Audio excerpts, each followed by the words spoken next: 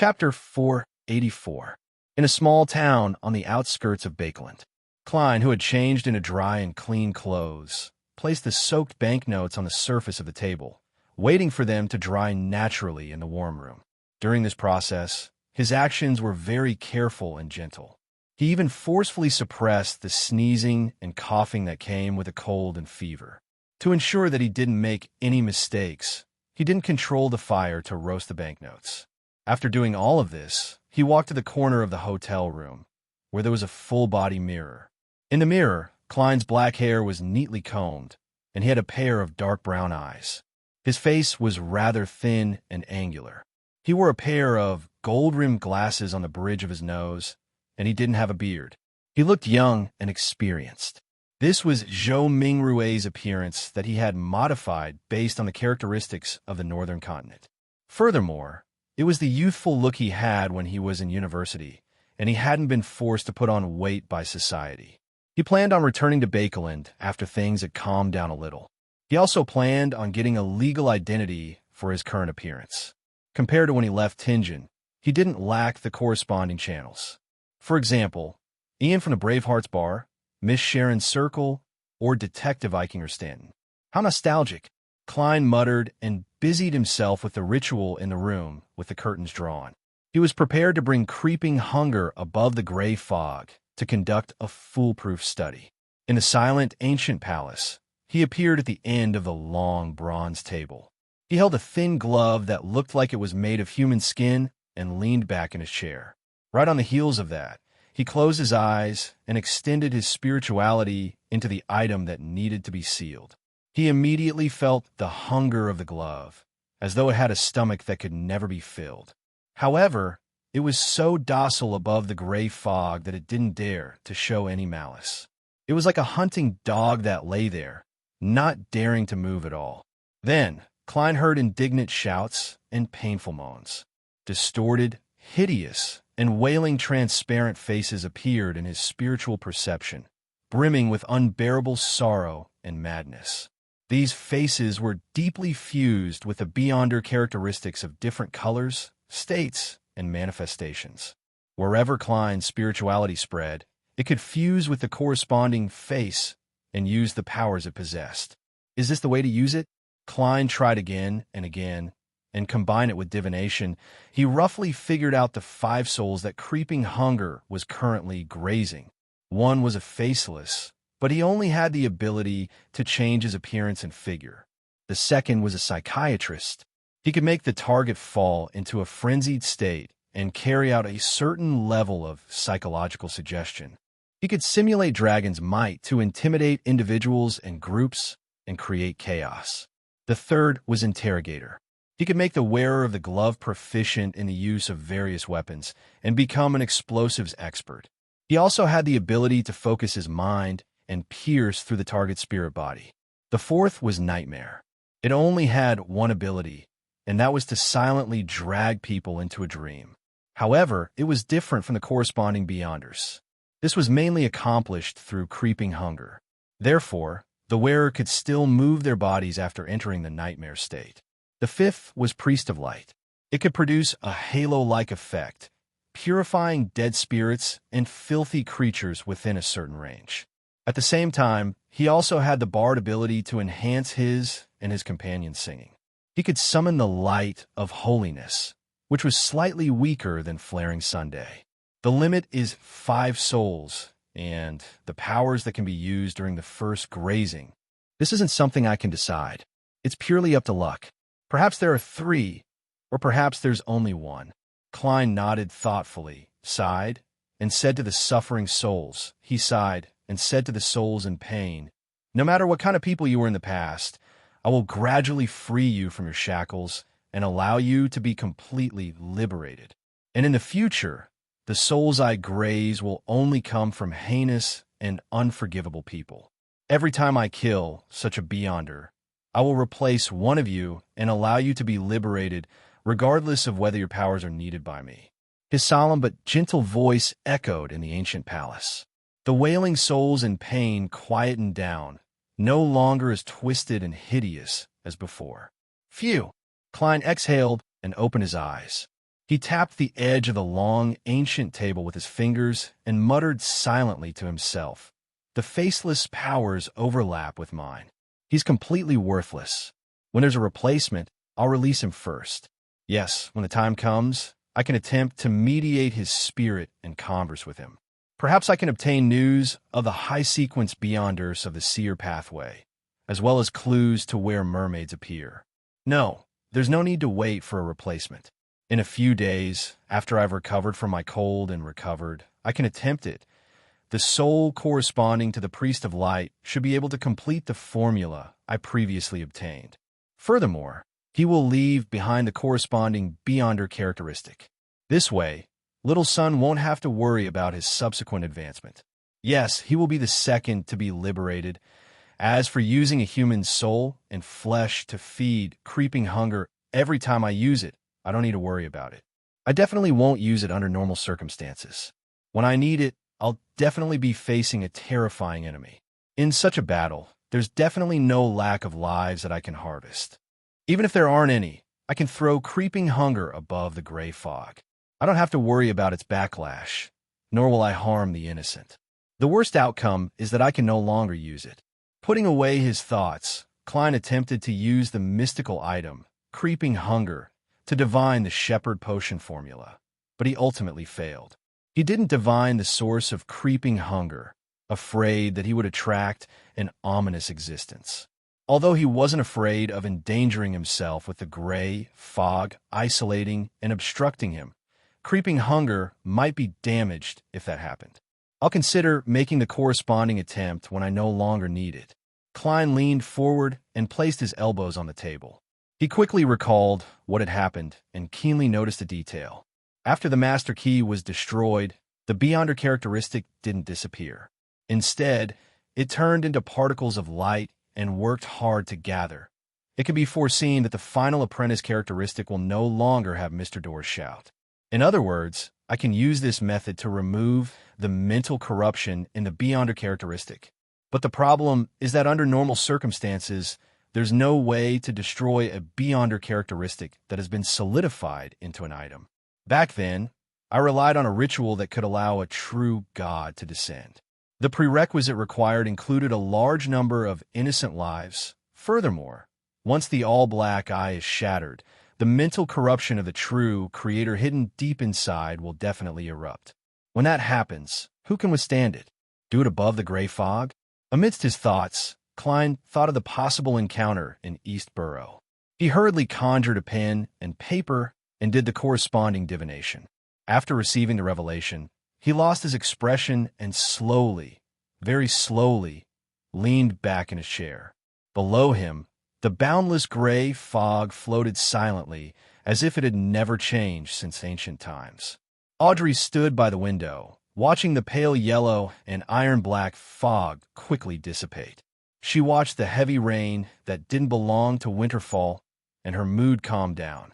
After an unknown period of time, she and Susie finally waited for Earl of Hall to return home. "Dad, how was it?" Audrey asked with concern. As Earl of Hall handed his coat and hat to the attendant, he revealed a gentle smile. "It's resolved, but the exact process is still unclear. My little princess, you've really helped me a lot this time. You're worth a ton of medals." That's good, that's good. It's all thanks to Mr. Fool's reminder, and it's all thanks to his blessed taking the risk to investigate. Our tarot club has once again prevented an evil god's descent and saved the world once again. Audrey's heart was filled with pride. Earl of Hall took the towel from the maid's hand, wiped his face, and sighed. But this time, it still caused serious casualties. Bakelin smog can actually become so deadly. Although the statistics haven't been released, I estimate that more than 10,000 people have died in East Borough, the dock area, and the factory district. Furthermore, the plague is still spreading. Try not to go out for the time being. More than 10,000 people? This was a number that Audrey could understand, but couldn't imagine. She could only see thousands or tens of thousands of people gathered together during the parade on the nation's founding day every year. However, this didn't stop her heart from feeling heavy and her mood from turning gloomy. Daisy stood outside the apartment and watched as the doctors and nurses in white coats and masks entered and carried out the corpses. She already knew the outcome. Her expression was numb, and her eyes were empty as she subconsciously approached the door. At this moment, the police officer in charge of the cordon stopped her. "Don't go over. Do you want to be infected with the plague?" Daisy stopped there and watched as the two corpses were carried out. She watched as her mother, Liv, hugged her sister, Freja, tightly. She watched as they were carried to the delivery carriage that was temporarily requisitioned with a black cloth. She watched as they were covered with white cloth and disappeared before her eyes. The carriage slowly drove towards the other end of the street. At this moment, Daisy seemed to wake up from a dream. She turned around and ran quickly to chase after the carriage. The ground was abnormally muddy after the rain. She fell and got up a few times, leaving her body covered in dirt. However, she still couldn't catch up to the carriage and watched helplessly as it disappeared around the corner. Daisy slowed down, her body swaying slightly, her expression abnormally lifeless. She held onto the trees beside the street and stared at the spot where the carriage had left. Suddenly, her entire body went limp as she squeezed out a sob from her throat. "Mom, Freja," the voice was thin, low, sharp, and weak. It lingered on and on. At this moment, in East Borough, in the dock area, and in the factory district, tens of thousands of people were also wailing and crying. Empress Borough, Sodila Palace. George III, wearing a crown, with a determined face and a mustache, sat on the throne. He looked at the Earl of the Summer Palace in front of him and remained silent for a long time. "Your Majesty, the people of the three churches are waiting for your explanation outside," the Earl of the Summer Palace asked with sweat on his forehead. "Explanation?" Prince Edisac was tempted by the demonists and colluded with the cult in an attempt to rebel. That's the explanation. His plot was exposed, and he has already committed suicide. What other explanation do they need? George III suddenly flew into a rage. He took a deep breath and regained his usual seriousness. "Tell them that no matter what method they use to obtain the corresponding title, they will be able to obtain a seat in the House of Lords. The property restrictions regarding elections will be relaxed, and the invalid constituencies will be eliminated. This is to appease those factory owners and bankers. Similarly, the National Atmosphere Pollution Council will immediately give a conclusion, and the relevant bill will soon be passed. The minimum wage and working hours regulations will also appear in the form of a law soon. The poor law will be reformed according to their requests. Allow the three churches to send personnel into the military." "Your Majesty," the Earl of the Summer Palace jumped in fright. Such a concession was beyond his imagination, especially the last one. George III flew into a rage once again. "Tell them just like that. Since they want a new order, I'll give them a new order." "Yes, Your Majesty." The Earl of the Summer Palace didn't dare say another word and left the palace. George III sat there for a long time, motionless like a stone statue. Chapter 485. December 31st morning, south of the bridge, Harvest Church. Emlyn White was wearing a priest's robe as he stood in the kitchen. From time to time, he would throw different herbs into the pot and stir them. After all the ingredients that he had prepared ahead of time were put in, he patiently waited for 10 minutes before scooping up the ink-black liquid with a metal spoon and pouring it into a glass bottle and glass cup beside him. 48, 49, 50. Emlyn glanced at the empty pot and counted the concocted medicine. After confirming the quantity, he picked up a large tray and sent bottles of dark green liquid to the hall. Inside the hall, most of the prayer pews had been torn down, and there were tattered blankets on the ground. Inside were the plague-infected who were either asleep or moaning in pain. Emlyn and Father Utravsky worked together, each carrying a portion of the medicine and distributing it from two directions. The first in line was a middle-aged man with a sallow complexion. He hurriedly propped himself up, took the medicine, and gulped it down. Handing back the bottle, he gratefully said to Emlyn, "Father White, thank you so much." "Father White, thank you so much. I feel much better now. I have some strength again." Emlyn raised his chin and replied disdainfully, "Father White, thank you so much. This is just a very insignificant matter. It's not worthy of gratitude. You guys are really too ignorant. With that said, he sped up the distribution of medicine. After about 10 minutes, he returned to Earth Mother's altar and complained to Father Yutravsky. You should find 2 more volunteers.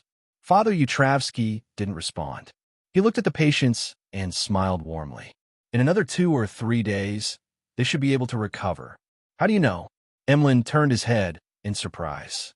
Father Yutravsky lowered his head with a benevolent expression and looked at him. Herbs are one of the domains of Earth Mother. As believers, although they aren't of the Earth pathway, they still need to know basic knowledge. Emlyn sked. I'm not interested in religion. I don't know much about it, even though I've been copying Mother Earth's Holy Bible in recent months. He added with slight resentment in his heart. Then he casually said, Father, I never expected you to accept disbelievers. Only 2 or 3 of them are believers of Earth Mother. Father Yutravsky smiled without a care. There are also lives, innocent lives. Emlyn was stunned for a few seconds before he exhaled and said, That's right. Father, I found a way to deal with the hypnosis. Maybe I'll leave this place soon. Wait, why did I mention this? I was moved by him. What if he locked me in the basement again? Emlyn was suddenly nervous. Father Yutravsky's expression didn't change as he looked down at Emlyn. Actually, you don't need to look for a solution. After some time, the hypnosis will naturally disappear, and you can freely choose whether to come to the church or not. In a while, I'll become a devout believer of Earth Mother. No, Earth Mother, Emlyn blurted out.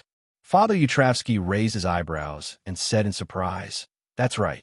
I didn't force you to change your faith. The hypnosis I left behind is to make you come back to the church every day. I hope that you can fully appreciate the value of life and the joy of harvest. Then the only purpose of the hypnosis is to make me return to the cathedral. Emlyn's expression froze. Yutravsky nodded calmly. Yes. Emlyn's mouth was half agape as he slowly and mechanically turned his head to look at the altar, at the sacred emblem of life of Earth Mother. It was as if he had instantly turned into a puppet. December 31st, evening 2, Daffodil Street, Tingen City. Vincent entered the house, took off his hat and coat, and chuckled. He chuckled and said, I've already booked a second-class ticket to Bakeland on January 3rd. Sitting in the dining room, Melissa, who had a few newspapers spread out in front of her, said worriedly, Banson, the air in Bakeland is too bad. Benson, the air in Bakeland is too bad. A few days ago, tens of thousands of people died from poisoning and diseases caused by the smog. This is really a regrettable and tragic matter. Banson walked to the dining room and said with a sigh, However, the upper and lower houses have already passed the report of the National Atmosphere Pollution Council. There will soon be corresponding legislation to regulate the emission of smoke and wastewater. What awaits us will be a new Bakeland.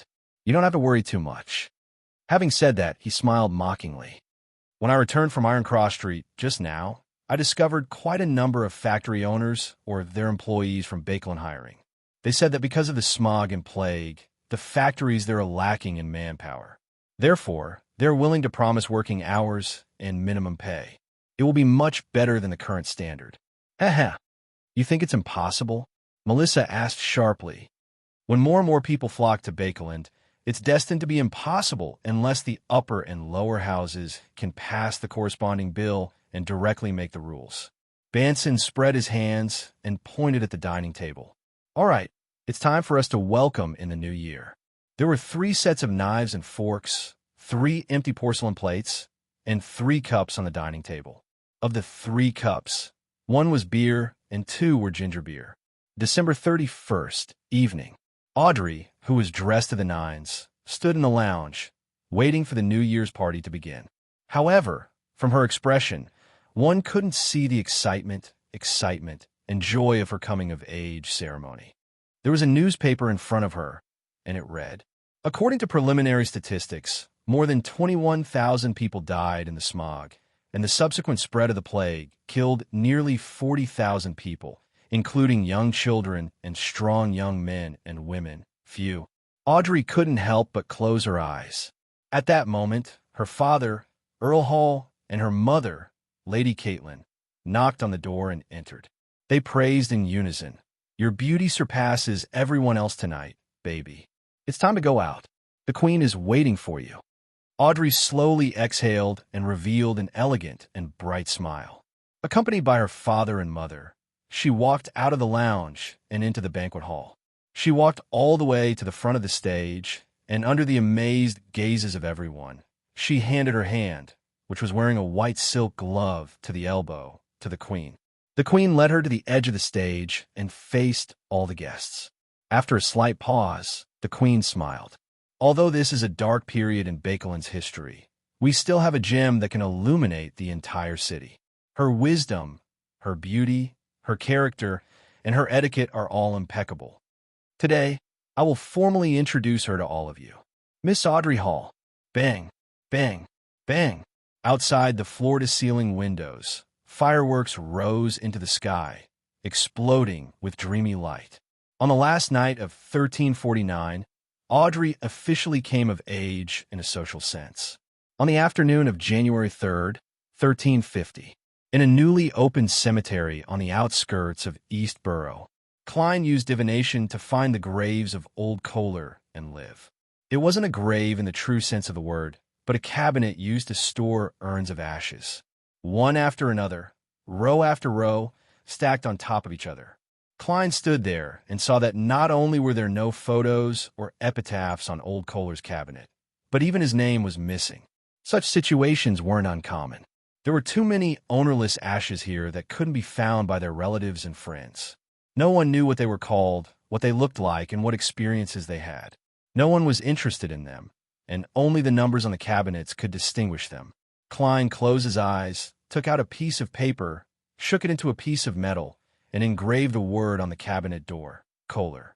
Then, he added an epitaph. He was a good worker. He was a good worker.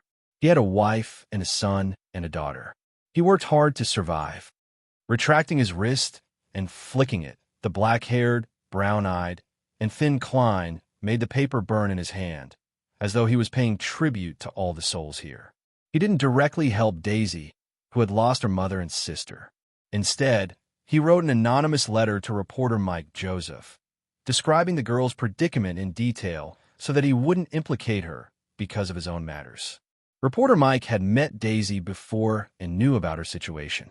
He had enthusiastically promoted the establishment of a corresponding charity foundation, so Klein believed that he would help Daisy get more aid so that she could complete her basic studies and find a stable job that could support her. Taking 2 steps back, Klein looked around, taking in the names and photos of the victims who didn't even have any of that. He raised his head and slowly exhaled a breath of white air. Then, he turned around and left the cemetery.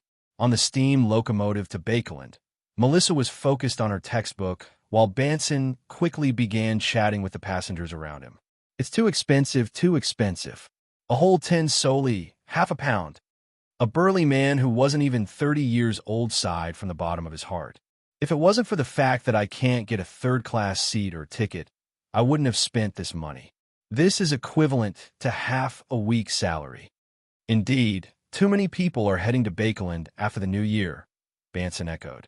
The burly man put away his pained expression and said with anticipation, "Because they promised 21 soli a week and promised to work no more than 12 hours a day. We signed the contract. When I rent a house and get my first paycheck, I'll get my wife to come to Bakeland. She should be able to find a good job, one that pays 12 or 13 soli a week. I heard that Bakeland is in dire need of people. When the time comes, we'll have a salary of more than one. 5 pounds a week. We can eat meat often. Your wish will definitely come true. The king has already signed an order to allow the minimum pay and working hours to be implemented." Banson sincerely gave his blessings before smiling. That's the land of hope. Whoosh! The steam locomotive brought countless hopeful people to Bakeland. At that moment, the sky was still bright, and the fog in the air had thinned significantly. The gas lamps hanging on the platform were no longer lit early. Banson protected his sister and wallet in a very experienced manner. He carried his suitcase and followed the crowd out of the station. Suddenly, they felt a gaze sweep past them at the same time. Following the gaze, Banson and Melissa saw a young gentleman with neat black hair and dark brown eyes. The gentleman with gold-rimmed glasses pressed down on his top hat and looked past them into the distance. Banson and Melissa also retracted their gazes and looked at the pillars spewing smoke in the garden in the middle of the street. They looked forward to seeing the underground transportation in Bakeland. Klein carried his suitcase and walked past them with an expressionless face. He walked into the departure station while facing the huge crowd that had surged into the land of hope. He welcomed the people who had great expectations amidst their anxiety. This was the worst of times, and this was the best of times. Chapter 486. I wrote about 850,000 words in the second volume, which is considered an extremely long novel in the framework. From what I remember, only the third and fourth volumes of my previous life were longer than it. I spent every day thinking and writing. Although I was very happy, it was really tiring, especially when I had to work out in the last month. I almost didn't even have time to read novels. The name of this volume was Faceless, and I expected it to have 3 meanings. Note, the following are the standard answers for reading comprehension. First, it referred to advancing to a faceless. This was the simplest and easiest to think of. Second, it referred to Little Ku's living condition in Bakeland. He used a fake face, a fake name, and a fake identity to get to know people, deal with matters, and get involved in storms. But when he returned home, he was still lonely and cold. Thirdly, they refer to the people who were crushed into powder or rushed to the great age. In the history books, they had no names, no appearances, no pasts, no lives, and only existed in simple numbers or descriptions. In a sense, weren't they faceless people? The simplest cameo, the most inconspicuous cannon fodder. Who would care what their faces looked like?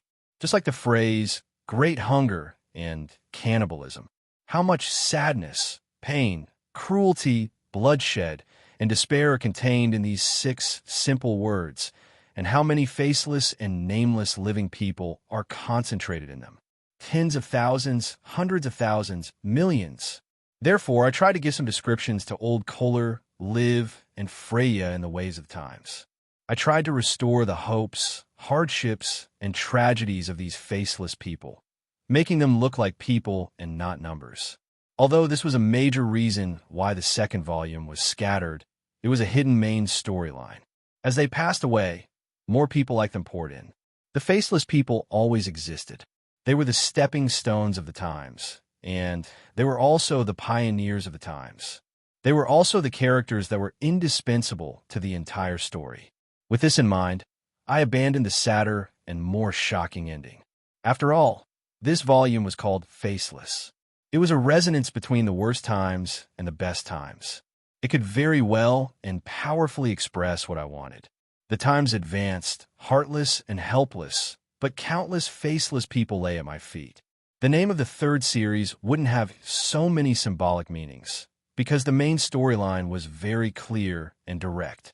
The name of the third series would be Traveler. Everyone should be able to imagine some things, but let's focus back on the second novel.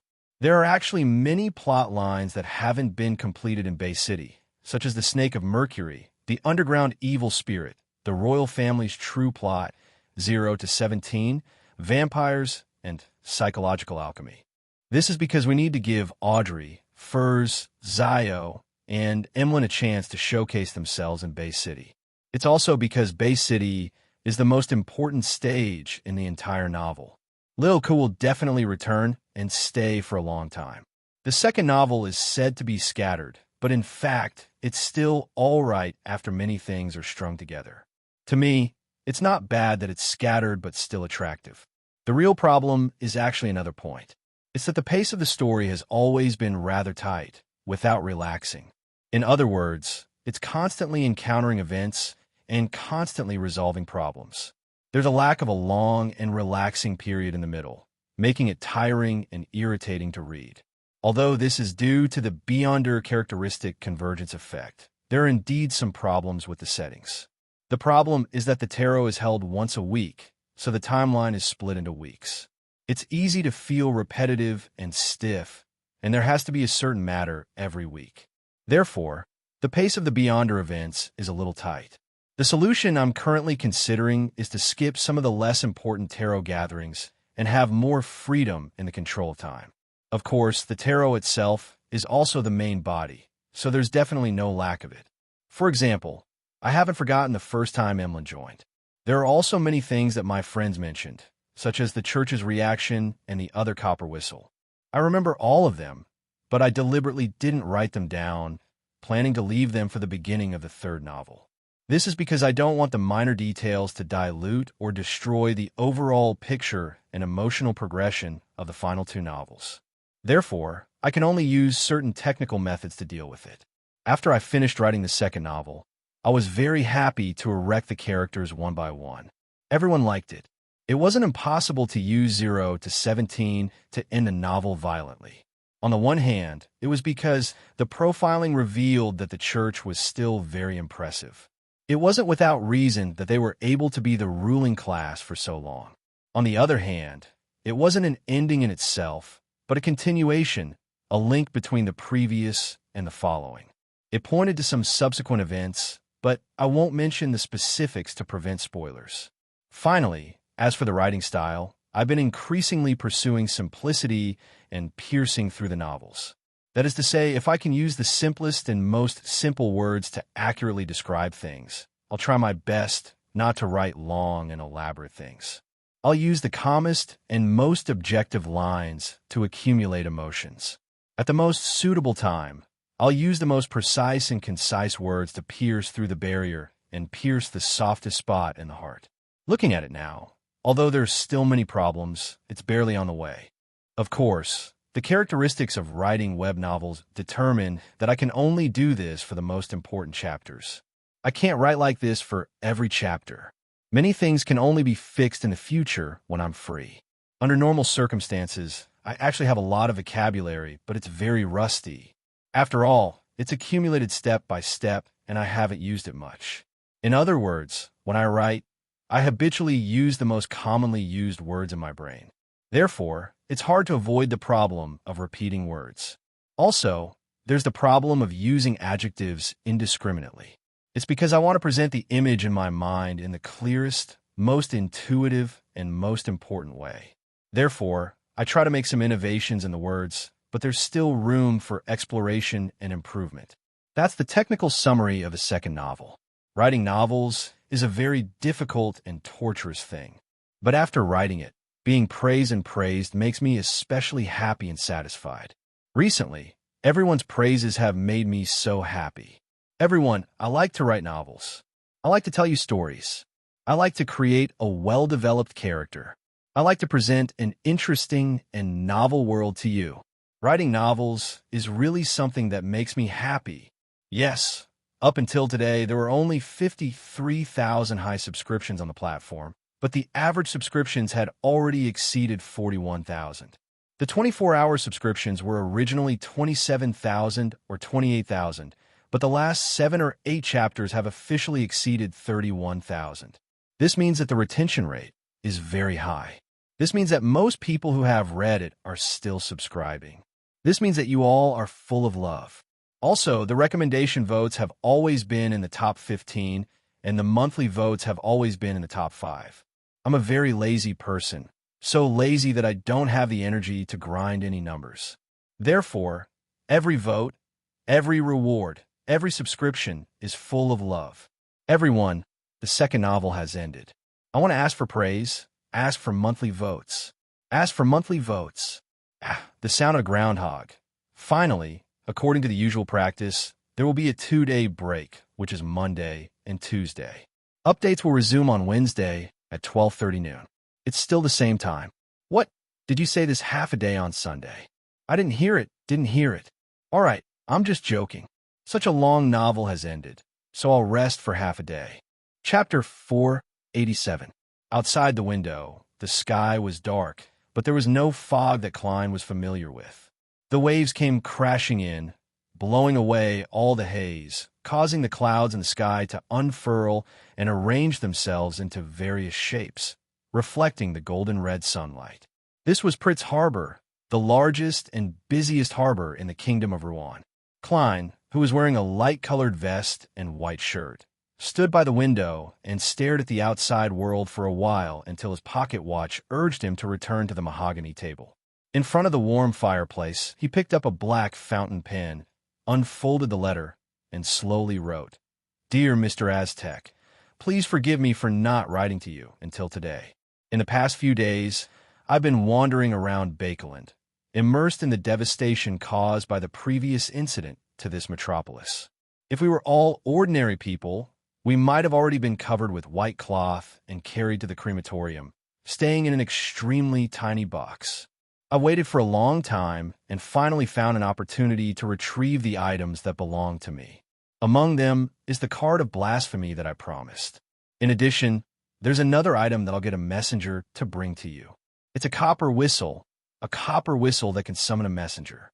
It came from a chance encounter with an elder who had crawled out of a coffin. You must be very puzzled after reading this, because the description I use can also point to you. This is what I'm puzzled about. That's the specifics of what happened. I suspect that the original owner of the copper whistle was a member of the charismatic order who attempted to resurrect death. Furthermore, his level wasn't low. Perhaps you can tell something from this copper whistle. Before leaving Bakeland, I wrote a letter to the machinery hive mind, describing the massive underground ruin where you and Zangwil fought. I hope that they can use this information to figure out the truth behind matter. After a roundabout and indirect probe, I've confirmed that they don't have any enmity towards me and you for the time being. If you encounter any trouble, perhaps you can try to seek their help. Finally, I have another question. Is there any way to remove the mental corruption that remains in a solidified Beyonder characteristic?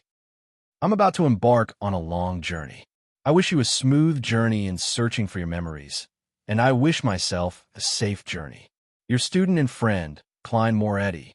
After putting down the pen and reading it from the beginning, Klein folded the letter and stuffed it, the Black Emperor card, and the copper whistle that was suspected to be left behind by a member of the charismatic order, into the envelope. After doing all this, he picked up the copper whistle that Mr. Aztec had given him and summoned the messenger by blowing it. The messenger was still nearly 4 meters tall and made of pure bones. Its eye sockets burned with pitch-black flames, but Klein's spiritual intuition told him that this was already another messenger. Sighing inwardly, Klein raised his arm and put the letter into the man's hand. The messenger lowered his head to take a look, then quickly disintegrated, turning into white bones. Then, like a torrential rain, they drilled into the ground. Upon seeing this, Klein tapped his right molar and deactivated his spirit vision. He returned his gaze to the table, where there was a light yellow identification card. This was a necessary item to purchase an ocean voyage ticket through the proper channels. For this, he had specially sought out Sharon and obtained a new identity through her circle. This identity belonged to a bounty hunter, a lunatic who wanted to adventure at sea in order to get rich quick. According to Klein, his name was German Sparrow. Hunting sins, Klein muttered as he put away the series of documents that proved his new identity. Right on the heels of that, he drew the curtains, took 4 steps counterclockwise, and went above the gray fog. There was still some time before the tarot gathering. Klein quickly flipped out creeping hunger and wore it on his hand. Closing his eyes, he sensed the distorted and illusory souls and attempted to release the faceless. If this were the real world, creeping hunger would happily eat this gift and spit out the corresponding Beyonder characteristic. However, being above the gray fog, it didn't dare have any impulse. It allowed the faceless soul to leave the glove and appear on the side of the long bronze table. It was a middle-aged man with a blurry face. The feeling of distortion and pain had dissipated significantly. With great difficulty, he bowed to Klein, who was leaning against the back of the chair. His figure gradually faded and was about to fall into the gray fog. Inside the towering palace, Klein didn't need to prepare any additional rituals to directly channel the spirit. Hence, he emanated his spirituality and stabilized the other party. "Do you know where there are living mermaids?" The man replied in a daze. "Apart from those reared by the Church of the Evernight Goddess, I can only find them by sailing deep into the Sonia Sea from the Gargas archipelago for at least a week. That's my destination." So he's also a faceless who's seeking to advance. In order to pursue mermaids, he risked his life out at sea. But for some unknown reason, he died at the hands of Rear Admiral Hurricane Zillings. The Church of the Goddess reared many mermaids. Klein suddenly realized something and asked, "Which organization do you belong to? Or should I say, where did your potion formula come from?" The middle-aged man's body suddenly trembled, and he only spoke after 2 seconds. "The Secret Order. I belong to the Secret Order." "Secret Order? The Secret Order doesn't have their own mermaids?" Klein deliberated for a moment and said, "Have you seen your leader, Zeratul?" The illusory and transparent faceless fell silent at first before shouting with a sharp voice, "Yes. He's not normal. He's an undying monster." As he spoke, his figure became thinner and was on the verge of dissipating. "Zeratul is indeed still alive. What exactly happened to make the members of the Secret Order fear him so much? To be precise, should I use it?" Klein hurriedly asked another key question. "Apart from the treasures left behind by the Antigonus family and your Secret Order, where else can I obtain the high-sequence Beyonder potion formula of the Seer pathway?" The faceless became more and more transparent and incorporeal. Finally, he could only say, "The Church of the Evernight Goddess? Cathedral of Serenity, Holy Cathedral." Klein silently watched as the faceless spirit body was completely liberated. He repeated a single word in his heart. The Cathedral of Serenity was the headquarters of the Church of the Evernight Goddess, the holy cathedral that the Nighthawk spoke of. There really is a high-sequence Beyonder potion formula of the Seer pathway hidden there.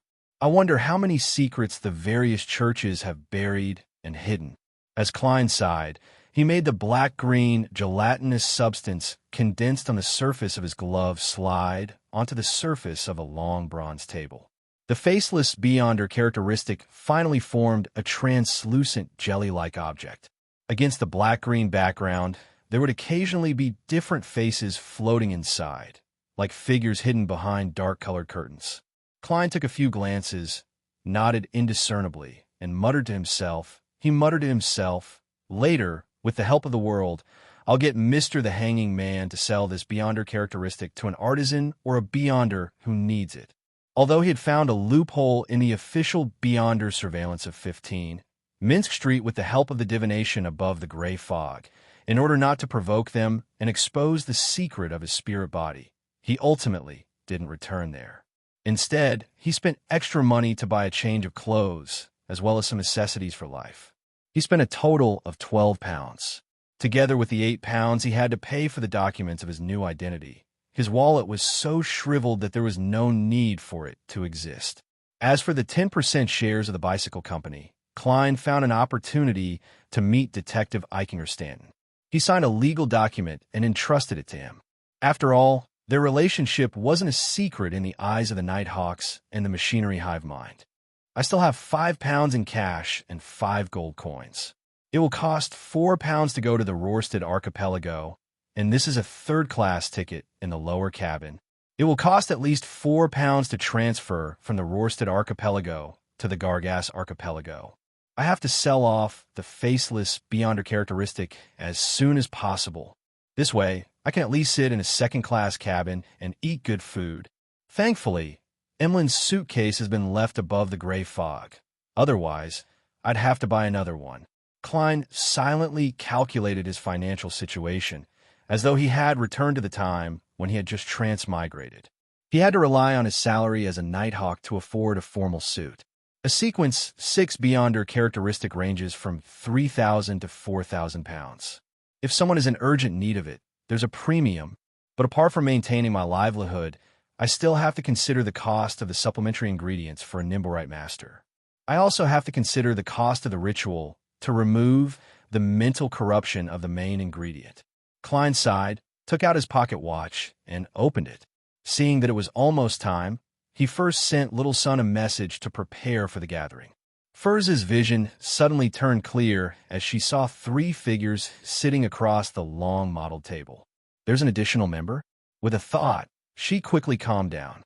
At that moment, She didn't care if there were any new members in the tarot. Her mind was filled with the smog and plague from last week.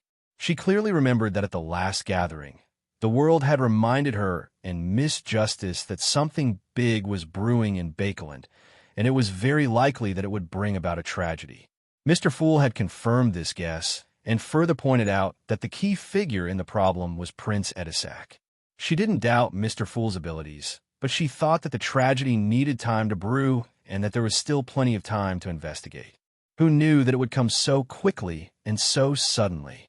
It's reported that Prince Edisac also contracted an illness in the smog and unfortunately died. It really happened. It really happened. Furs recalled the contents of the newspapers from a few days ago and seemed to understand something, but she couldn't grasp anything. For a moment, she felt a little panicked and uneasy. As a Sequence 9, it seems that because I joined the tarot, I intervened in advance in this terrifying matter that involves a huge city, a prince, and the lives of tens of thousands of people. It was only at this moment that Magician's Furs deeply understood the weight of being a member of the tarot. Then, she heard Miss Justice's usual greeting, but had lost its cheerfulness. "Good afternoon, Mr. Fool. You've saved Bakeland once again." Chapter 488. Thinking back to the recent major events, Emlyn quickly locked onto the Great Smog and the outbreak of the plague, guessing that the lady opposite him was referring to this. But I heard that it was caused by a demoness of despair seeking to advance. Furthermore, the Church of the Storm quickly responded by creating a hurricane to blow everything away. How can it be said that Mr. Fool saved Bakeland? With his race backing him, Emlyn was rather well informed. When he compared the two, he couldn't help but be surprised and puzzled. Although he had always been proud and didn't wish to spend time socializing, he still had an instinctive fear when faced with a question mark. When he came to address the hidden existence, he still felt an instinctive fear and didn't dare to rashly ask about it. He planned to listen to it for a while first. Even though the hanging man, Alger, was floating at sea, he had received news of the Great Smog of Bakeland. He was rather interested in the secrets and the truth behind it. He firmly believed that it definitely involved a battle between deities. After all, it had attracted Mr. Fool's attention. I'll ask Miss Justice when I exchange information. However, she might not be too sure. There's no way for her to know the actual details from her position. She's very curious. With such an opening, she'll definitely attempt to obtain an answer from Mr. Fool. I hope to have a chance to listen. With this in mind, Alger turned his head to glance at Sunday. Seeing that he wasn't in a rush and was calm and reserved, he knew that he and the City of Silver's expedition team had escaped the cycle of fate. Similarly, Audrey could also tell from Sun's reaction that their operation had gone smoothly. She secretly heaved a sigh of relief and planned on understanding the situation in detail later. After bowing solemnly at Mr. Fool, she thanked the world, thanking this tarot member who didn't look like a good person for warning them ahead of time. Mr. World, if it wasn't for your advance warning, perhaps hundreds of thousands of people in Bakeland would have died in this smog. In fact, this also saved me. Klein controlled the world to laugh hoarsely. He spoke sincerely without any pretense. This was because if he hadn't informed Miss Justice ahead of time and had her warn the Church of the Evernight Goddess, the powerhouse who had erased Mr. A wouldn't have arrived in time, and he might not have been able to last that long. If I'm torn apart and eaten by Mr. A, I might not be able to resurrect. Klein rejoiced. Mr. A's eating was real eating. Right on the heels of that, as the Fool, he leaned back in his chair and replied with a smile, "I've only provided a little help that is not worth mentioning. No, your adorer truly saved Bakeland. His contribution was the greatest among all of us."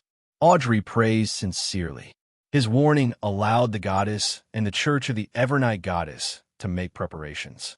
They eliminated the demoness of despair in time and prevented the primordial demoness from awakening, allowing the pollution of the Great Smog to be under control. Furthermore, he directly destroyed the Aurora Order's ritual, once again isolating the true creator, who was attempting to descend from the real world. As she had provided the most important information, Audrey received unanimous praise from the Earl Hall and his wife. They didn't hide the results of the investigation and some of the details from her. Of course, they also raised their parents' wishes. They told their daughter not to get too deeply involved with the secret organization and to stay in the outer circle to obtain some information and maintain her strength below Sequence 7. The primordial demoness wants to awaken. The true creator is attempting to descend. What exactly is happening in Bakeland? At the same time, the hanging man Alger and the moon Emlyn had the same reaction, but their expressions were different. The former only raised his eyelids slightly, his pupils constricted, and he subconsciously sat a little sideways. The latter gave the illusion that he was about to jump up. "Mother, no, moon above. When did Bakeland become so dangerous? Two evil gods actually appeared in the great smog this time. That lady must be lying, right? Although Mr. Fool is an existence suspected to be a deity, it's impossible for him to offend two question mark of the same level at the same time. Ah, could it be? Which orthodox deity's incarnation is it? Or there's an alliance between deities behind it? Is this what the ancestor wants me to pray for? The reason for praying?" The more Emlyn thought about it, the faster his heart beat, but he couldn't verify it. The Sanguine's nickname of vampire didn't mean that they didn't have a heartbeat. It was just that it was relatively slow, and the heart itself was one of the Sanguine's fatal weaknesses. Indeed, as expected of an incident that garnered Mr. Fool's attention. But what benefits can I obtain from destroying the evil god schemes? The hanging man Alger secretly heaved a sigh of relief. Magician's Furs was alarmed and afraid. She never expected that the terrifying smog that had claimed tens of thousands of lives hid an even more terrifying truth. If it wasn't stopped in time, all of Bakeland would have been destroyed, and Zio, and I definitely wouldn't have survived. Furs swallowed her saliva with great difficulty. Audrey's thoughts were exactly what she felt. Through this incident, the noble girl truly understood one thing. That was the peaceful, normal, and stable life that she had thought of as peaceful, and normal was like a soap bubble in the clash between gods. It would burst at the slightest provocation, or rather, the entire kingdom, the entire human society, only exists because of the balance between deities, and this balance is abnormally weak. Every time such a thought surged through her mind, Audrey felt gloomy. Seeing that someone knew and remembered his contributions, Klein immediately felt gratified as he smiled. He smiled and said, "Unfortunately, he had to leave Bakeland because of this. Mr. Fool's blessed has temporarily left Bakeland." Audrey stood up again and bowed sincerely. "Please convey my gratitude to him." Klein maintained his image and didn't respond. All he did was nod. At this moment, Audrey added, "I'm very sorry. As the 3 churches and the military are cleaning up Bakeland, I haven't been able to obtain the subsequent pages of Roselle's diary. Please wait another week." "Sure," Klein said calmly. Upon hearing their conversation, Furs jolted awake and hurriedly looked at the end of the long bronze table. She hurriedly looked at the end of the long bronze table and said, "Honorable Mr. Fool, I have received 3 pages of Roselle's diary." "That's right. The more members we have, the more channels we have. Many things will snowball." Klein nodded slightly. "Very good. Roselle's diary?" Emlyn felt as though he had heard something incredible. Under his puzzled gaze, Furs conjured the 3 diary pages and passed them to Mr. Fool. It was only at this moment that Klein recalled that he had missed out on a particular vampire. He chuckled and introduced him. "This is a new member, Mr. Moon. This gathering is called Tarot. They are—" "Mr. Moon, I thought the one who would choose the moon card would be a lady." As Audrey politely greeted him, she began to think in a relaxed manner. Similarly, Emlyn was also guessing if the hanging man, Justice, and the other members were humans or beyonder creatures. What pathway they were in, what their sequences were, which organization they belonged to, and if they were friendly to the Sanguine. Klein didn't mind them sizing each other up as he cast his gaze at the diary in his hand. February 11th. Today, I learned a secret of the Sauron family. Ha ha, I'm dying of laughter. Ha ha ha. So it turns out that the hunter pathway they control will undergo a sex change at sequence 4. The men don't change, but the women become men.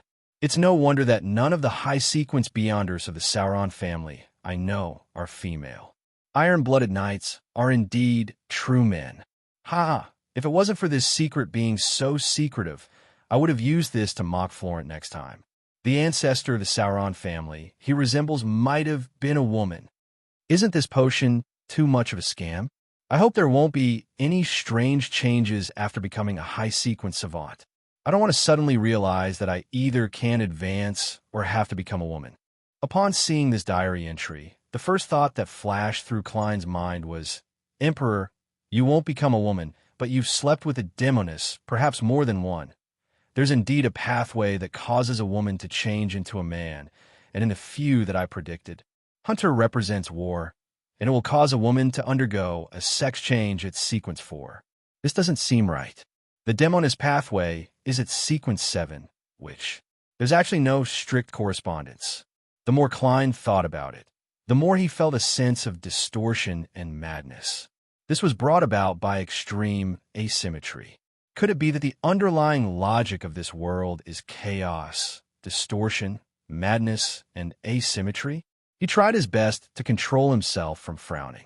February 12th. I can't. I feel like laughing the moment I see Florent. Ha ha ha. On the 15th of February, the improved cannon that I designed and supervised was completed. The effect was a little worse than I had expected, but it's not a big problem. With it and mass production, I'll let this world and this era witness true advanced tactics. In order to celebrate, I've decided to hold a banquet and invite those who look down on me. Just wait to be smacked in the face. The Emperor really can't hold a grudge overnight. As Klein sighed, he flipped to the second page of the diary. May 5th. That unspeakable organization once again gathered its members for a gathering. I'm shocked by the way they gather their members every time. It's a miracle, a miracle. After my previous observations, I raised some questions at this gathering. For example, all the sequence 0 names on the blasphemy slate have sufficient status. Only Red Priest appears unique and isn't high enough. The old gentleman sitting beside me told me that red refers to the red of war. Priests can be understood as sacrificers of the essence of power. Some people objected to him, believing that the priest of Red Priest refers to the priest of the original creator. I'm inclined towards the former, so I asked the old gentleman's name softly. I don't know the identity of every member here. To put it in extreme terms, I only know a portion of them. The old gentleman answered me with a smile. He said his name was Hermes. Chapter 489. Hermes? That's an ancient powerhouse. Klein's brows twitched. With a solid foundation in mysticism, he knew very well which era the old gentleman who created ancient Hermes was active in. That's the second epoch when giants ruled the land and dragons soared in the sky. In a sense, he appeared in human history even earlier than the god of combat and Earth Mother. In other words, before Little Sun joined the tarot, he didn't know the 7 deities, but he had likely heard of the name Hermes. Yes, I'll find a chance to get the world to confirm it later. That old gentleman personally experienced the thorny path of human ancestors using themselves to test medicine and seek beyonder power step by step. He used Jotun and Dragonese as a blueprint, and, standing on the shoulders of pioneers, he created a beyonder language that belongs to humans. There's a high chance that he saw the first blasphemy slate. He actually lived to the time of Roselle the Great, and he might even be alive to this day. He's a living fossil of human mysticism. Klein sighed as he experienced the terror of the Twilight Hermit Order from another angle. Even Hermes was one of its members. As for the other secret organizations, or even the Church of the 7 Deities, they often used ancient Hermes during their sacrifices and rituals. The Twilight Hermit Order sure is high-end, impressive, and high-class. Klein couldn't help but sigh inwardly. What he was most envious of wasn't that the Twilight Hermit Order had a legendary figure like Hermes, who existed alongside human history, but that he had a second blasphemy slate. That's practically cheating. When Klein thought of how the tarot only had 1/22 of the cards of blasphemy, he felt a little wistful. He focused his gaze back on the piece of paper and continued reading the rest of the diary entry. Heavens! The ordinary-looking old man sitting beside me is actually Hermes. He lived from the dark second epoch to the fifth epoch when Beyonders declined. I made the right choice to join this organization. I see my bright future. 3 exclamation marks aren't enough to describe my current feelings. This bunch of important figures, these old farts, are gathered together purely because they believe in the idea that dusk is approaching. No, it's definitely not like that. At least I'm not. Among them, there must be people who believe in those ideals fanatically, and they simply want to wait for the original creator to awaken. They want history to progress to that point as planned. Haha. According to my understanding, it's most likely not awakening, but resurrection. Wait a minute, I thought of a problem. After I agreed to the secret invitation, I quickly joined the gathering without going through any investigation. Although the organizer of the gathering said that in order for me to join, there was a disagreement among the members, and they had no choice but to vote, and with more than 2/3 of the votes, I was barely allowed to join. But that wasn't the point. The point was that they didn't care if I believed in the concept of approaching dusk, and they didn't mind that I had all kinds of ideas. How did they know I wouldn't harm the organization? Could it be that there's a high-sequence beyonder of the spectator pathway here? A high-sequence beyonder who has reached the level of an angel? He has unknowingly used my verbal promise to plant a secret psychological cue and is confident enough to discover the hidden malice of the members? That's really possible, but it makes me shudder just thinking about it. In addition, once the organization's name is mentioned to the outside world without permission, it will immediately be detected. They even gave me a few former members who had been eliminated as examples. Even if it's written on paper, even if it's in a newly invented language, it's not allowed. Let me think. The spectator pathway's sequence 2 is clairvoyant, and sequence 1 is author. Who here matches the corresponding characteristics? Note 1. Yes, I have a suspect, and that's the organizer of the gathering. Right. There's also the spectator pathway's sequence 0. Its name is Visionary, but I don't think anyone here has reached the level of a true god. Otherwise, there's no need to hide behind scenes. Of course, there might be a divine item at sequence 0, such as a uniqueness of a particular pathway. Perhaps it's the one that created this true dream that connects the east and west ends of the continent, and it has the ability to react the moment its name is mentioned. Back then, I didn't think too much about it. Amidst my shock, I asked about other things, such as why would there be the word authority in the description of deities. Old Mr. Hermes gave me an excellent answer. Upon seeing this, Klein realized that the diary page had reached the end. He hurriedly flipped to the next page, but he quickly turned back because the subsequent diary page didn't connect to the previous one. Where's the answer? Is it on the original page? Or is it because it's too long and he can't be bothered to write it? Or is there no need to record in the diary? Klein was so frustrated that he wanted to transmigrate to the past and grab Roselle's neck to get him, to tell him Hermes' answer. Of course, he didn't show any signs of emotion on the surface, nor did he make any extra body language. So the spectator pathway sequence 0 is called Visionary. This corresponds very well with the dragon of imagination. I thought it would be dragon.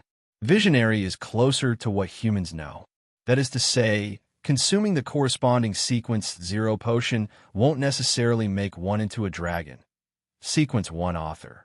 Just from the name of the potion, I feel that it's somewhat similar to the characteristics of the quill 0-08. The way the Twilight Hermit Order gathers its members is by relying on a real dream that connects the east and west ends of the continent. The description of miracles at the beginning of the diary gave me a fright. I thought they also had the gray fog and the mysterious space above the gray fog. Klein calmed himself down and realized that the diary page provided a lot of useful information that was very important.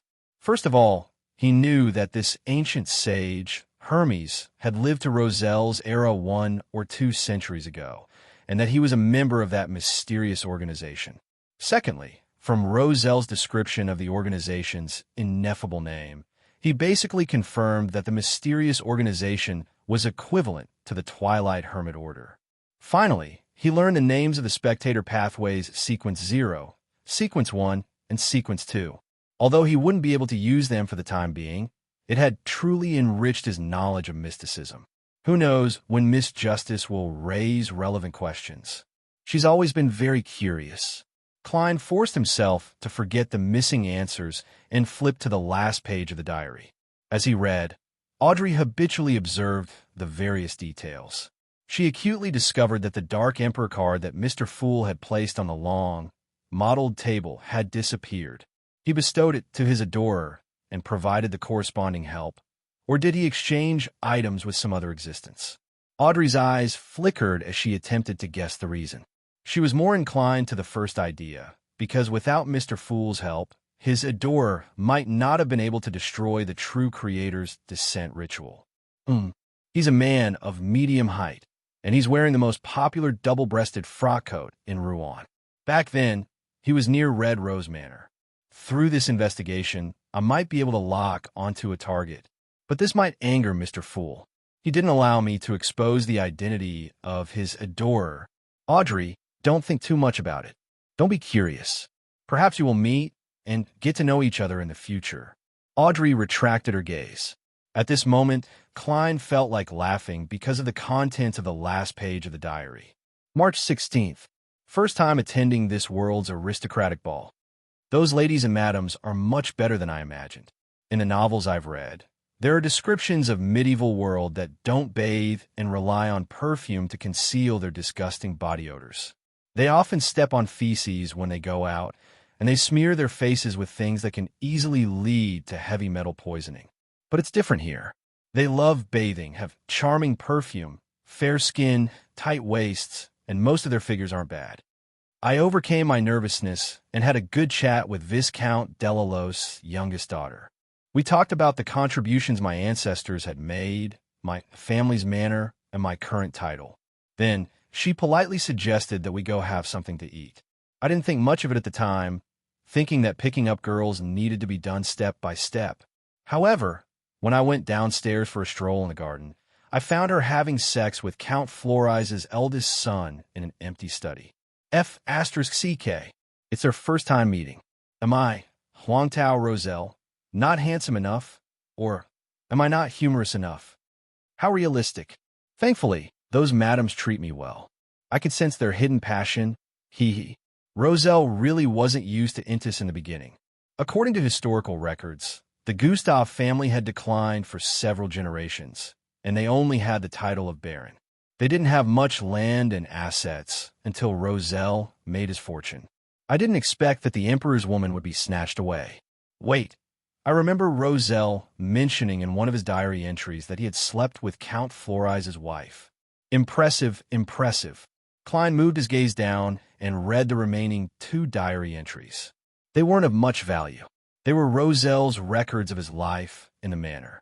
The entire content was about his desire to hunt, his yearning for delicacies, and his desire to obtain beyond her powers and beautiful maidservants.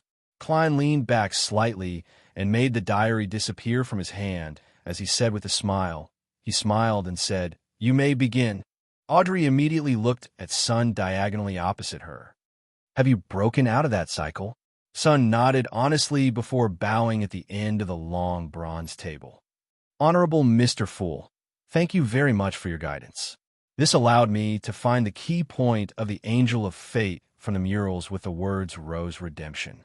I helped the chief destroy the cycle of fate." "What Angel of Fate?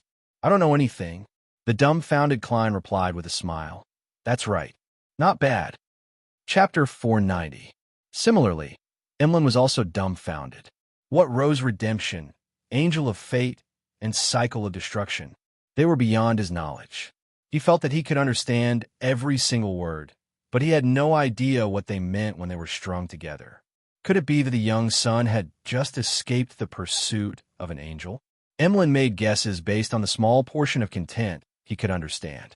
And after Derek thanked Mr. Fool, the hangman changed his sitting posture slightly and looked at him diagonally.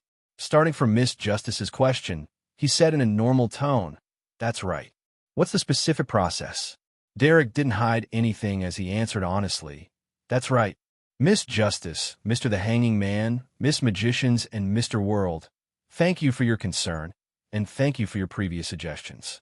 In the sixth exploration, I tried. He described his actions and the corresponding results, emphasizing the fact that Jack came from Inmat Harbor and the details of the mural where the Rose Redemption was located. Inmat Harbor, that strange boy, Jack, is really from the kingdom of Rouen. In other words, the forsaken land of the gods where the city of Silver is located is connected to the northern and southern continents in some way. As long as I find the right location, I can enter. Klein listened leisurely as he made a judgment in his heart.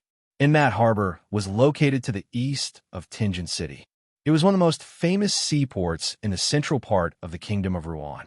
Together with Pritz Harbor, they supported more than half of Bakelin supplies. Spirit medium Mayim Daly had once settled there. The Aurora Order's Mr. Z seems to be there as well. Klein recalled some of the past. The same judgment appeared in the hearts of the Hanging Man Alger, Justice Audrey, and Magician's Furs. For this, some of them were purely excited, while others were filled with curiosity and worry. They were afraid that the all-devouring darkness around the city of Silver would continue to spread, eventually enveloping the northern and southern continents and the 5 seas. The first seat told me that through what happened before and my reminder, he recalled some ancient records that he couldn't tell were true or false. It was said that when the Lord that created everything, the omnipotent and omniscient God, watched over this land, he was surrounded by many angels, and the leaders of the angels were the kings closest to the divine throne. There were a total of 8 of them, including the children of the gods. Sun recalled Demon Hunter Collins' words as he slowly said, he suspects that Amon is the angel of time from the king of angels, and the one on the mural is the angel of fate, tailed Devourer Ouroboros. 8 kings of angels? The 8 kings of angels who were closest to the Creator's throne?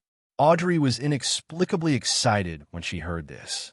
Out of curiosity, she asked, Mr. Sun, what are the titles and names of the other 6 angel kings?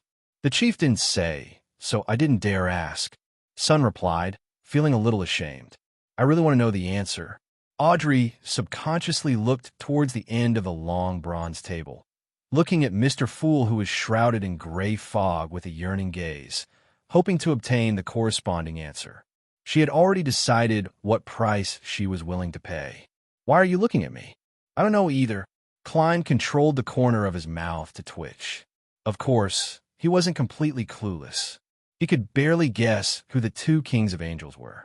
The evil spirit in the underground ruin described the Medici family as one of the founders of Rose Redemption, and from the mural, Angel of Fate Ouroboros is likely one of the leaders of Rose Redemption. Both of them are basically equal in status, which also means that the Medici family has a king of angels, but it's impossible to determine if he has perished. The Medici family is suspected to be in control of the Hunter pathway, which is also the Red Priest pathway. That king of angels title should be Red Angel or War Angel. Since the Son of God is a king of angels, and Amon is one of them, the angel of time, it's impossible for Adam not to be one, but it's impossible to determine his title. I can't guess who the other 4 kings of angels are. Perhaps one or a few of them are in the Twilight Hermit Order. It's possible. The Twilight Hermit Order is hostile to the fallen creator, and it corresponds to Rose Redemption, which worships this evil god. Perhaps it really comes from the few kings of angels from back then. Yes, there's a side proof that isn't strong enough. According to the legends of the City of Silver, the authority of the ancient god, Dragon of Imagination Enquelt, was taken back by the Creator. Logically speaking, it's not impossible for the Lord who created everything to give a portion of this authority to the King of Angels beside the throne. And the descriptions and guesses in Roselle's diary indicate that the Twilight Hermit Order might have a spectator, which is the power of an angel of the visionary pathway, or even higher. The 2 can correspond. Hermes is someone who experienced that period of history. As these thoughts flashed through his mind, Klein smiled. You will come into contact with it in the future. When I figure it out, I'll sell the corresponding information to you, he added inwardly. Seeing that Mr. Fool didn't have any intention of answering, Audrey retracted her gaze in disappointment and gestured for Little Sun to continue narrating. The Hanging Man Alger had a bold idea. The history before the cataclysm can no longer be verified. At the end of the third season and the beginning of the fourth epoch, there were only 6 orthodox gods, including Amon and the Tailed Devourer. Wouldn't there be 8? They obtained benefits from the passing of the Creator and successfully advanced to Sequence 0. For a moment, Alger felt that his thoughts were blasphemous actions that could be punished by burning at the stake. He couldn't help but feel excited. It wasn't easy for him to calm down as he focused on listening to Little Sun's story. Towards all of this, Emlyn could only respond with a blank expression. Although the Sanguine had a long history and had a long lifespan, and they knew a lot of history before the cataclysm, it was all concentrated before the ancestor fell asleep. It didn't involve the so-called kings of angels. As Sun recounted the details of how the City of Silver's chief, Colin, had destroyed the cycle of fate, Klein was thinking about something else. It can be roughly confirmed that Tailed Devourer Ouroboros is a sequence, one snake of Mercury of the monster pathway. All kings of angels correspond to sequence 1. Could that angel of fate be the snake of Mercury that pursued Septon? If that's the case, it means that the true creator's influence in Backlund isn't limited to Mr. A and his subordinates. However, the battle between the 2 snakes of Mercury for the position of Sequence 0 has taken up all of the Tailed Devourer's attention, making it unable to care about anything else, of course. I can't eliminate the possibility that Septon is equivalent to Ouroboros, but the probability isn't high. Rose Redemption has quite a number of demigods and even angels, so it's unlikely that the Tailed Devourer would rely on an ordinary person to restart without protection. There's also another possibility. The 2 snakes of Mercury in Bakeland aren't the Angel of Fate. The latter is still active in the Forsaken Land of the Gods. If that's the case, 3 snakes of Mercury will be gathered. After recounting the escape, Sun expressed his gratitude once again. And even though this was the second time hearing about the repeated cycle, it still left Audrey and company feeling a chill run down their spines. Their hair stood on end as they felt curious and afraid. This has already exceeded my understanding of Beyonder powers. It's all thanks to Mr. Fool's help. Audrey sincerely praised the owner of the tarot in her heart, feeling full of confidence. The Hanging Man, Alger, and company had similar thoughts as her. They all believed that the repeated cycle was close to a miracle that could only be broken by a deity. And fortunately, the owner of the tarot was a deity. Mr. Fool was a deity. At this moment, son Derek looked across and said sincerely, "Miss Magicians, there were some accidents on the way back to the City of Silver." Miss Magician, there were some accidents on the way back to the City of Silver. Although they have been resolved, they have delayed our speed, preventing us from returning to the City of Silver in time. Your Spirit Eater stomach pouch will need to wait for another 1 to 2 days. Yes, I feel like there's no surveillance on me anymore. No problem, I can wait. I prepare enough gold pounds. Magician's furs heaved a sigh of relief. She had already sold the mirror dragon's eye to Miss Justice and received 1,000 pounds in cash. After informing her teacher, Dorian, of the exact outcome, she was praised and rewarded for her honesty.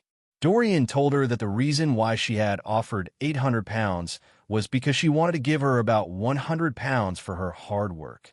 This way, the extra 200 pounds would be an additional gain for her. In other words, she had earned 300 pounds.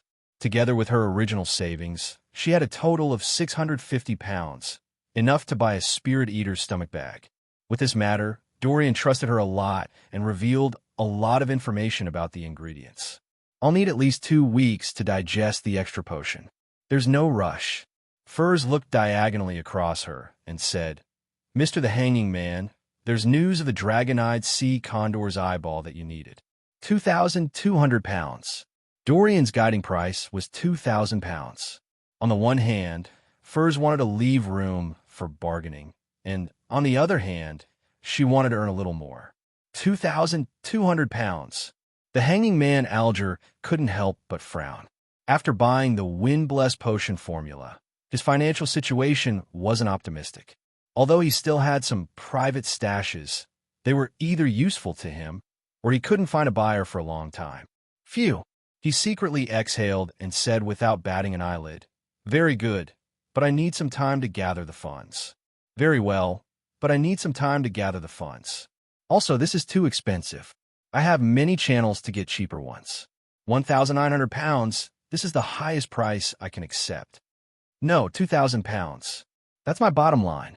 Magician's Furs replied without any hesitation.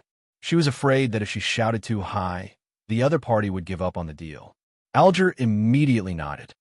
Deal. This. Furs was momentarily taken aback. Emlyn, who was listening by the side, witnessed the conclusion of a deal. After some thought, he eagerly asked, "What's the matter?"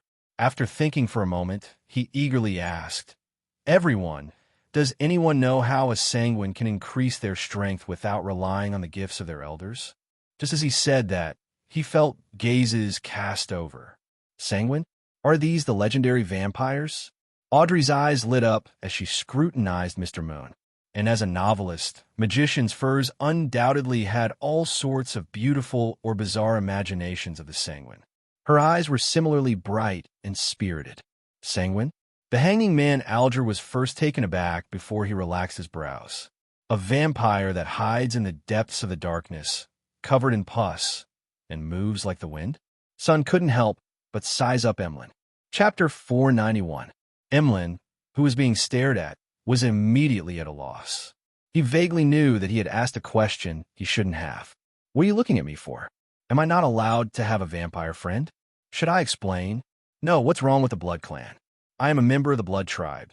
There's nothing to be ashamed of. The Blood race has a long history, a long lifespan, and a rich accumulation. We are a noble race. You guys aren't particularly powerful either. The items you traded were at most sequence 6. As his thoughts flashed and changed, Emlyn White raised his chin and proudly added, "Yes, I am a pure blood breed." No one asked him if he was. Mr. Moon is feeling a little guilty, so he reacted in an extreme manner. Audrey read through Emlyn's performance. He's really a sanguine.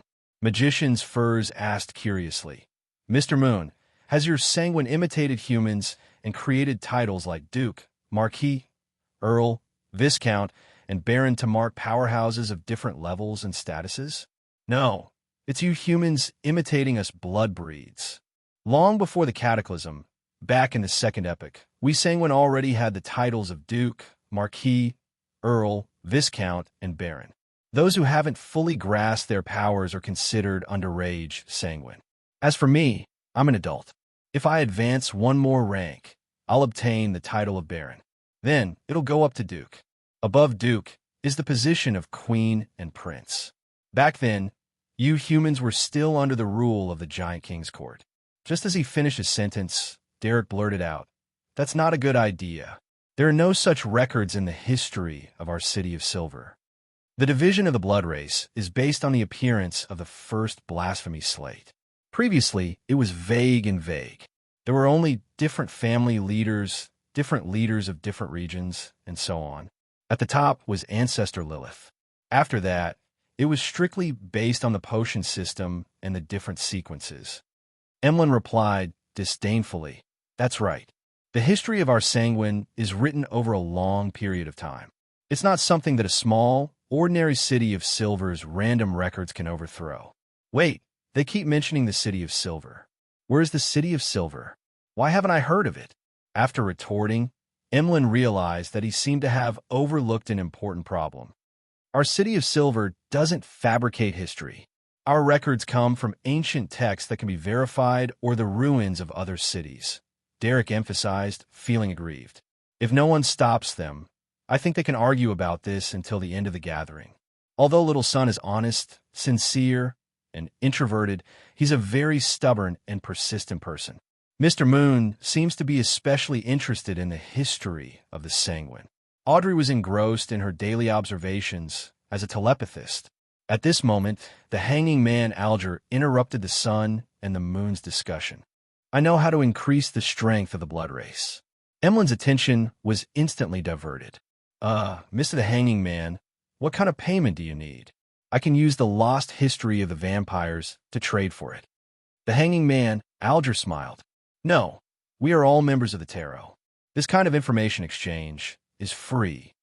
Mr. the Hanging Man is really a generous and noble person. Emlyn made a preliminary judgment. Thank you for your kindness. Alger thought for 2 seconds. The blood-breeds can also consume magic potions to advance, but it has to be the right kind. There are experiments conducted within the major churches, and the results have proven that this method is feasible. However, I have no access to the specific information. But the main ingredient of those potions is from my race. Emlyn rejected this method. The Hanging Man smiled. Never talk about absolutes. For example, I have clues to a sanguine baron's characteristic. He died in a sudden conflict, and he didn't have the time to find an heir. As for you, you can use magic potions to receive this inheritance and prevent the power of the sanguine from being lost. This was an item owned by a great pirate that Alger knew. As he didn't know what sequence or potion it corresponded to, he had never been able to sell it. Furthermore, the artisan channel that he had just established wasn't very interested in it either. Using magic potions to inherit an inheritance and prevent the power of the sanguine from being lost. Emlyn suddenly felt that what Mr. the Hanging Man said made sense. So he changed his tone and asked, "What's the price?" The Hanging Man Alger chuckled and said, "Between 4,000 to 5,000 pounds. I'll only know the exact price when I find the owner." He had yet to communicate with the pirate, but he believed that as long as the price wasn't ridiculous, he would accept it. This was because, to a pirate, selling it was a profit without too much capital. 5,000 pounds? Emlyn exclaimed in surprise. With such a large sum of money, I would be able to move the dolls I had been eyeing home for a long time, and I would be able to buy a few new sets of clothes for all the dolls. Emlyn's first reaction was to give up on such a deal, but when he thought of the ancestors' favor, the glory of the sanguine, and his identity as the savior of his race, he was placed in a difficult position. Alger didn't rush him as he smiled nonchalantly. "I know this is a difficult decision. You can take your time to think about it. There's no rush." "All right." Emlyn heaved a sigh of relief. "Mr. Hangman is really—" Audrey mumbled inwardly, turned to look at the moon Emlyn, and said to all the members, "Mr. Hangman, ladies and gentlemen, is there any news about the fruit of the elder tree and the blood of the mirror dragon?" "Yes," Emlyn answered without hesitation. Previously, he had made a killing by purchasing beyonder ingredients for a great detective, so he paid close attention to such information at every sanguine gathering. Without waiting for Miss Justice to press him further, he continued, "The price of the fruit of the elder tree is between 600 to 700 pounds. The price of the elder tree's fruit is between 600 to 700 pounds, and the mirror dragon's blood is no more than 100 pounds. I don't remember the exact amount."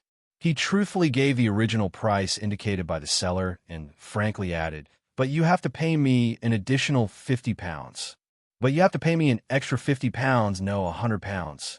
You know, I have to take risks and waste my time." This was something Emlyn had learned from Sherlock Moriarty. He felt that it was very good and reasonable, because intermediaries also needed to be paid. "Deal."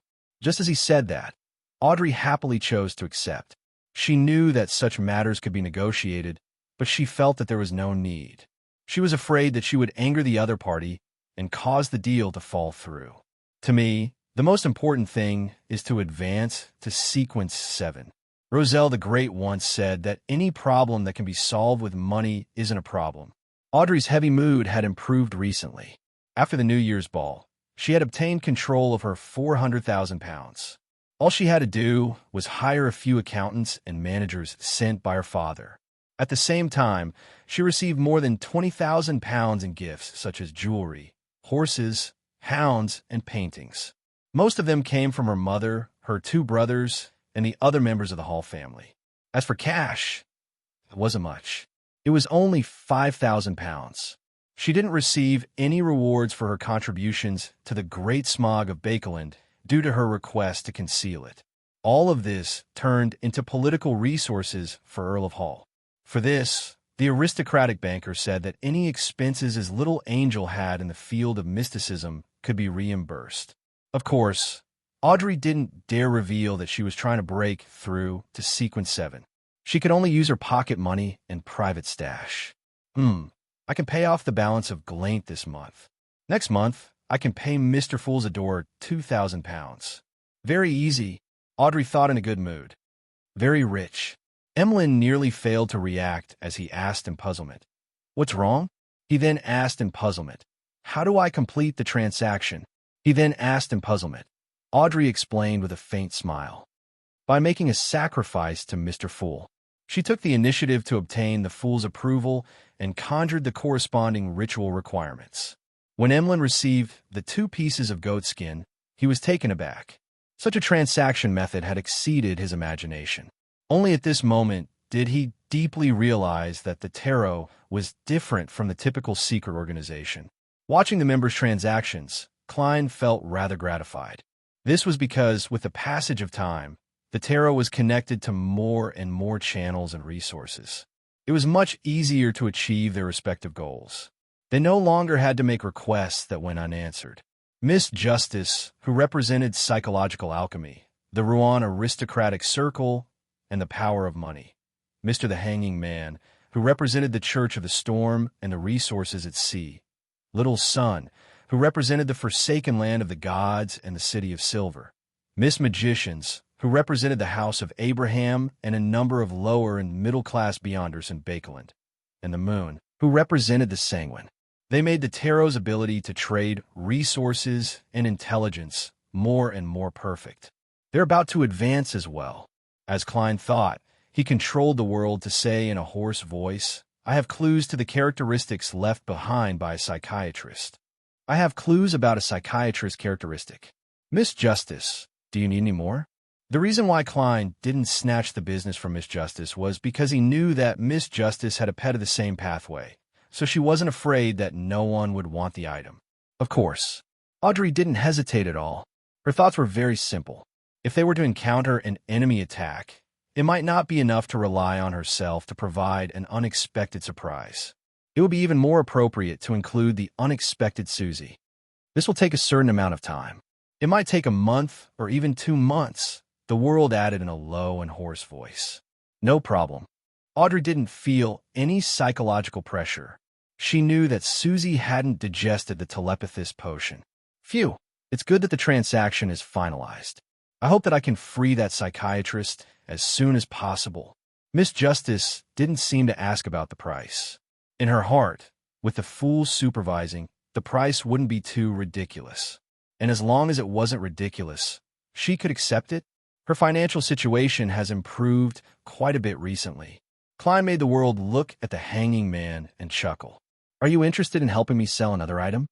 The price is no less than 3,500 pounds, and I'll give you a 15% commission. It's a pleasure working with you. The Hanging Man Alger agreed, first before asking with interest, what item? He was rather curious about the world. He had a nagging feeling that the other party knew a lot and had many good things. A characteristic left behind by a Beyonder. It's equivalent to a Sequence 6, and its main effect is to change one's appearance and figure. It also comes with combat, fire control, and other abilities. Of course, the exact effects will depend on the artisan's thoughts and standards. The world chuckled, changing my appearance and figure. I really want it. Audrey and Magician's Furs had the same thought at the same time. The difference was that the latter only had a thought, while Audrey spoke with sparkling eyes. Mr. the Hanging Man, can I pre-order a mystical item created by an artisan using this characteristic? As long as the effects of changing my appearance remain. Chapter 492. Pre-order a mystical item? The Hanging Man Alger was taken aback for a second before he realized what Miss Justice was talking about. The limitations of his thinking were immediately opened, and he felt that there was room for him to make use of this matter. In a sense, the Beyonder characteristic entrusted by World has already been sold. The item has a definite destination. I can simplify the process and make things easier and more beneficial to me. That is to say, there's no need for me to sell it to the artisan. I should choose to commission it. This way, I don't have to worry about whether the characteristic will be sold or not.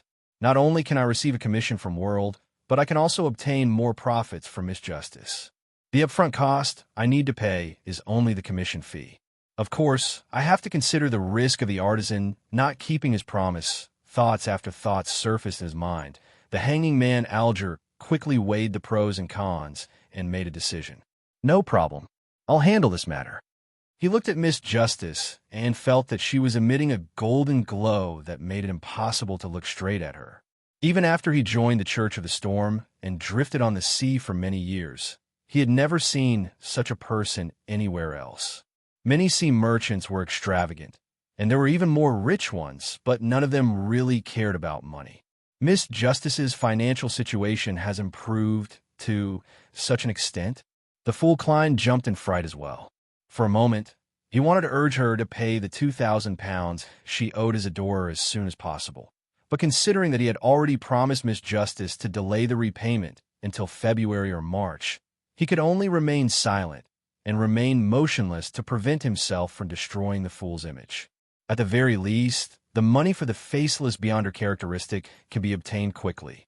The speed depends on how Mr. the Hanging Man contacts a particular artisan, as well as the speed at which the artisan creates the mystical item. Unfortunately, I can only rely on Mr. the Hanging Man to contact an artisan for now. Otherwise, I can directly sell the characteristic to Miss Justice without paying a commission. With this in mind, Klein felt mixed emotions. After finalizing a big deal, the Hanging Man Alger silently heaved a sigh of relief, feeling that his financial situation was slowly improving. He thought for a few seconds and asked, "Ladies and gentlemen, do any of you have a method or item to put everyone on a ship to sleep at the same time?" The reason why Alger hadn't gone to the primitive island to hunt the Blue Shadow Falcons was because he hadn't thought of a way to leave the Blue Avenger without arousing suspicion. He also hadn't thought of a way to leave the Blue Avenger and the dozen sailors and crew members who belonged to the church. Let all the people on the ship fall into a deep sleep? The first thing that came to Klein's mind was the biological poison bottle, but the effects of this thing couldn't be controlled at all. The scene would probably not be pleasant. Right on the heels of that, he recalled the soul of the nightmare in creeping hunger. Making people sleep and dragging them into dreams was a specialty of this beyonder job. But the problem is that there's no way for a nightmare to make so many people enter a dream at the same time. It can only affect more than 10 people. To satisfy Mr. the Hanging Man's requirements, one has to be at least a sequence 5 of the corresponding pathway, or even a powerhouse at the demigod level. Klein dispelled the idea and didn't let words speak. At the same time, Audrey, Magician's Furs, and Son either shook their heads in response or answered with no. Emlyn thought for a moment and said, "I can help you ask around. I can help you ask around. Perhaps we sanguine have mystical items with similar effects." Always saying we sanguine. In the future, I could try to convince them more from this angle. The Hanging Man Alger grasped something as he nodded with a smile. "Sorry to trouble you."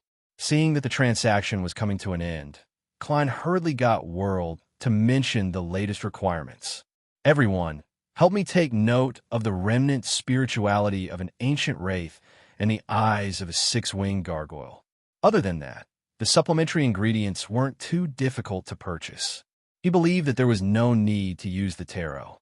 "All right." Sun was the first to respond. Then he added in embarrassment, "Mr. World, the method you want to remove the mental corruption in the Beyonder characteristic will still need some time. I should be able to advance to sequence 7 very soon." As he spoke, he looked to the side. "Mr. the Hanging Man, once I return to the City of Silver, I'll compile a list of the common monsters in the surrounding area. Everything that he owed others, every promise that he had made, but had yet to fulfill, he kept it firmly in his heart. He felt that he couldn't sleep well enough." "No problem," the gloomy world said indifferently. Klein really wasn't in a rush.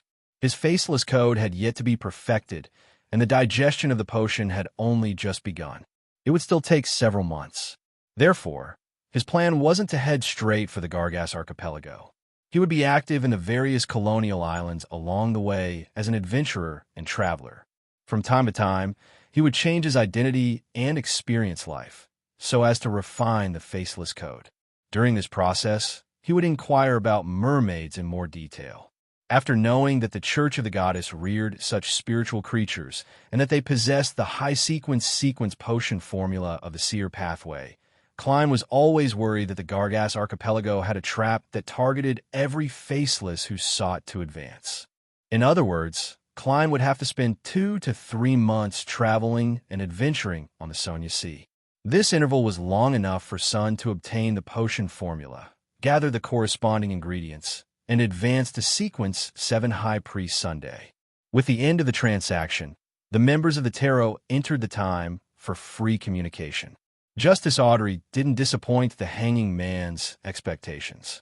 She stood up first, lifted her skirt, and bowed to the end of the long bronze table. Honorable Mr. Fool, I would like to know the truth behind the great smog of Bakeland.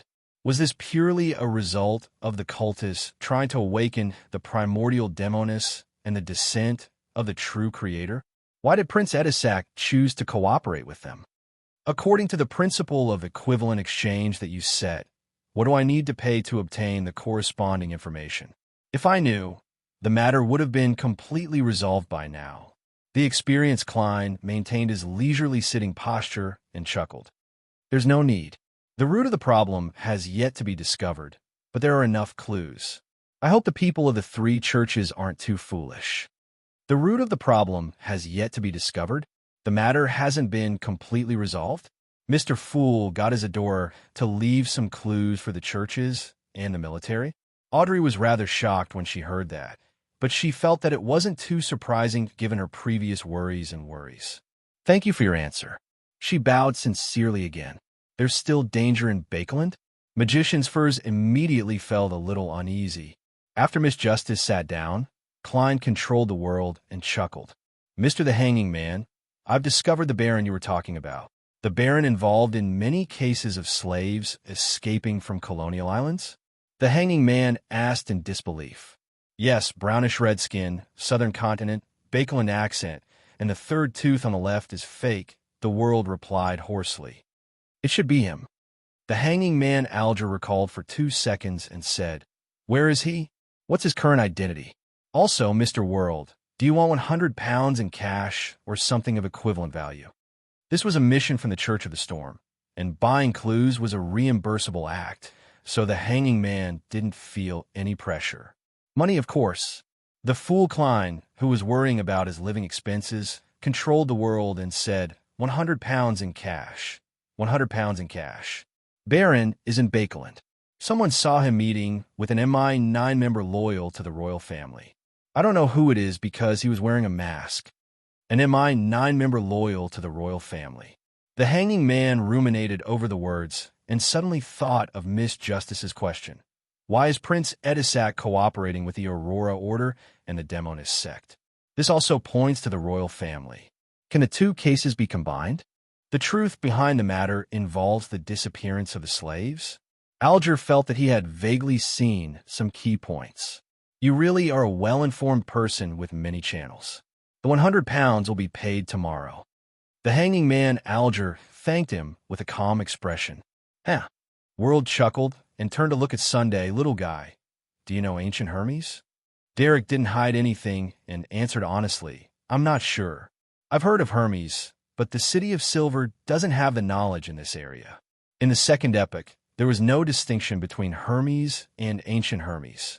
It was only in the 4th epoch that there was a corresponding simplification of Ancient Hermes, making it easier for daily use, teaching, and dissemination. However, it no longer had such intense and direct ritualistic effects. In other words, the Hermes spoken by Little Sun is equivalent to Ancient Hermes. There's indeed a person named Hermes in the history of the City of Silver. Klein nodded to himself. What a pity. I wanted to ask you for a favor. At this moment, Audrey recalled something from their conversation, something that stemmed from psychological alchemy. She originally planned on communicating directly, but looking at the new member, Mr. Moon, she felt that she didn't know him well. All she could do was raise her hand slightly. Honorable Mr. Fool, I have something to report to you. Klein nodded slightly, isolating the other people's senses. What is it? He asked calmly. Audrey said, honestly, I obtained some information from the psychological alchemy. The most important thing is that their establishment originated from the excavation of the ruins of Hermes, which is the Hermes master who created the ancient Hermes language. The ruins of Hermes? This old man was still alive 100 or 200 years ago. Did he deliberately guide psychological alchemy to discover the relic, or did he perish in the Roselle incident? Klein was alarmed. After some deliberation, he reminded him with a smile. After some deliberation, he reminded her with a smile. Hermes is a member of the Twilight Hermit Order. He didn't mention that Hermes might still be alive, because there was no way to confirm it. Hermes is a member of the Twilight Hermit Order? Psychological alchemy might be involved with this mysterious organization? Audrey was alarmed before she heaved a sigh of relief. Thankfully, I have Tarot and Mr. Fool backing me. Otherwise, there's no way for me to know or guard against it. She once again praised the Fool gratefully. At this moment, Klein originally wanted to console Miss Justice, hoping that she wouldn't be in too much pain and worry about the great smog of Bakeland. Being mature didn't mean that one had to give up a certain good mood and smile. This wouldn't affect the importance one placed on matters. Instead, it would help one persevere longer. But after some consideration, in order to maintain his image as the Fool, he had no choice but to abandon the advice from the former clown. Following that, he removed the barrier on the other members and waited for the end of the conversation, as well as the end of the tarot gathering. Chapter 493. After communicating for a while, Derek suddenly asked, "What's the matter?" "Honorable Mr. Fool, what hand gesture should we use when thanking you?" Hand gesture? Klein was momentarily stumped by Little Sunday. He had never thought of imitating the Church of the Goddess by drawing circles clockwise, or the Church of the Storm by punching the left chest with his right fist. This is probably the bottom line of a false god. He lampooned inwardly, seeing Mr. Fool's smiling eyes, but silent, as though he was waiting for them to do their best. Audrey immediately had a lot of inspiration and connected it to a new problem.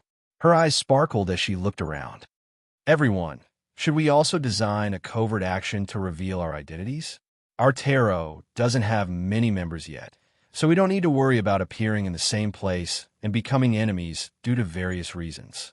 However, it will be difficult to avoid it in the future. We need a special set of secret signals to distinguish who is a friend and who is an enemy." "I have an idea about that." Klein suddenly recalled the secret hand gestures he knew from his previous life, such as the greeting of a hand. Just as he was about to control the world to make a suggestion, the hanging man said, "No, Miss Justice.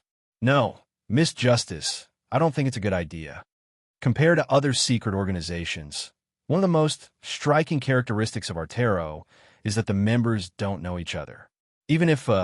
I'll give the most extreme example. Even if one of our members is arrested and interrogated, it wouldn't affect the others unless someone can resist Mr. Fool and directly enter this place. And that's clearly impossible. Once we have the entire set of secret signals and passwords, the betrayal of a traitor will allow the enemy faction to use these methods to fish us out one by one. Are you eager to flaunt your identities as tarot members to others? Audrey was momentarily unable to retort. All she could do was mumble, "But your worries are reasonable, but this can be avoided by means of regular weekly communication, temporary hand gestures designed in advance, and praying to Mr. Fool." The hanging man, Alger, considered that the other party was about to provide him with a large amount of gold pounds, and his tone gradually became warmer. Audrey asked in enlightenment, "What's the matter?" The simplest example would be at the tarot gathering on Monday. Knowing in advance that there's a possibility of meeting or even having a conflict with a particular member, we would design a set of temporary hand gestures to indicate each other's identities. Once the matter is over, we would immediately abolish that set of hand gestures. If we encounter an unexpected situation where we can't communicate in time and have some doubts, we can find an opportunity to pray to Mr. Fool to confirm if there are any other members involved. That's about it. Alger exhaled silently. At this moment, son Derek came to a realization. "Sorry, I asked a stupid question. Mr. Fool has never mentioned that he's thanking me? He must be worried that we'll be exposed." He immediately looked at the end of the long bronze table. "Your will is our path. I just thought of special gesture." Klein chuckled. "Not bad."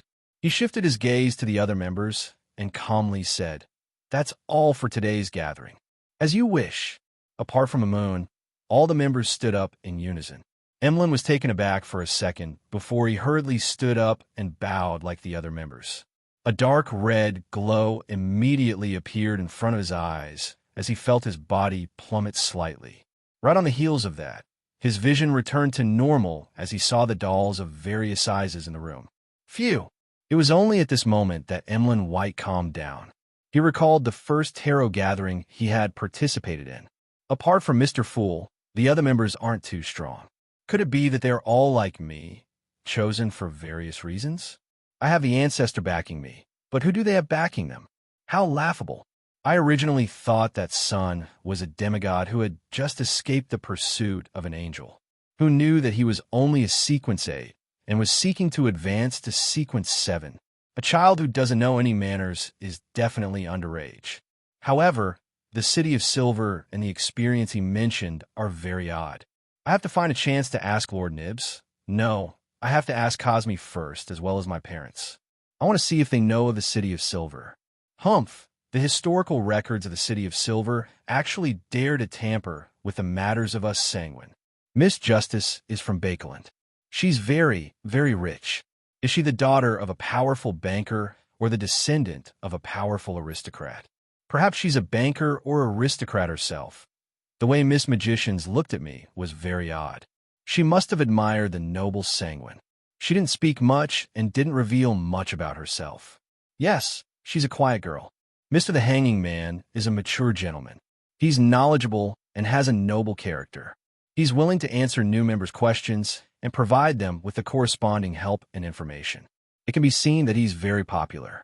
Sun and the World are both willing to seek his advice or seek his help. World isn't a very likable fellow. When he speaks, it's as though there's phlegm in his throat that he can't spit out. I find it beneath me to drink such a person's blood. It has a dirty taste. He's very antisocial and is very good at hiding his emotions. Furthermore, he can easily produce a sequence 6 Beyonder characteristic. He also promised to provide a psychiatrist Beyonder characteristic within 2 months. Very impressive.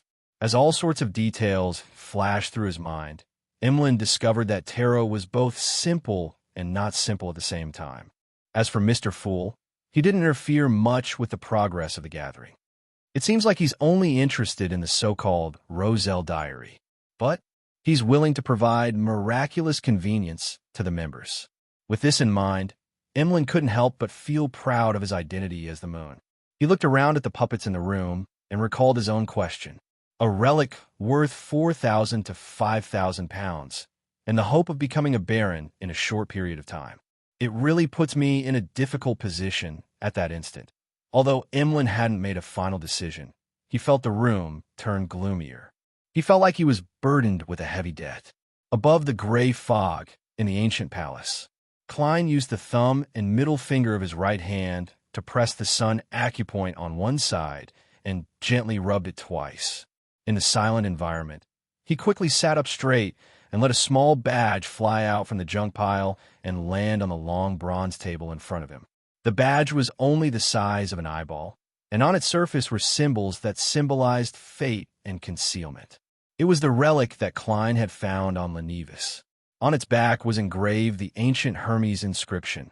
You can join by possessing this item.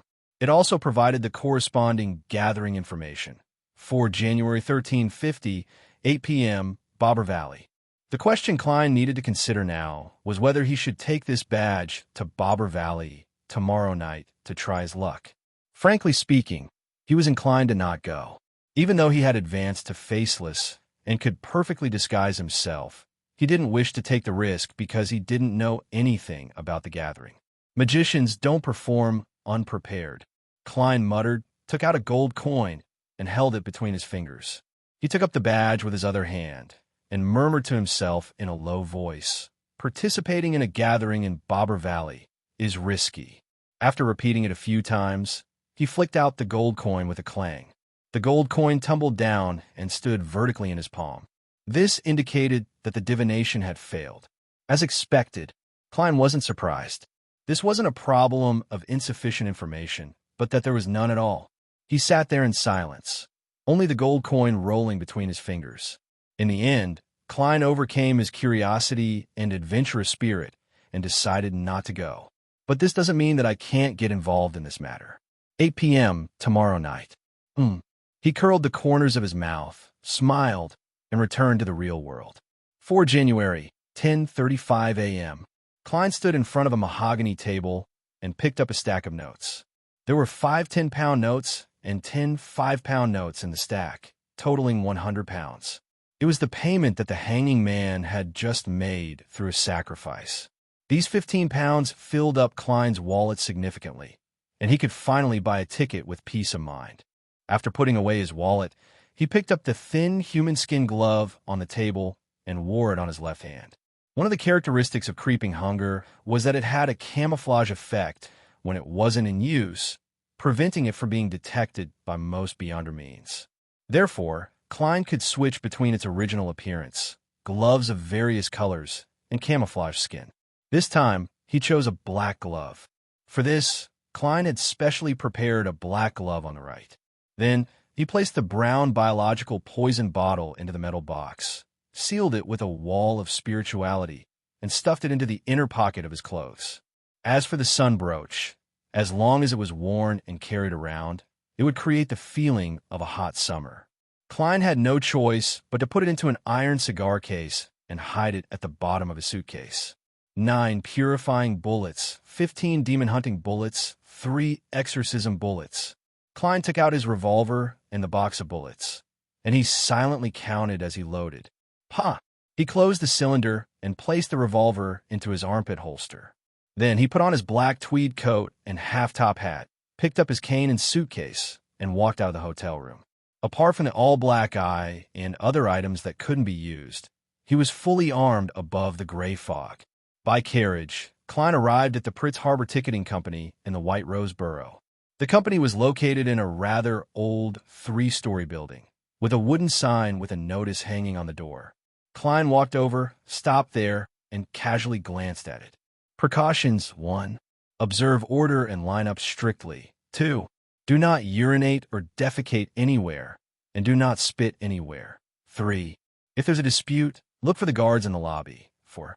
Do not open canned wolffish in any room. Chapter 494.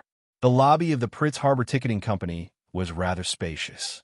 There were a total of 7 ticket windows, but in front of each window, there were more than 10 to 20 people. Klein took a glance and didn't go straight to the line with the smaller number of people. Instead, he took 2 steps to the right and came in front of a brown wooden board that was erected vertically. On the wooden board was a continuous piece of white paper. It announced all the passenger ship information for the past week, including their destinations, ports, and the prices of different cabins. Before Klein could take a closer look, a staff member came over and drew a red circle on a row for the second-class cabins, marking a single word: sold out. Very popular. Klein sighed softly. Of course, Pritz Harbor is the kingdom's largest harbor. Countless people pass through here to the southern continent and the colonial islands in search of opportunities. A middle-aged man standing beside the wooden board replied in a slightly exaggerated manner. He was wearing a black bonnet and a black and white checkered police uniform, but he didn't have any epaulets. All he had was a seagull badge hanging on his chest, the same logo as the Pritz Harbor Ticketing Company. The middle-aged man's face, hands, and all the skin that was exposed to the air were bronze in color and rather rough, as if he had been exposed to the sea breeze and the scorching sun all year round. As a result, he gave off the feeling that salt had seeped into his wrinkles. Find the guards in the lobby if there's a dispute. This should be a guard. Klein recalled the precautions at the door and didn't mind the other party taking the initiative to strike up a conversation. He smiled and said, "You seem to know this harbor very well." Upon hearing this question, the middle-aged man replied rather smugly, "I was once a sailor of the kingdom's navy. Their main base was at Pritz Harbor's Oak Island. I served for 15 years and spent a long period of time at sea. If it wasn't for the war in East Ballam that destroyed my health, I could have been a sailor for another 10 years. I know this harbor like I know my wife's body, a little cultured, but also a little vulgar." Klein had the intention of gathering information at sea to begin with, so he casually chatted. After retiring, you became a guard here? No, I was shoved into a night school for 2 years. I was a student and a janitor. Oh, Lord of the Storm. Can you imagine the scene of a man my age reading aloud with a bunch of teenagers? Also, they recognize and remember words faster than I do. The guard showed an expression that he could not bear to look back. As he spoke, he patted his thigh and sighed. It's a pity that my knees can't take it when it's cold and humid. Otherwise, I'd be a part-time school teacher. Those kids make you feel younger, but I don't deny that I'm doing it to earn more money. When you have a wife and 4 kids, you have to realize that you have to support your family. Sir, you talk a little too much. Perhaps this is the reason why the ticketing company hired you as a guard. Klein didn't continue the conversation. I just looked at the notice at the door and found that wolffish is not allowed here. Frankly, I've never heard of such a thing. The guard's expression suddenly became complicated. He pinched his nose and said, "That's a food popular on the east coast of Fasak, the Gargas Archipelago, and other places. It's a wolffish marinated in salt, but it retains blood. The smell is very, very, very pungent. It's smelly and disgusting. So it's a dark cuisine." Klein laughed. "But I don't think anyone would deliberately eat canned food while waiting in line to buy a ticket, right? No, you don't understand that feeling. Maybe one day you will. There was once a barbarian from the north who came here to buy a ticket, but there were already so many people in front of him that the hall looked like a barrel full of fish. He was very anxious, so he opened the can of wolffish, and in less than 10 seconds, there were only him and a few people left in the hall. This is a biological weapon, an ordinary version of the biological poison bottle," Klein said in amusement. In the end, he successfully bought the ticket, and there were new things to take note of outside. In the end, it wasn't as he expected. The lady and gentleman in charge of selling the tickets also escaped. As you know, the brains of barbarians are worse than curly-haired baboons. The guard clicked his tongue and said, "When I was still a sailor, there was a rumor at sea that a group of pirates had taken control of a merchant ship from Lawrence. It's a city on the east coast of Fasak. In short, those pirates eagerly opened their spoils of war. But who knew that they were wooden barrels filled with salted wolffish? Can you imagine the outcome? They fainted, vomited, and lost the ability to fight. They became the crew's bounty." Not a bad story. Klein held back his laughter. He cast his gaze back to the paper on the wooden board and searched for information on the 5th of January. As a professional, he had previously divined the most suitable date to set sail during the week. One was the 5th, and the other was the 8th. And among the passenger ships heading to the Rorsted Archipelago on the 5th, the most suitable ones for him were the Serene and the White Agate. There are still tickets available, and the prices are about the same. Third-class cabin is £4, second-class cabin is £10, and first-class cabin is £35. People who rely on the sea for a living will more or less believe in the Lord of Storms. Even in countries like Intis and Fasak, there are fishermen and sailors who secretly believe in this forbidden deity in order to sail smoothly. The name Sanforian sounds like it comes from the saint of the Church of the Storm. It has a certain background. Klein thought carefully and was inclined to choose the White Agate. He wasn't in a hurry to make a decision as he turned to look at the guard.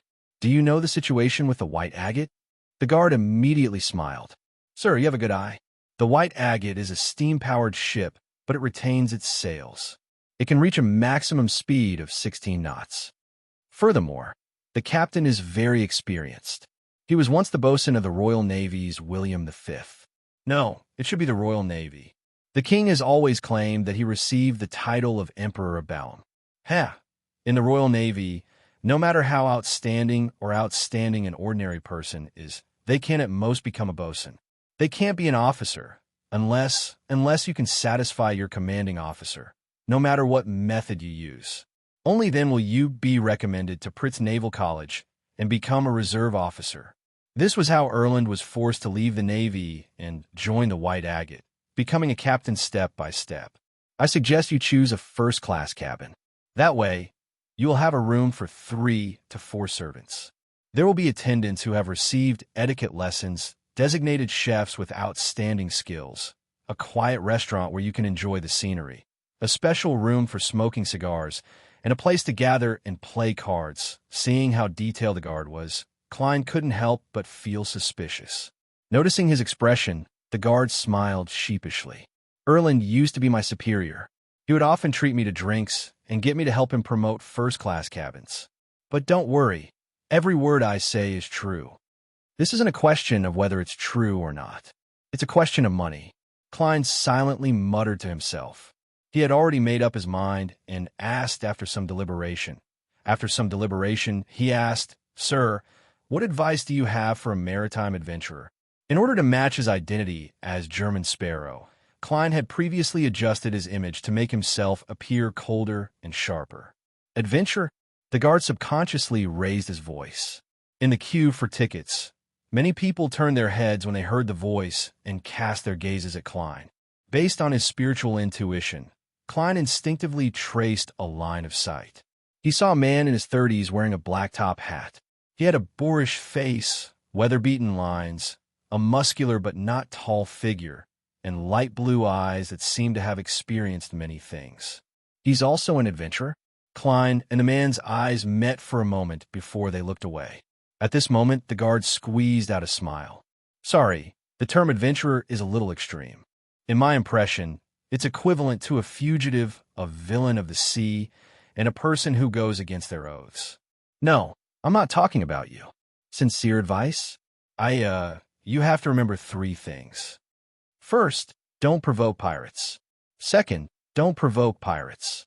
Third, don't provoke pirates. Unless you're a member of the Navy or the church, don't go against pirates. Don't be fooled by the enthusiasm of the girls on the island. They're either part of the pirates or want you to bring them to Pritz or Bakeland. This isn't entirely their problem.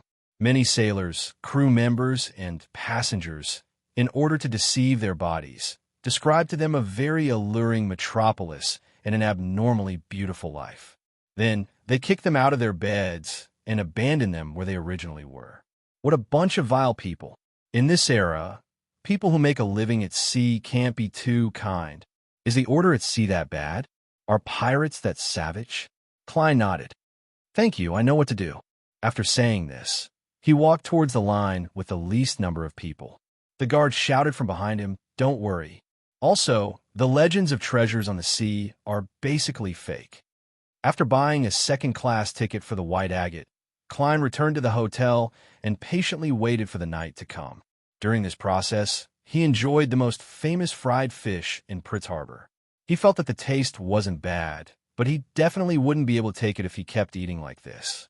When it was almost 8 o'clock, he went above the gray fog, holding the badge from Lenevis in one hand and writing the corresponding sentence with the other. The situation of this gathering. Tick-tock, tick-tock. When the needle of the pocket watch reached the predetermined 8 o'clock, he closed his eyes, leaned back in his chair, and began reciting the divination statement. He had reason to believe that when the door to the gathering opened, he, who had the positioning badge, would be able to use this medium above the gray fog to divine something. The previous failure was because nothing had yet to appear, but it was different this time. Something was happening, and Klein had a sufficiently accurate medium. Soon, Klein entered the gray world of dreams. He saw the quietly surging Tussock River and the wide river valley on both sides. He saw more than a dozen people in different positions, shrouded in a thin light, disappearing in a blur or illusory manner. One of them had black hair and green eyes. He was quite good-looking, and he was obviously an acquaintance of Klein. Chapter 495. Leonard? For a moment, Klein thought his eyes were playing tricks on him. However, the blurriness caused by the light wasn't serious. Since he was familiar with the other party, he quickly confirmed his previous judgment. In the time it took to take a breath, Leonard disappeared, and the light dispersed. The valley returned to its midwinter tranquility, and the scene in Klein's dream shattered. He opened his eyes and placed the badge he had obtained from Lenevis on the surface of a long bronze table. Is it the real Leonard, or is it Leonard disguised as faceless? Klein thought for a moment and tossed a gold coin. His spirituality used this medium to tell him that it was his teammate from the Tingen Nighthawks, Leonard Mitchell, Is he an investigator sent by the Church of the Goddess for the gathering? Or is he an avenger who is taking risks to seek revenge behind the Nighthawk's back? Klein muttered to himself, unable to make an accurate judgment. And without any prior information, his divination was unable to give any revelations. After a few seconds of silence, Klein laughed self-deprecatingly and drew a crimson moon on his chest. Good luck to him. May the goddess bless him. Klein didn't dwell on this issue anymore. He planned to learn more about the details of the gathering before deciding if he should participate in it in the future and if he should warn Leonard Mitchell anonymously. Bakeland, a secret room in the basement of the steam church. A cancer took off his hat, pressed down his fluffy but not soft hair, and took the first seat on the left. Following that, he took out a Rhodes's ancient silver mirror from a special pocket inside his clothes and placed it in front of him. To his right, opposite him, and diagonally across him, there were deacons and captains of the machinery hive mind. They had all been summoned for a meeting by a member of the Divine Council, the Archbishop of Bakeland, Horamic Haydn. The Archbishop, who was dressed in a white priest robe, looked like an ordinary old man as he sat peacefully at the top. Seeing that everyone was present, he looked around and said gently, "Starting from a cancer, tell me about the investigation over the past few days." A cancer Bernard combed his hair, flipped through the thick documents, and reported in a concise tone, "Yes. Your Grace, we are in charge of Sherlock Moriarty. After a detailed investigation and the assistance of corresponding beyonder means, we have confirmed that he was passively involved in this matter. Before this, there was no evidence that he knew of Prince Edisac's problem. He was friends with the dead Talon Dumont, and he indirectly completed some of the commissions given by the prince, but that wasn't a problem. At most, he falsely reported some expenses. At this point, a cancer suddenly felt a little guilty.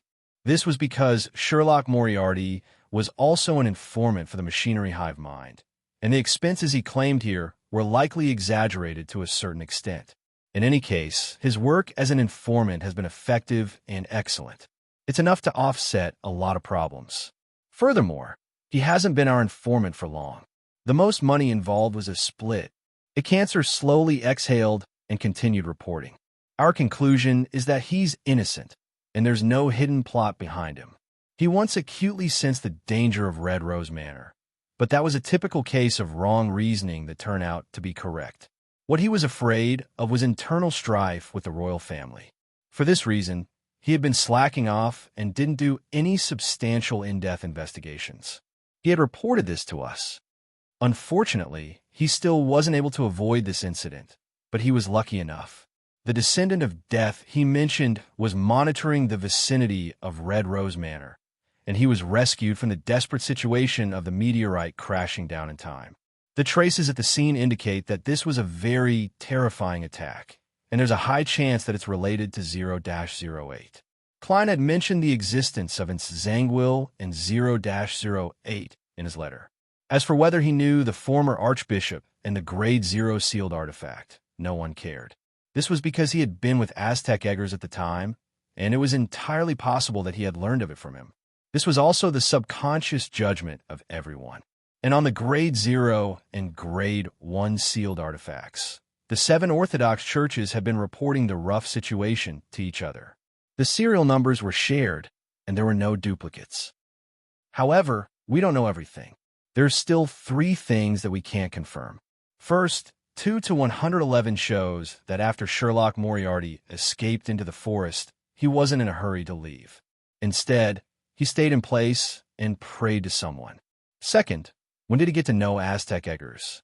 Third, how did he escape from the underground ruins? With his strength, it's unlikely that he could have done it. And during this process, he even destroyed the Aurora Order's descent ritual. A cancer concluded. 2-111 referred to the magic mirror or Rhodes. Horamic listened quietly and smiled as though he was muttering to himself. Falsely reporting expenses, he then cleared his throat. No matter what, Sherlock Moriarty is a hero of Bakeland. If he hadn't stopped us in time, if he had felt afraid at that moment and chosen to escape, most of us wouldn't have lived to this day. Besides, he has also shown his faith in God and his friendliness towards us. As long as he doesn't have any major problems, we can pretend that we don't know about any of his small flaws or secrets. Your Grace, that's exactly what we were thinking. A Cancer heaved a sigh of relief and said, I'm guessing that his prayers in the forest, including the ritual of blowing the copper whistle, were all methods to contact Aztec eggers, but the effects were different and the speed was different. In such a critical situation, the only thing he could do was save himself. We deduced this from the subsequent events. Apart from saving himself, he could also write a will.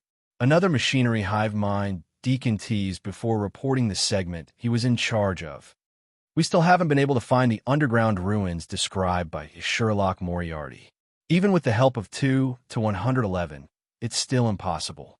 As for the whereabouts of the royal family's high-sequence beyonders that day, we are temporarily unable to grasp it. It can be confirmed that the Church of Evernight was the first to receive the information. This came from a special channel of Earl Hall, but the exact situation is unknown. The Aurora Order's forces in Bakeland have been mostly wiped out by us, the Nighthawks and the mandated Punishers, but I suspect that they still have hidden forces. When the incident happened, Trissy, whom Sherlock Moriarty mentioned, was heading to Bakeland, but after that, no one has seen her. According to Sherlock Moriarty, she's a key figure and was renamed Trissy Cheek. I'm unable to figure out how the Church of Evernight captured the Demoness of Despair and Butler Finkel. The results of divination tell me that they're still alive, but they're no longer free. The deacons and captains reported the results of their investigations one after another. Horamick half closed his eyes, as if he was thinking about something. After more than 10 seconds of silence in the room, he opened his eyes and said unhurriedly, "Do everything you can to find Trissy Cheek. If she's still alive, give it to me." The church has saints who are good at this, although they might not be as effective as 2 to 111. The monitoring and investigation of the royal family's high-sequence beyonders can be placed on the card table. There's no need to worry too much. They've always known that we've been doing these things. This is also a warning. Continue the investigation of the underground ruins and inform Evernight and the Church of the Storm. The Cancer asked 2 to 111 how Sherlock Moriarty escaped the ruins and when he met Aztec eggers. Looking at the Archbishop and then at his colleagues, a Cancer gritted his teeth. Yes, Your Grace. He sadly believed that his legend was about to spread from the few machinery hive mind teams he was in charge of to all the beyonders of the Church of Steam in Bakeland. After familiarizing himself with the process, he said, "Honorable Rhodes, my question is, when did Sherlock Moriarty meet Aztec eggers?" The silver mirrors on both sides, which seemed to have eyes, suddenly rippled with aqueous light, quickly forming a scene. Sherlock Moriarty stood in a room, watching a rat with a rotting abdomen climb a hole in the wall. Behind him was Old Kohler and the owner of the cheap hotel. He got to know Aztec eggers when he completed the bounty mission. That mission was issued by MI9, and it stemmed from a coincidental conflict. A Cancer interpreted the contents of the scene. With that said, he chose to give an equal answer, then held his breath and waited for a Rhodes to give a soul-piercing question. As expected, he saw the bright red words. "Do you know how it feels to try your best to please someone, only to be abandoned by them?" This question isn't sharp enough. It doesn't seem like a Rhodes's usual style. A Cancer suddenly felt that the bloody words on the mirror lacked the usual sense of horror. They weren't bloody enough and appeared weak. He didn't have the time to think about why. He immediately answered, "Got it. Congratulations, you got it right." New words appeared on the surface of the silver mirror, and the color turned white. 5th January, 9 a.m. With a gray scarf wrapped around his neck, Klein arrived at Rose Pier with his suitcase and cane. The white agate was anchored there. Compared to humans, it was abnormally large. It was said that it could carry hundreds of passengers. It had the rich characteristics of this era. The chimney and the sail stood side by side, and there were 12 cannons and corresponding cannon positions on each side of the ship. This was necessary to guard against pirates and their peers. Under Captain Erland Cagg's arrangements, the selected strong sailors and crew lined up at the gangway. Some even deliberately revealed their legal revolvers, rifles, and sabers. This gave the passengers who boarded the ship a sense of security, and they were no longer afraid of the 9-day journey ahead. Klein stood below, looked up, and walked up the gangway amidst the undulating blue seawater. Chapter 496. Just as he stepped onto the deck, and before he could enter the cabin, Klein saw a figure pass through the crowd from the corner of his eye and walk toward him. He appeared nonchalant, but he was secretly vigilant as he turned his head to look over. He discovered that it was a man in his 30s wearing a black half-top hat and a long trench coat of the same color. The man had a weathered face. He was rough, but extremely masculine. His light blue eyes didn't contain a smile, as though he was immersed in many past events. He looks a little familiar, right? The guy I met at the ticketing company yesterday seems to be an adventurer as well. He's actually wearing a trench coat at sea in January. He's very strong. As Klein casually raised his cane, he tapped it diagonally and said with a smile, "Good morning." "Good morning, we meet again."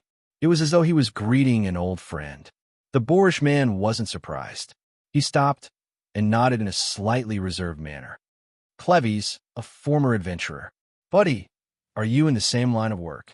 "I thought you knew yesterday, German Sparrow," Klein replied with a smile. He didn't hand his cane to his left hand because he didn't plan on shaking hands with him. "I can tell." Cleves was silent for 2 seconds before saying, "Being an adventurer isn't a beautiful profession. I've already switched careers and become a bodyguard. This time, I'm following my employer's family to the capital of the Rorstad archipelago." He half-turned his body and pointed to another spot on the deck. Klein looked over and saw nearly 10 people gathered together. The leader was a plump, middle-aged gentleman with rosy cheeks and spirited eyes. On his double-breasted frock coat, one could see the gold chain of a pocket watch and the jeweled brooch. Beside him was a lady wearing a wide-brimmed round hat. Her face was completely covered by a dark blue veil, and her figure was rather well-maintained. In front of the two stood 2 children, one big and one small. The younger was a boy, less than 10 years old, wearing a child's version of a tuxedo. The older one was 15 or 16 years old, a spirited young girl. Her looks weren't particularly outstanding, but her brown eyes were rather lively. Her faint freckles and fluffy pleated skirt added a hint of playfulness to her appearance. Surrounding them were 3 people, 1 man and 2 women, who were carrying luggage and various items. They were all dressed as servants, and one of the maids had reddish-brown skin, obviously of the southern continent. The 7 people were protected by a man and a woman, dressed simply and professionally, in white shirts, light sweaters, black coats, dark trousers, and sturdy leather boots. The 2 bodyguards did not deliberately cover the traces left by the gun holsters on their waists. They scrutinized the approaching pedestrians with sharp eyes and calm temperament. 3 servants and 3 bodyguards. Klein asked casually, "This configuration is quite extravagant, which means that the employer is rich." He instinctively judged. "Yes." Cleves nodded. Without another word, he quickly turned around and walked toward his employer's family. Klein stood there in a daze. He didn't know why the other party had come over just to greet him. Recalling the novels, movies, and television dramas he had read in his previous life, he gradually understood Cleves' hidden meaning. "He's a little wary of me, or rather, someone who claims to be an adventurer and doesn't look like someone to be trifled with. So he introduced himself in advance, stating his identity and what he was going to do. He told me not to have any ideas about his employer's family. Simply put, you do your own thing, and I'll do mine. We won't invade each other." Is this the tacit understanding between a seasoned adventurer or an experienced bounty hunter? Interesting. Klein chuckled softly. Carrying his suitcase and black cane, he entered the cabin and found his room according to his ticket. With a creak, he pushed open the wooden door and walked in. The room wasn't spacious, just enough for a bed, a table, and a cabinet. There weren't even any chairs. Its greatest advantage was that it had windows. The sunlight from the harbor shone in, casting pure golden spots on the table and bedside. The crew member just now said that the washroom and bathroom are shared. There are about 8 rooms for one. If it's too urgent, wooden toilets can be provided, but one has to pay for the cleaning fee. It's 3 pence a time. I have to thank the fact that the white agate has been modified and has laid down many metal pipes. There's also a boiler burning and a hot water supply, providing a relatively convenient way of life. Otherwise, traveling wouldn't be a pleasant thing. Klein sighed silently. He quickly took out the necessary items and placed them on the table, making it easy for daily use. After tidying up, he sat on the edge of the bed and listened to the long whistle, feeling the power of steam and machinery contained within.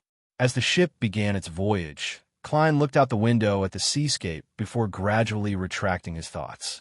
He began to consider the most important matter, how he should act as a faceless. When faced with the true creator's descent ritual and the powerful Mr. A, his decision to give up on escaping and attempting to destroy allowed his potion to be digested a little. Based on this feedback, he gained a new understanding of the acting of a faceless. You could disguise as anyone, but you can only be yourself. This is the rule that Nimblewright Master Rosago was required to remember. I originally thought that myself referred to my original identity, but from the looks of it, it's not perfect enough. What is myself? I have to figure it out. Klein leaned forward and bathed in the sunlight, like a pondering statue.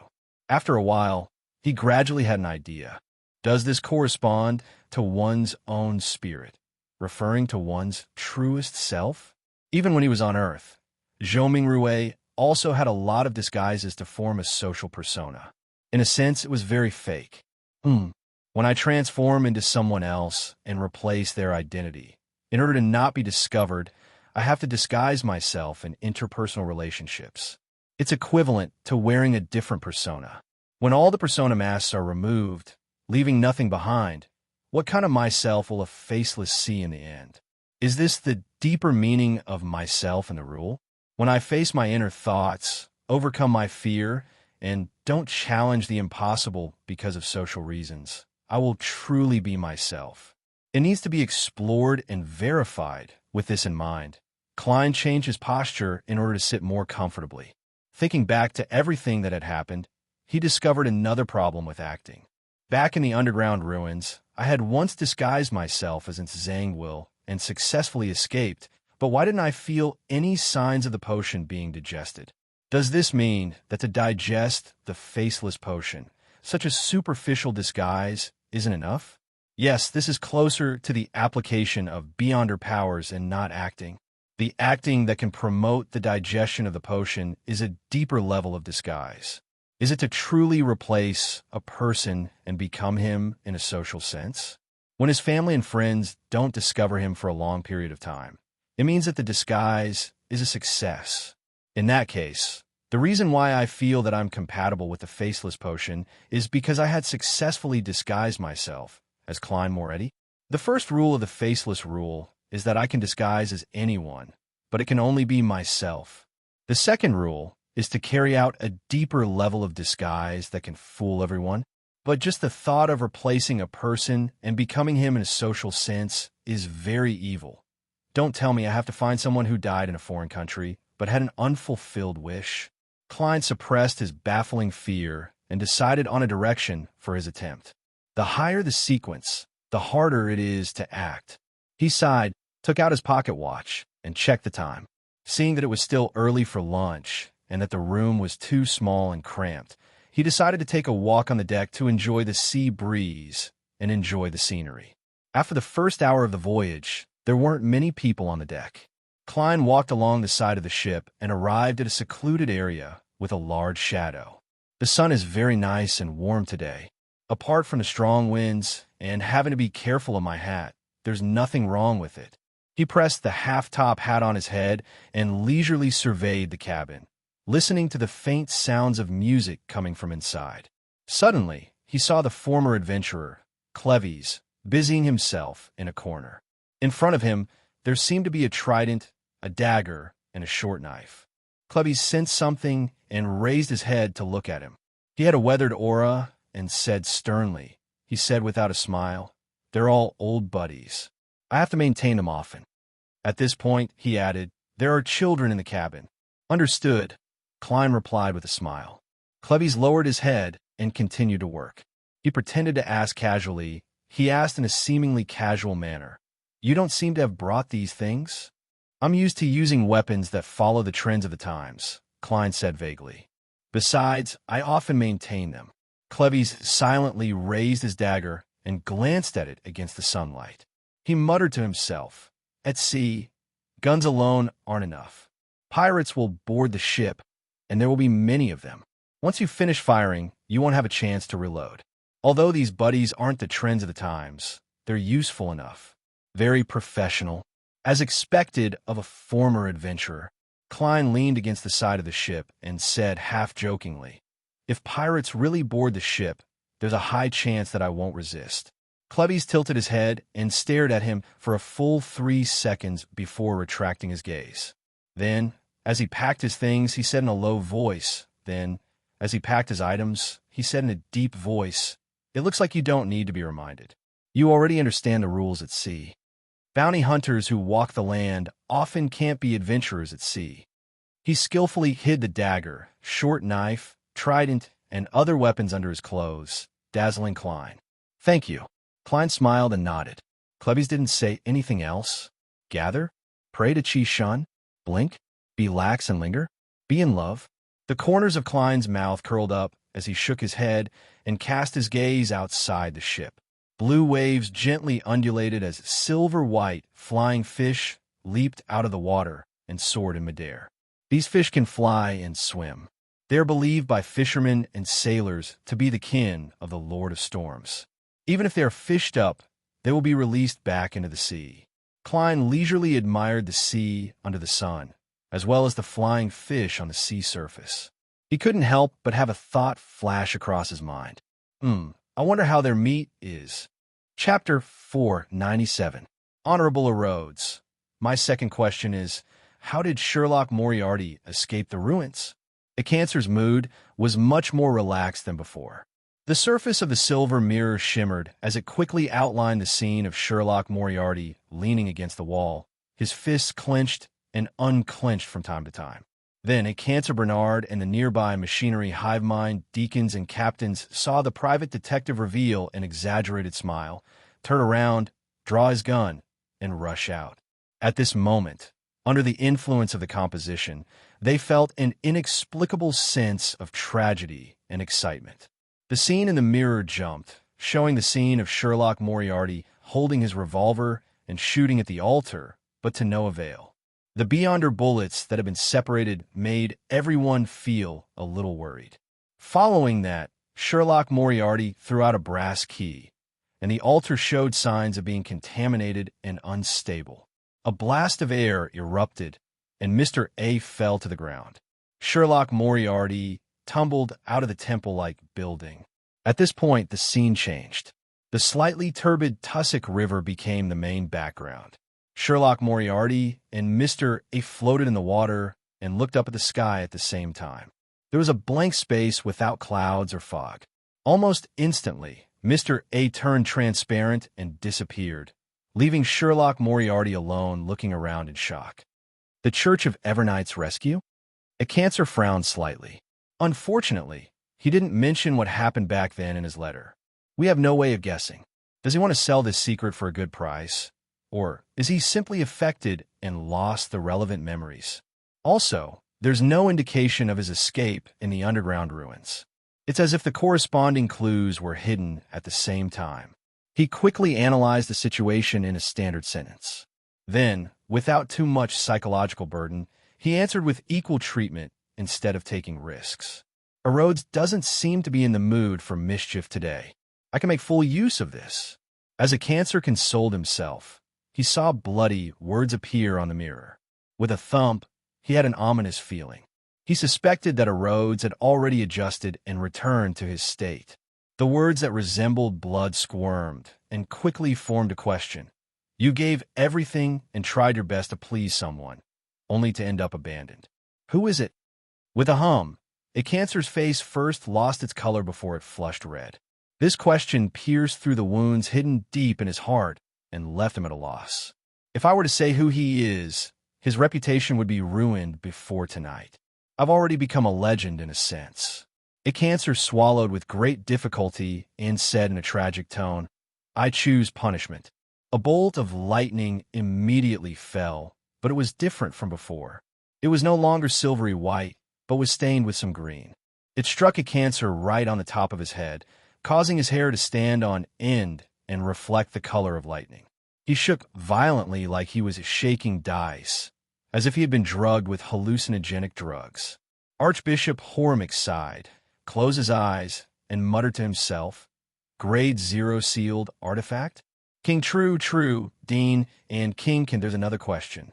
Where did the key that Sherlock Moriarty used to destroy the descent ritual come from? Which one of you will use 2 to 111? The machinery hive mind deacons and captains looked at each other. For a moment, no one responded. The sound of water splashing against the cabin seemed to be the only sound left in the world. The sea at night was noisy and quiet. Klein suddenly woke up. He opened his eyes and saw the wooden ceiling draped in crimson moonlight. His spiritual intuition told him that something was going on outside. Who's having a rendezvous? He listened attentively and vaguely heard some unnatural sounds. Klein pondered for a moment, then sat up, put on his gloves, and put on his coat. His eyes turned dark as he took out a gold coin, flicked it up, and quickly did a divination. After receiving the revelation that there was no danger, he took the revolver out from under his pillow and put it in his pocket. After making the necessary preparations, Klein opened the door and walked out of the room. He followed the sound to the upper deck. At this moment, the crimson moon hung quietly above the sea, looking mysterious and dreamy. After carefully bypassing a few patrolling crew members, Klein arrived at the area where the commotion was and smelled the faint scent of blood.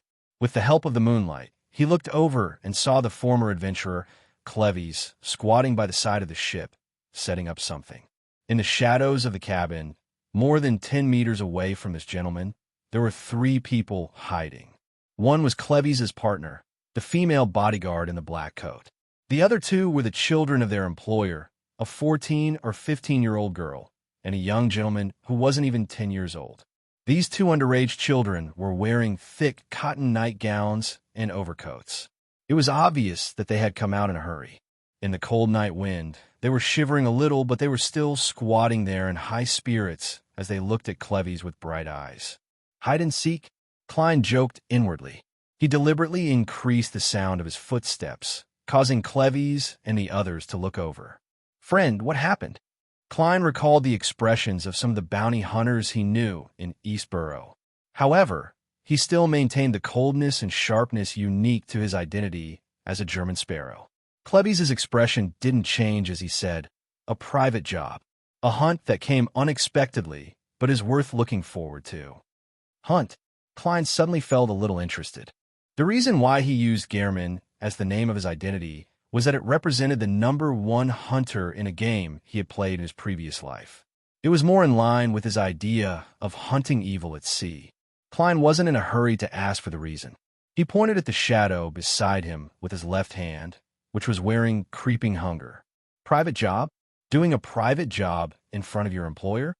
Cleves, who was squatting there, glanced at the girl and boy and said without changing his tone, "Cecil wasn't careful enough and woke up Donna and didn't.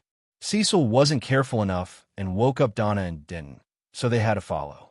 When the girl named Donna heard herself mentioned, she wrinkled her nose and looked up curiously at Klein. "Uncle, are you also an adventurer?" "Uncle, even to me on Earth, is at most 10 years older than you." Klein laughed. "No, I can't use the word also. Strictly speaking, I'm the only adventurer here. They're just bodyguards now." He turned around and said to Cleves, "Hey, buddy, what prey did you find?" Cleves looked at the faintly crimson seawater and said, "A murloc." "A murloc? That's a beyonder creature. Although it's the lowest level kind, it's still quite troublesome for ordinary people to deal with it. You'll need at least 5 or 6 people and 4 or 5 guns to be confident." "Right, the murloc scales are very tough. Pistols can only partially penetrate its defense. You'll need a repeating rifle." Klein raised his eyebrows and asked, "What do you plan on doing? And how are you sure it's a murloc?" Cleves pointed to the edge of the ship. "There are traces of the mucus on its body corroding here. It tried to climb onto the ship and attack the passengers 1 to 2 hours ago, but the deck was still very lively with many sailors and crew members. Klein took a few steps forward and saw that there were indeed traces of green corrosion on the edge of the ship. He recalled the information he had come into contact with in Tinjin City and verified the content in the book. He asked with interest, "Why are you sure it's one and not a group?" He remembered that murlocs had a tendency to live in colonies. If it's a group, then they'll directly destroy the bottom of the ship, causing everyone to sink. Besides, the groups of murlocs in this waterway and the surrounding waters have long been cleaned up. The people of the Church of the Storm like to hunt them very much, Klebbies explained solemnly. That's because a murloc is likely to be one of the main ingredients of the Sequence 9 sailor potion. Klein stroked the revolver in his pocket and asked with a smile, "Are you confident?" Klebbies didn't answer directly. He opened the paper bag beside him. Inside were pig and cow organs that were still stained with blood. This was the source of the smell of blood that Klein had smelled. All murlocs like this kind of food, and they can't resist their temptation. Of course, these monsters love human organs the most. Therefore, in many sea legends, they emphasize the need to prepare some pig and cow organs or canned organs in the ship's kitchen, Klebbies said as he sprinkled some granules on it. As Klebbies spoke, he sprinkled some granules on it. The pepper granules can make the murloc feel as excited as smoking marijuana and lose a certain amount of balance. This will last for about a minute. After that, the murloc will be very tired after the high excitement subsides. He then took out a wooden box from his clothes and smeared a green paste on the tips of the trident, dagger, and short knife. The mint cream popular in Pritz Harbor is a unique sweet for humans, but in the eyes of the murlocs, it's a fatal blood toxin. In addition, I also borrowed 2 rifles from a sailor and obtained a promise not to disturb this place for 20 minutes. I spent quite a bit of money, but as long as I can successfully kill a murloc, I'll get 10 times, 20 times, or even 30 times the reward. As expected of a veteran adventurer, he has an abnormally clear grasp of the weaknesses and problems of his prey. Hearing what he said, I feel that they really have a chance of successfully hunting the murlocs, even if they aren't beyonders. Low-sequence beyonders aren't much stronger than ordinary people when faced with traps and firearms. It's not like there aren't any low-sequence beyonders who die in gang fights. However, the murlocs are like full-body armor. They aren't that easy to kill. They will be injured, but it's not impossible for them to escape. Klein asked curiously, "You seem to have killed quite a number of murlocs?" Understanding the characteristics of common sea monsters is a prerequisite for an adventurer to survive. Klebbies didn't feel the joy of being praised, and he remained silent. As the two conversed, the girl, Donna, and the boy, Denton, squatted in the shadows and listened with relish. They felt that it was the most interesting thing in the world. I also need to do some homework in this area. Klein smiled. "I see. I didn't disturb you, did I?" As Klebbies pierced some of his internal organs into the suspension rod, he said in a low voice, "If you want to participate, take care of Donna and Denton so that Cecil doesn't have to be distracted." "Sure." Klein, who wanted to watch from the sidelines, agreed with a smile. Chapter 498. As the crimson moon hung high in the sky, Klein walked to the side of Donna and Denton and crouched down. Klebbies' female companion, Cecil, heaved a sigh of relief. She picked up the rifle on the deck, half bent her body, and quickly walked in another direction. She was still about 10 meters away from the pepper-sprinkled pig and cow organs. "Uncle, are we starting?" The mischievous, freckled girl, Donna, suddenly felt a little nervous, but her face was full of curiosity and anticipation. Klein raised his left index finger and placed it in front of his mouth, motioning for the 2 underage kids to keep quiet. At times like this, he couldn't help but thank Roselle. It was precisely because of this Transmigrator Senior's efforts that some of his habitual gestures could become the body language of the Northern Continent, preventing misunderstandings. I heard that in the early 5th epoch, the gesture "don't speak" meant insult in Rouen, and in some parts of the Southern Continent, it meant "kiss me." Klein's thoughts were a little scattered for a moment. Donna and Denton didn't dare to speak again. They crouched there quietly and focused on watching Klebbies prepare for the battle. The former adventurer picked up a boom and threw the thread with pig and cow organs hanging from it over the side of the ship. With a splash, the bait entered the water. Cleves unhurriedly spread out the remaining organs, took his weapon, and retreated step by step, hiding in the shadows opposite Cecil. The two of them formed an angle of about 60 degrees with the side of the ship that held the boom. Leaning against the trident and other weapons, he raised his rifle and tested the feeling of aiming. The deck fell completely silent, leaving only the roar of the steam engine and the sound of the waves crashing against the ship.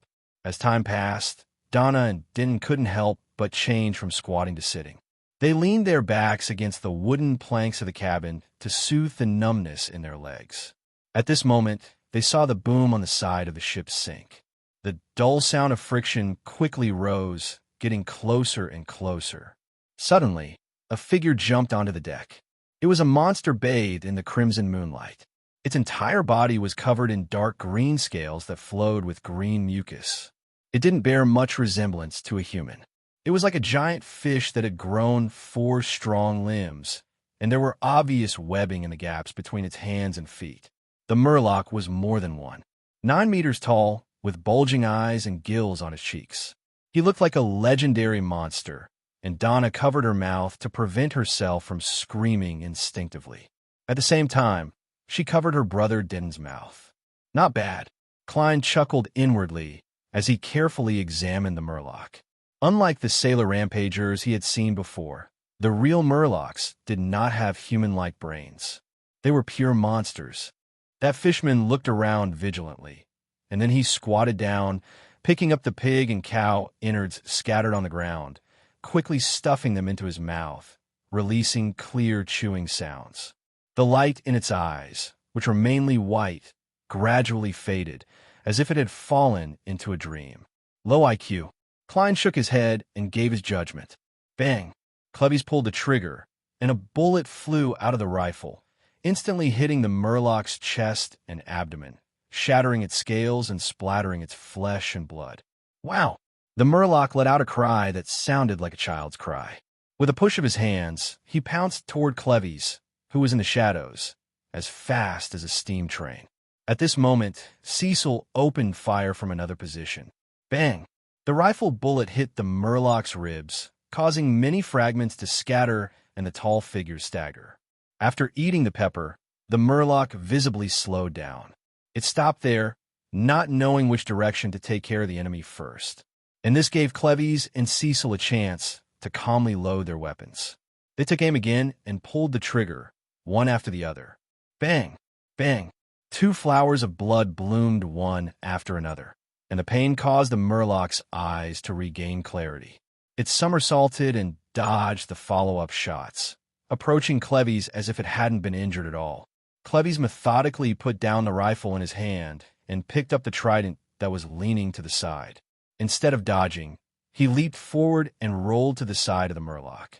The trident in his hand ruthlessly and accurately stabbed into the broken scales on the side of the prey's ribs. The Murloc suddenly turned around, bringing with it a strong gust of wind. It forcefully threw the trident along with Cleves, causing the former adventurer to fall to the deck with a thud. The Murloc shook its head, as if it felt an intense discomfort in its body. It didn't attack Cleves and Cecil again. Instead, it took large strides and ran to the side of the ship, attempting to jump into the sea. Bang! Cecil's bullet hit it again, creating a blood-colored flower, but it still didn't lose its ability to move. With 2 steps, the Murloc ran to a suitable place. Its knees bent, and it was about to jump up. However, its body went limp, and it was unable to successfully exert its strength. The distance it jumped out was obviously not enough, and it could only fall to the inside of the ship. Bang! The Murloc endured the damage from the rifle and wanted to climb over the side of the ship. Seeing that it was about to escape, Klein took out his revolver. At this moment, a loud bang came from another direction. The Murloc's left eye immediately turned into a blood-colored hole, allowing one to vaguely see the pale jelly wriggling inside. It wasn't dead yet. It was lying in the cabin, trying its best to crawl and try to stand up again. After a few seconds, the poison broke out, and it twitched and died completely. Klein looked in the direction of the sound and saw a middle-aged man walk out from the shadows of the other side of the cabin. The middle-aged man wore a thick dark red coat, white loose trousers, and the standard boat-shaped hat of this era. In his hand was an iron-colored handgun that was behind times. The thick, black muzzle was emitting white smoke. Klein had heard the attendant introduce the man and knew that he was the captain of the White Agate, Erland Cag. Erland, who had obvious wrinkles at the corners of his eyes, forehead, and mouth, walked towards Cleves and smiled. As a captain, I have to ensure that no accidents happen. Please forgive me for watching from the side. Cleves had already stood up and didn't reveal any emotions. This is your ship. According to convention, you have the right to share the spoils of war. Erland turned his head to glance at Klein and the others and said with a smile, the next replenishment of water and food will be in 2 days. The next time you can replenish water and food is 2 days later. You still have to think of a way to preserve the Murloc's corpse. Why don't you sell it to me cheaper, and the difference will be the remuneration I deserve? That's the best way. Cleves and Cecil exchanged looks and agreed to Erland's request. For 130 pounds, it's all yours. The Beyonder ingredients on the Murloc's body are worth between 150 to 200 pounds on the market. Considering the other parts that have spirituality, 130 pounds is indeed very cheap. However, that's all Cleves and the others can do. This is Erland's ship, and he has a large group of armed sailors and crew members helping him. If the negotiations really break down, he can sink everyone present into the sea in minutes. Of course, that's on the premise that I don't get involved. Yes, I can tell that Cleves and Cecil aren't Beyonders, at least not in the fields of combat or shooting. Instead, Erland is a little suspicious. Klein stood up and listened to the transaction. No, you seem to have misunderstood something. I'm not threatening you. 150 pounds. That's a fair price. Erland Cag called a sailor over and gave him the key to the safe. You the just Erland? Cecil seemed to recall his nickname at sea. Erland laughed. Yes. At that moment, Donna and the Denton siblings, who had been stunned by the intense battle and the living monster, jumped up and ran over in excitement and fear, approaching the Murloc's body. Is it really dead? Donna kicked the Murloc's body with the tip of her foot. Then, as if she was afraid that it would come back to life, she jumped away and hid behind her brother. It really is a monster. Denton took a deep breath and widened his eyes. There are many monsters at sea. Actually, this shouldn't be called a Murloc.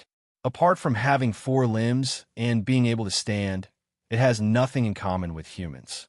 I prefer to call it a fish monster, Erland said with a gentle smile.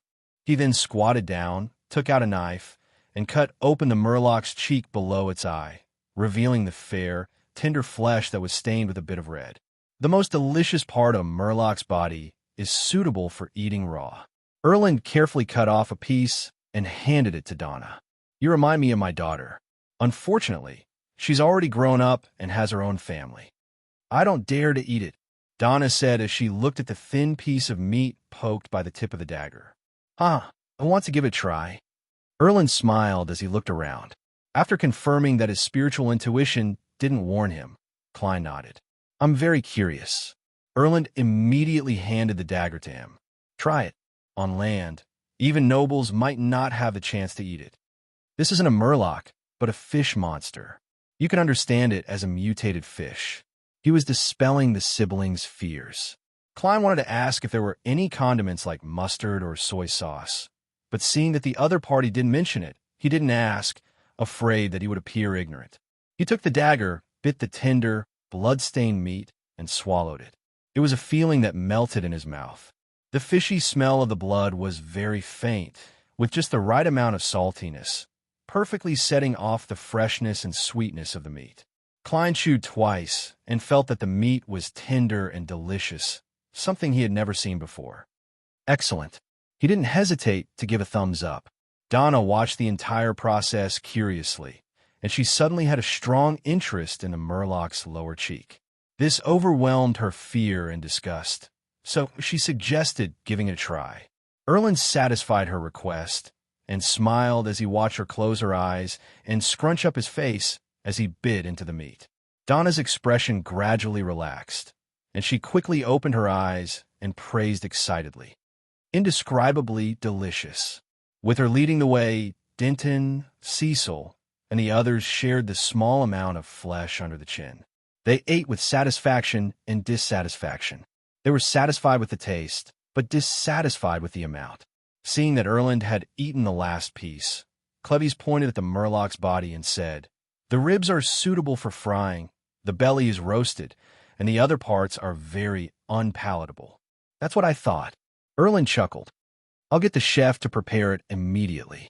It's a very pleasant night to enjoy delicacies, taste fine wine, and exchange legends of the sea together. I'm looking forward to it." But why did a good hunt turn into a food exchange? Klein gulped. Chapter 499. On the deck, an additional layer of asbestos was placed under the grill to prevent the coal sparks from being blown out by the wind and burning the surface of a ship. The fat chef wore an apron and a white top hat invented by Roselle. He constantly used a fine brush to smear a secret condiment mixed with basil, fennel, sea salt, pepper, and lemon juice onto the white and tenderloin fish. He also frequently flipped it to ensure that both sides were evenly heated. The flesh of the Murloc's belly was fatty, and as it dripped down, the coals placed under the iron mesh sizzled and burst into flames. An alluring fragrance gradually filled the air as Klein inhaled one mouthful after another. A round table and chairs had been set up in front of him, and on top of it was a bottle of uniquely shaped wine. The wine was golden red in color and seemed slightly viscous as it swayed. Sensing Klein's scrutiny, Captain Erland Karg introduced it half-jokingly. Sonia blood wine, brewed from sweetwood juice that is a specialty of the area around the Golden Spring. It's like thin honey mixed with blood. It tastes sweet and smooth, but it's very easy to get drunk. If you like a lady and want to treat her to a drink, you can consider this. It will make the other party drink too much without realizing it. Haha, the premise is that you have to be able to withstand its alcohol. As expected of a former bosun, he has the ability to make dirty jokes. Klein sat down and maintained a cold attitude. A qualified adventurer won't be addicted to alcohol. Cleves, who was beside him, nodded. Adventurers are only allowed to drink when they return home. That's a pity. Erland turned to look at Donna and Denton, who were curiously sizing up the Sonia blood wine. He laughed and said, "This isn't something an underage child should experience. I've drunk it before. It's really delicious." Donna immediately retorted, "It's just that I fell asleep unknowingly and slept for an entire afternoon. I remember you drank 2 cups that time." The young gentleman, Denton, said enviously. Erland didn't satisfy their thirst. He ordered the crew to give the siblings a cup of sweet iced tea each and explained casually, "There are a lot of Southerners on this ship." Denton retracted his disappointed gaze and looked at the Murloc, whose valuable materials had been taken away. Actually, it's not that scary. It's just a big, ugly fish with 4 limbs." Donna glanced at her brother. "Congratulations, you finally realized its true nature." She then looked eagerly at Cleves and Erland. Uncle, are there many such monsters in the sea?" Murlocs didn't have any beyonder powers that exceeded one's imagination. To ordinary people, they were equivalent to ferocious beasts at sea, equivalent to the biological prototypes of legendary monsters. Erland chuckled. "No, in the main sea route and the surrounding waters, such monsters rarely appear. They've long been wiped out. To be able to encounter a Murloc and see such a creature, you're lucky enough. Think about it. If I could always hunt down monsters worth 200 pounds or more, I definitely wouldn't be the captain of a passenger ship. I would organize my own hunting ship and chase after these gold pounds." That made a lot of sense. Klein secretly cheered.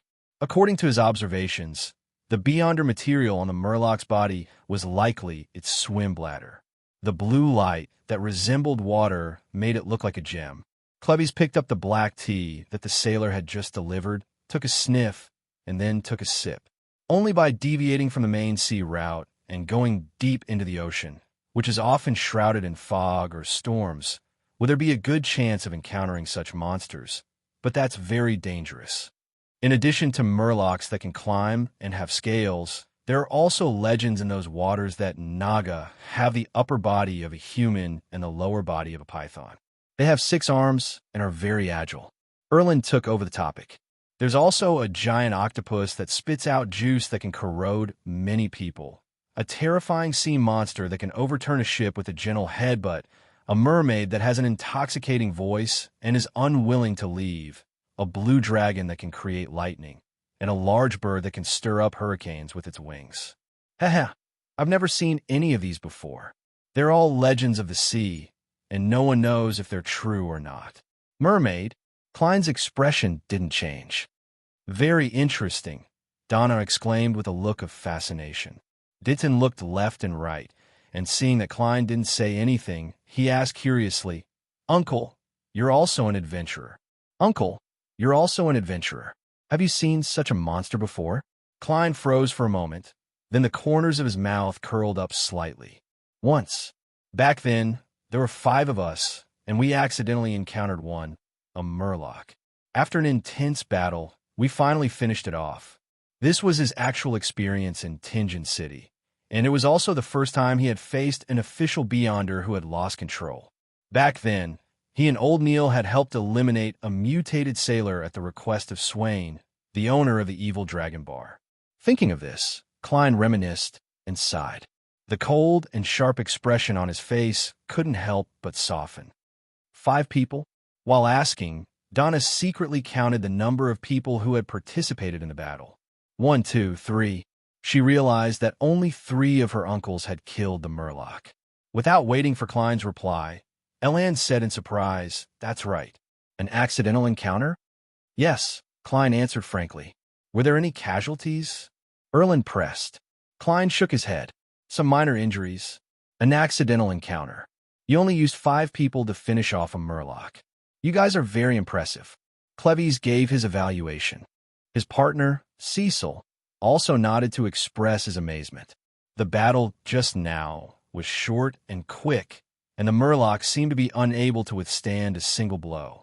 However, both she and Cleves knew very well that without the prepared bait, the hallucinogenic effects and subsequent fatigue brought about by the pepper, the lethal threat of the peppermint cream to the murloc, and the 2 borrowed rifles, it was unknown how many people would have died to kill a murloc. Indeed, very impressive. Erland glanced thoughtfully at Klein. That was a team formed by 4 sequence 9s and 1 sequence 8. Klein smiled and sighed. I was still very young back then, and I hadn't even experienced any battles. I was just purely a support. Uncle, you're also very young now. Donna nodded her head vigorously. I like hearing that. Klein keenly noticed that Captain Erland had relaxed a lot because of what he had just said. At this moment, a few crew members brought over a large ceramic plate. On it was fish that had been fried until it was golden brown, sprinkled with colorful basil leaves, and a seductive fragrance assailed their nostrils. Erland picked up the cup filled with Sonia blood wine and gave a toast. A beautiful night. May the storm be with us. A beautiful night. Donna and Denton cheered, and each took a sip of sweet iced tea. Klein chose to clink his black tea cup against hers. He forked a piece of meat from the murloc's ribs and found it firm and without much fat. However, after absorbing the vegetable oil, the dryness was made up for. As he chewed, it exuded an endless aftertaste of elasticity and meat fragrance. As expected, it's not as good as the cheek meat, but it's good enough. It's better than all the fish I've eaten in Bakeland and Pritz Harbor. Klein praised in satisfaction. Erland put down the knife and fork in his hand and drank a mouthful of Sonia blood wine. On the sea, the most dangerous thing is not the monsters, but the pirates. They drive the ship and go wherever they want. No one can prepare in advance. Uncle Captain, will we encounter pirates? Denton swallowed the fried fish and asked worriedly. Erland smiled. The route to the Rorsted Archipelago is the safest in the world. There are colonial islands that can be docked every 2 or 3 days, and there are often Royal Navy and Church of the Storm ships patrolling along the way. Even if some pirates wander here, they won't do anything too excessive. After seeing our cannons, They'll at most extort some compensation. Seeing that the two underage children had calmed down, Erland added, "But if we head south from the Rorstad archipelago or continue east, we'll have to rely on the Lord's blessings. Many pirates are active in these regions, capturing treasures with the Navy and the Church's ships. If we're lucky, we'll be able to smoothly reach the southern continent and reach every spot. But if we're unlucky, we'll encounter relatively powerful pirates, including the 7 pirate admirals and even the fleets of the 4 kings. However, you don't have to worry too much. Ever since Nas became the king of the 5 seas and established some of the rules at sea, most pirates will only rob you of your wealth and won't do anything too excessive. Here, the person we're most afraid of encountering is the captain of the Black Tulip, Admiral Hell Ludwell. He will get his subordinates to kill everyone on the ship and throw these innocents into hell. Next is Admiral of Blood Seigneur. He loves blood and indulges his subordinates in all their evil deeds. After many girls were ravaged by them, they were even sold to different islands. Donna shivered when she heard that and subconsciously changed the topic. I heard that there are many treasures at sea. There are legends of treasures, but most of them are fake. Erland glanced at Cleves and said, "There are 6 most famous ones with the most stories. Number 1 is Death's Key. Legend has it that at the end of the 4th epic, Death, who caused the Pale Calamity, was killed by the 7 deities. However, he didn't perish on the spot and attempted to return to the southern continent. He stirred up violent waves and created insurmountable obstacles, completely cutting off the sea routes between the southern and southern continents. This is the origin of the Berserk Sea. However, he ultimately didn't return to the southern continent and disappeared into the sea." Upon saying that, Erland sighed with some yearning. It said that in a hidden spot in the Berserk Sea, the treasure left behind by Death is waiting for someone with a specific key to find and open it. However, no one knows what the key looks like or where it will appear. Chapter 500. The Fountain of Unaging. Can one really stay young forever after drinking it? Donna asked curiously with widened eyes. She wasn't looking forward to it because she was still young enough. Erland didn't immediately answer. He forked a piece of fried murloc rib and swallowed it in 2 bites. Then, he took a sip of Sonia blood wine. The sweet taste completely dilutes the greasy taste of the deep frying. He half closed his eyes, behaving like a gourmet. After savoring the taste for a few seconds, he slowly answered Donna's question.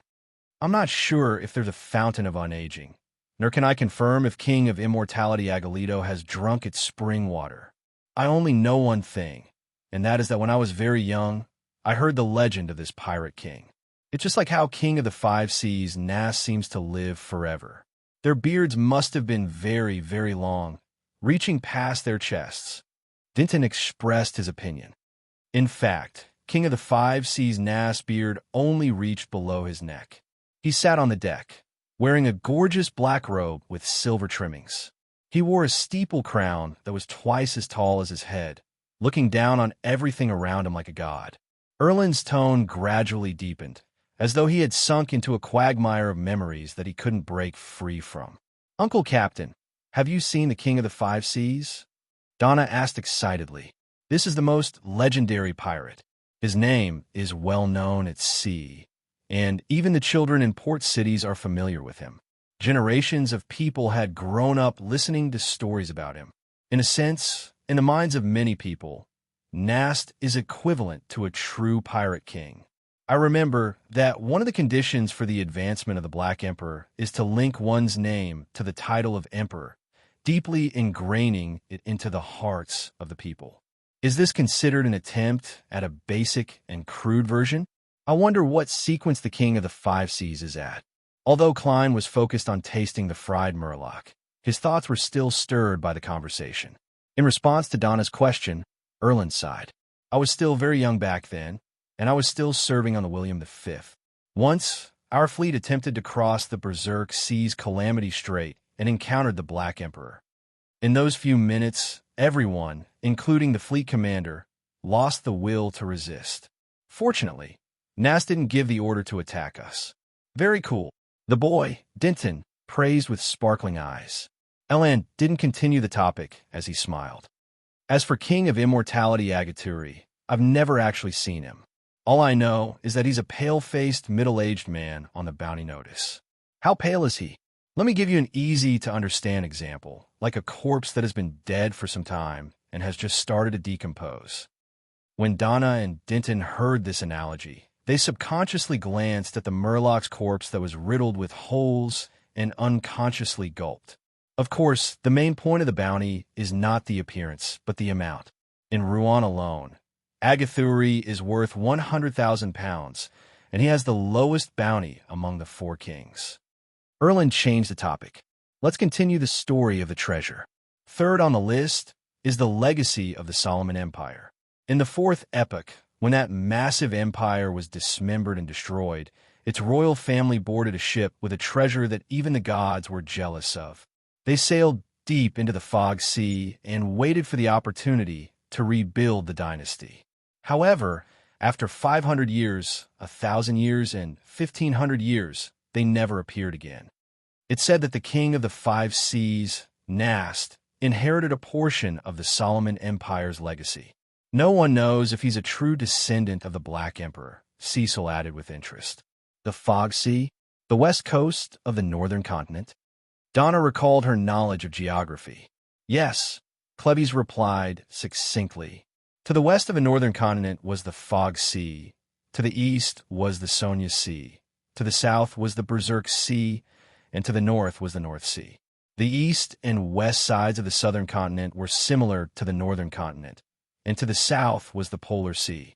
Together, they were the so-called Five Seas. The Kingdom of Ruan was backed by the Hornacis mountain range and the inland Midland Sea. To the east was the Sonia Sea, and to the south was Desi Bay. It occupied several excellent estuaries to the Berserk Sea, but it didn't touch the Fog Sea. Is that so? Donna wasn't interested in treasures that were too far away, so she asked, what about the fourth treasure? It belongs to the last empire of the fourth epoch, Tuluan Sostal. Rumor has it that they built a huge ship that was equivalent to a city and transferred all their treasures and wealth onto it. What's laughable is that their escape didn't have any effect.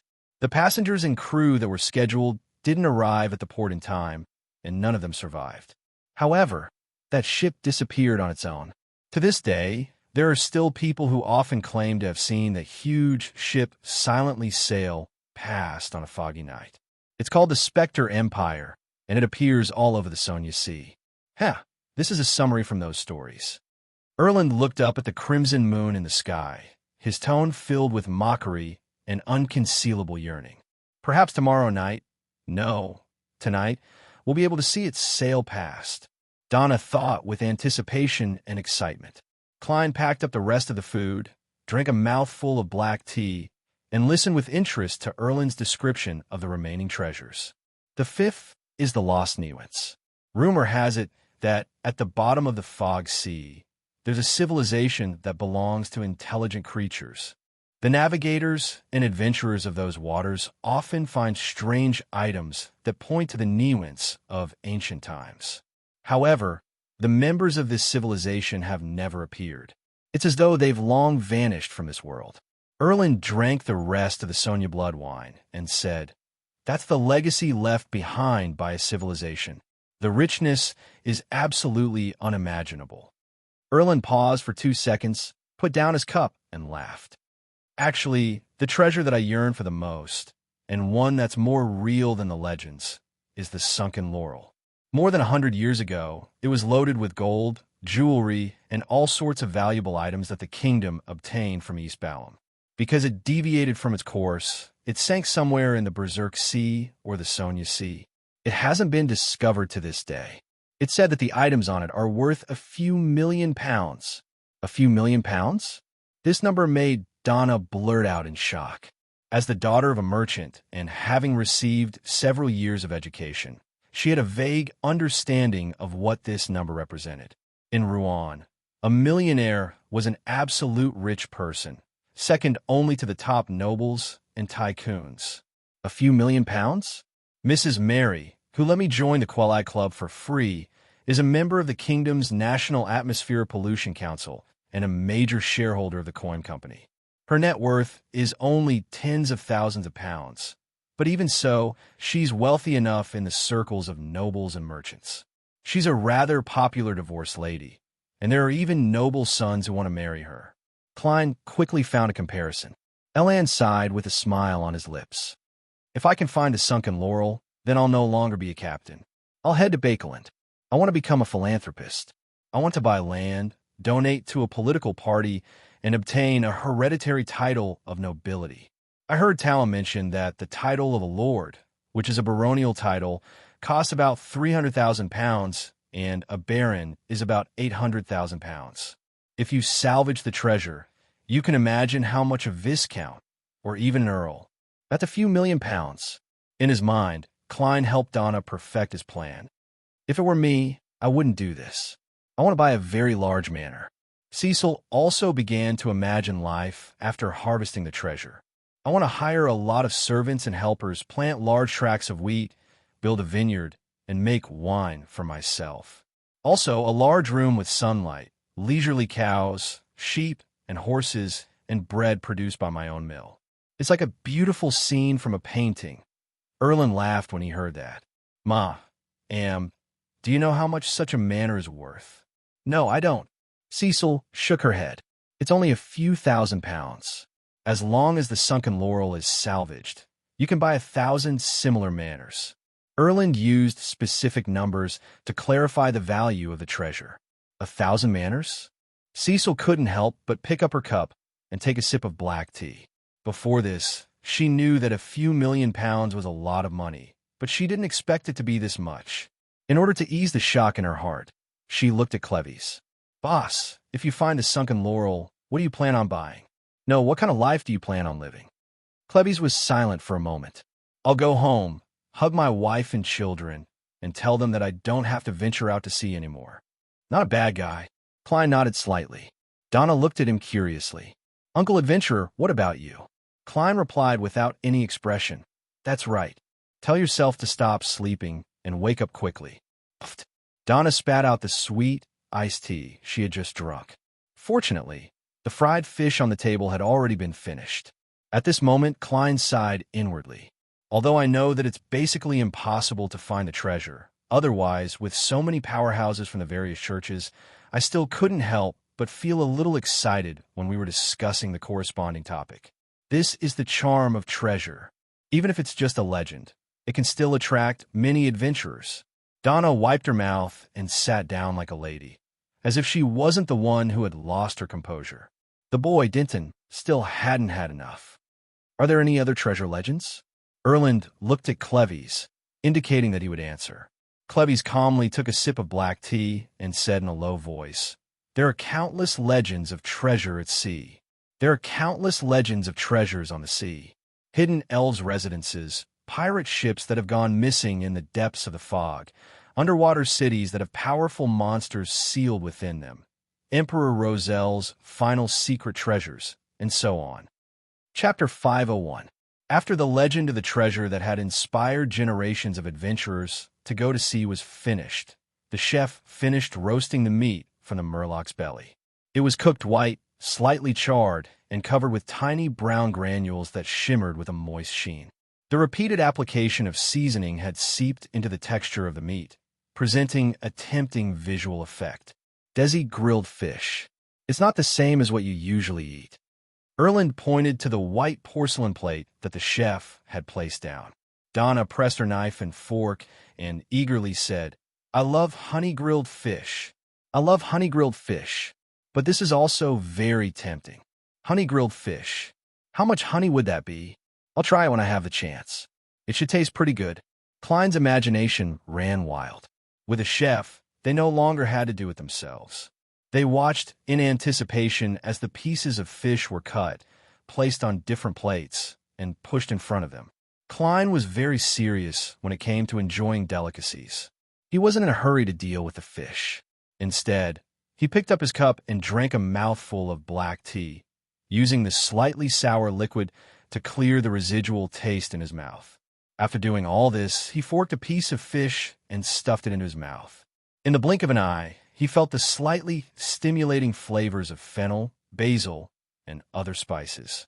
They fully opened up his taste buds. Right on the heels of that, the delicious juices of the meat, the slightly astringent saltiness of the sea salt, and the refreshing sourness and sweetness of the lemon exploded at the same time. They intertwined and reverberated in his mouth, enticing him to salivate. As he chewed, the final stubbornness of the fish broke apart under the roasted grease, revealing the beauty and vaguely sweetness of the meat itself. Klein swallowed the fish in his mouth, recalled the food shows he had watched in his previous life, and chose an evaluation that best matched the feeling he had just experienced. The layering is clear, very good. Haha, your tone and words are like those of a gourmet, Erland joked. Donna waved the fork in her hand and echoed, Uncle, maybe you should open a column in the newspaper to review different restaurants and different delicacies. Yeah, why didn't I think of this idea? This is a good job that can earn me royalties and taste delicious food. The only problem is that fat people can't be agile clowns. Using the great art of vomiting? That's such a waste of food. Klein seriously considered Donna's suggestion. For this beautiful night, when there wasn't much food left, Erland poured some Sonia blood wine and raised his cup with a ruddy face. Klein and the others were also in a good mood. For this beautiful night, they drank the rest of the liquid in their glasses and watched as the waiter cleared the table and swept the deck. In the cold wind, they chatted for a while and talked about the mermaids that Donna was most interested in. Clubbies told the little girl that in some legends, mermaids were also called sirens. They used their songs to confuse humans not for fun, but for hunting. In addition to the possibility of encountering such creatures on the route from the Gargas archipelago to the depths of the Sonia Sea, there was also a certain chance of discovering them in the dangerous seas that humans had yet to explore. However, this all stemmed from the bragging of some pirates when they were drunk. They all avoided the question of how they had escaped the mermaid's song, and they were not very trustworthy. No matter what, this at least points to a possible direction. Klein noted down the words of their discussion. Donna, Dinton, it's time to go back. You have to wake up early tomorrow and share breakfast with your parents. Cecil glanced at the position of the moon. All right. Donna stood up reluctantly. Dinton hurriedly asked, What's wrong? Do I have the chance to be an adventurer? His heart had already been captured by the previous hunting activity and the legends he had just heard. Klebbies walked to his side and patted him on the shoulder. Before you ask this question, you will need at least 5 years of combat training and the acquisition of knowledge. I believe your father will hire a good tutor for you. And Dan Dunn's eyes lit up, and he nodded vigorously. After 5 years, when you grow up, there's a high chance that you won't want to be an adventurer who can be buried at the bottom of the sea at any time. Klebbies' handling is very shrewd. He didn't directly refuse, but instead gave me hope and let time wash it away. This prevents a child's sudden rebellion. No matter what, mastering a fighting technique isn't a disadvantage for anyone. Klein put his hands into his pockets and thought in admiration. On the way back to the cabin, Klebbies handed 2 5-pound notes to Klein. Your reward. He had just received £150 from Erland to buy the whole Murloc. I didn't do anything. Klein instinctively refused. Klebbies glanced at him with his light blue eyes and said in a low voice, You freed Cecil and took care of the children. Take care of the children? Klein wanted to laugh, but in the end he took the 2 notes and drew a triangle on his chest. You are more generous than I thought. Thank you. He no longer refused because he suddenly understood a problem. If he didn't take the £10, in the eyes of a veteran adventurer like Klebbies, it would mean that he wasn't satisfied with the price and was trying to get more. He might attack them at any time.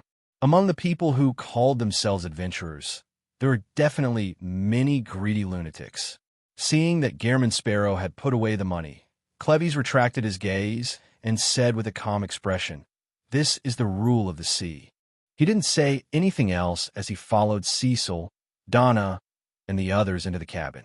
If every commission and every mission of mine was of such difficulty and could yield such rewards, I would have long made a fortune as a private detective. Klein gave a self-deprecating laugh as he turned his head to look at the crimson moon in the sky. It continued to quietly and gently illuminate the night. Legends of the sea, different monsters. I finally found the feeling of being an adventurer. Klein turned around and walked to the edge of the ship. Bathed in the crimson veil, he admired the waves that grew darker as they went further away. His mood gradually settled as he slowly walked out of the gloominess after the great smog of Bakeland. The cold and humid wind slapped his face, and the vast and boundless ocean entered his eyes, slowly broadening his mind. At that moment, Klein had the urge to recite a poem, but when he opened his mouth, he realized that he couldn't remember the corresponding modern poem. I can't possibly say, "Oh sea, you are all water." The Emperor's Savant sequence is really very suitable for doing such things. I should flip through his poems when I'm free to prevent myself from looking like an illiterate. As Klein lampooned, he looked at the crimson moon and the ocean and sighed. What a beautiful night. After an accident in which they got lost, the expedition team returned to the City of Silver. Looking at the city walls that were covered in weeds, he felt a little dazed, as if he had been gone for many years. Diagonally behind him, Demon Hunter Collins' eyes suddenly turned blank as he raised his hand to press on his right sun acupoint. The rest of the team members were filled with joy and relaxation from the bottom of their hearts. After a difficult exploration, to have a destination and a home waiting for them was the best thing in their hearts. Collins' gaze returned to normal as he turned his head slightly and looked diagonally ahead. Bakeland, the White family. After some thought, the confident Emlyn came in front of his parents. He asked, if I want to delve into the history of the Sanguine, who should I look for? Directly asking about the City of Silver might expose my problem, although I'm not afraid and am very calm. For the sake of the ancestor and to save the entire Sanguine, I can only choose to hide it. I've always been interested in the history of the Sanguine, and I've gathered a lot of information. Father and mother know this very well, so they won't suspect anything. This excuse is perfect. Emlyn praised himself inwardly. His father bore a resemblance to him. He wore a pair of gold-rimmed glasses and looked very professional. This gentleman, who had really obtained a doctorate in medicine, put down the thick anatomy in his hand and nudged his glasses. In Bakeland, no one knows more than Lord Nibs. If I dared to look for Lord Nibs, I would have done so a long time ago. Emlyn thought of Mr. Fool's description of a messiah who was burdened with secrets and misunderstandings. He pressed with a serious expression. Apart from Lord Nibs, he's sleeping underground, so it's not convenient for him to be disturbed frequently. Emlyn's father tugged at the collar of his thick cotton pajamas and thought for a moment. Mandy, he always thinks of himself as a historian. Emlyn secretly heaved a sigh of relief and smiled. I wish to visit him. Whoosh! With a whistle, the white agate steered into Demir Harbor. It would replenish its fresh water and food on this colonial island before setting sail again the next morning. After hunting the Murloc, Klein spent 2 days that could be described as a leisurely or boring life. He was completely bored by the scenery at sea, so he decided to explore the harbor bar tonight, hoping to obtain more information on mermaids and find inspiration for acting. If I encounter any pirate whose hands are stained with blood coming ashore, I won't be stingy with teaching them a lesson.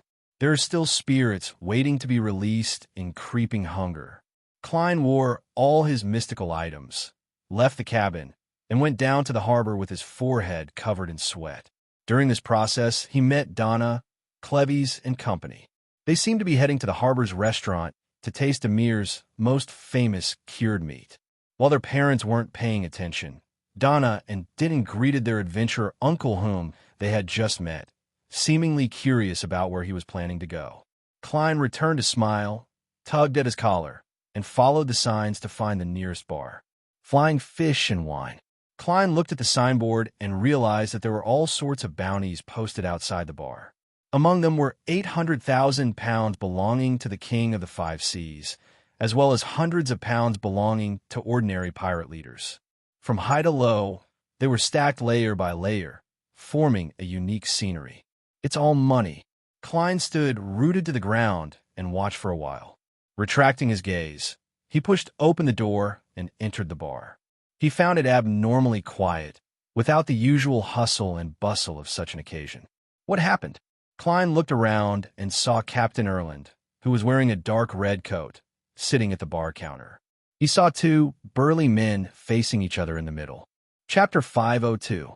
The brawny man in confrontation wore a Navy's unique blue and white striped shirt. Despite the near 0 Celsius weather, his upper arms remained bare. On the cell phone, he held a dagger and pressed it against the man's throat, but he had an old handgun pointed at his glabella. The owner of the handgun was similarly a muscular man who was more than 8 meters tall. He had shaved his hair and had a sea eagle tattoo on his face as he cursed. Dogsh *T Navy. No one in Demir Harbor dares to slander me as a pirate informant. The Navy didn't back down as he cursed back at him. Both sides displayed the rich array of vulgarities at sea. Klein watched from the side for a few seconds before circling around to Captain Erland, who had a sword by his waist and a concealed handgun. He calmly and casually asked, "What happened?" An argument between two drunkards. In Demir Harbor and the surrounding waters, there's always been a rumor that Sea Eagle Logan serves the owner of the Black Tulip. The Navy mentioned this just now, but he happened to encounter Sea Eagle. The owner of the Black Tulip? Isn't that Admiral Hell Ludwell? Klein turned around and sat on a high stool in front of the bar counter. He rapped the wooden counter. "A glass of Southville beer. 6 pence, the bronze-skinned bartender with white teeth said without any enthusiasm as he wiped his cup. The prices of local specialties here are much higher than in Bakeland and Tingen. Klein took out a handful of copper coins and counted 6 pence for the bartender. At this moment, Logan and the Navy's conflict was stopped by the bar's guards. They exchanged harsh words and retreated to different corners. Perhaps it was because he had lost face. The Navy left in a hurry after about 10 seconds. The atmosphere in the bar turned lively once again. "Do you want to play cards?" Captain Erland pointed to the staircase at the side of the bar. No. Klein's main goal was to gather intelligence. Erland subconsciously wanted to pat him on the shoulder, but he was stopped by his cold and sharp temperament. All he could do was tidy up his dark red coat and remind him. "Do not look for women here."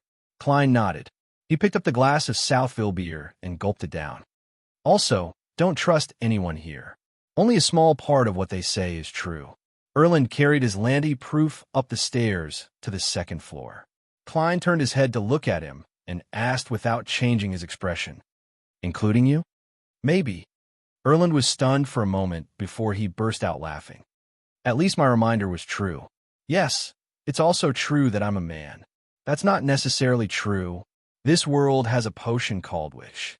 Klein retracted his gaze and drank slowly as he listened to the customers around him brag. After 2 or 3 minutes, a short and thin man brought his own wine and sat next to Klein. "Buddy, you look like an adventurer." He tilted his head slightly and smiled. The man who greeted him had black hair and blue eyes. His facial features were old, and his temperament was rather wretched. "You can say that," Klein replied coldly. "I can tell that you're a hunter who pursues bounties and riches." The short man looked around, lowered his head, and said in a suppressed voice, "Have you heard of the Spectre Empire? I've heard of Amway, and I've also heard of the Heavenly Father and Savior sealed at the bottom of the sea." Klein used his faceless powers to send out a signal not to approach him. "Yes, a huge, ancient ghost ship filled with treasures. We have clues about it," the short man said in a contagious tone. "We found some information and know where it will appear next. We don't want the pirates and Navy to benefit, nor do we want others to rob us of our wealth. Therefore, we decided to rent an armed merchant ship to wait in those waters. It will cost about 1,000 pounds. I've already found 15 companions and raised 720 pounds. Are you interested in participating?" Without waiting for Klein to speak, he fumbled around and took out a stack of yellowish-brown letters. "I know you won't easily believe it. In fact, no one will believe it, but the 15 friends before me have decided to join our plan after reading this information. Do I have a face that can be easily fooled? Or could it be that as long as one is a foreigner, there's no way to escape such matters?" Just as Klein was considering if he should appraise the letters, he saw C. Condor Logan, who had been arguing with someone, walk over from the corner of his eye. "Woody, you're lying again. You darn rat who drowned in dirty water." Logan lifted the short man and threw him into the empty space in the middle of the bar, causing him to fall flat on his back. The burly man with a green tattoo on his head sat down where Woody had been and laughed heartily. "Sorry, this is a rat from our Demir harbor. He always does things that ruin our reputation. In fact, we're all very friendly. If you have anything you want to know, feel free to look for me." "Haha, don't believe the slander of those people. I'm an upright person. I have nothing to do with Admiral Hell. The more you emphasize it, the more suspicious it makes me." Klein thought for a moment as his expression remained unchanged. He said calmly, "I want to know about the recent rumors." "No problem." C. Condor Logan slapped the bar counter and said to the bartender, "Give me a plate of specially made cured meat. I'll treat this man to a taste of our Demir Harbor's most famous delicacy." The bartender maintained his cold expression as he pushed open the door to the kitchen at the back. Soon, he came out with a plate of sliced cured meat with distinct red and white lines. 5 pounds. He didn't look at C. Condor Logan as he looked straight at Klein. 5 pounds. C. Condor Logan turned his head and smiled warmly as he raised his arm to show off his muscles. "Everyone heard it just now. In order to thank me, you are treating me to specially made cured meat." Klein was momentarily at a loss as to what he had encountered. Only when the bartender urged him a second time did he realize that he had been scammed. Furthermore, the other party's ploys were rather deep. First, they used a scam that could be easily seen through to get C. Condor Logan to appear and successfully gain the target's favor. Then, they used the excuse of treating him to a meal to order an expensive, specially made cured meat. Finally, they turned their backs on him, distorting the truth and forcing a purchase. It's no wonder none of the drunkards made a ruckus when Rat Woody was thrown out. They were all very afraid of Logan, who was said to be serving Admiral Hell. How should I deal with him? My current persona is Gehrman Sparrow, a slightly crazy adventurer and bounty hunter. Klein raised his cup and drank a mouthful of beer that was rich in the aroma of wheat as he asked in his usual tone, "Why not just rob him? Why not just rob him?" Logan was a little taken aback by the question. Following that, he saw a fist grow bigger and bigger. "Don't!" Klein threw his left fist and struck C. Condor Logan's chin, causing him to fall towards the bar counter. With a push of his right palm, Klein nimbly left the chair and approached Logan's falling body. He tightened his thighs, jerked his knee up, and slammed it into Logan's lower abdomen. Puff! Logan threw back his head, eyes bulging, mouth half open. Klein pulled out his gun, stuffed the revolver into the man's mouth, and pulled back the hammer. Logan mumbled. Klein stared into his eyes and suddenly pulled out his revolver. With a fierce swing, he struck the side of Logan's face with the handle and fist. Logan's teeth fell off one by one, and his mouth was covered in blood. Faced with such a heavy blow and pain that exceeded his limit, his eyes rolled back, and he directly fainted. Klein supported his body and took out a handful of notes and coins from his pocket. Since they didn't exceed 5 pounds, Klein threw them on the counter and said calmly, "Keep the change." The bartender's bronze face turned pale as he shouted in panic, "My boss is White Shark." Klein didn't even look at him as he released his hand, allowing C. Eagle Logan to fall to the ground. Then he sat down again, forked a piece of bacon, and stuffed it into his mouth. He found the flavor rather unique, and the taste of spices spread out, scratching at his stomach and throat. After eating 2 pieces, he looked up and asked, "Does your boss know that you're colluding with C. Eagle?" "No, he doesn't," the bartender replied with a stutter. Seeing that Klein had no intention of continuing his attack and had readily paid the money, the few guards that came over silently retreated.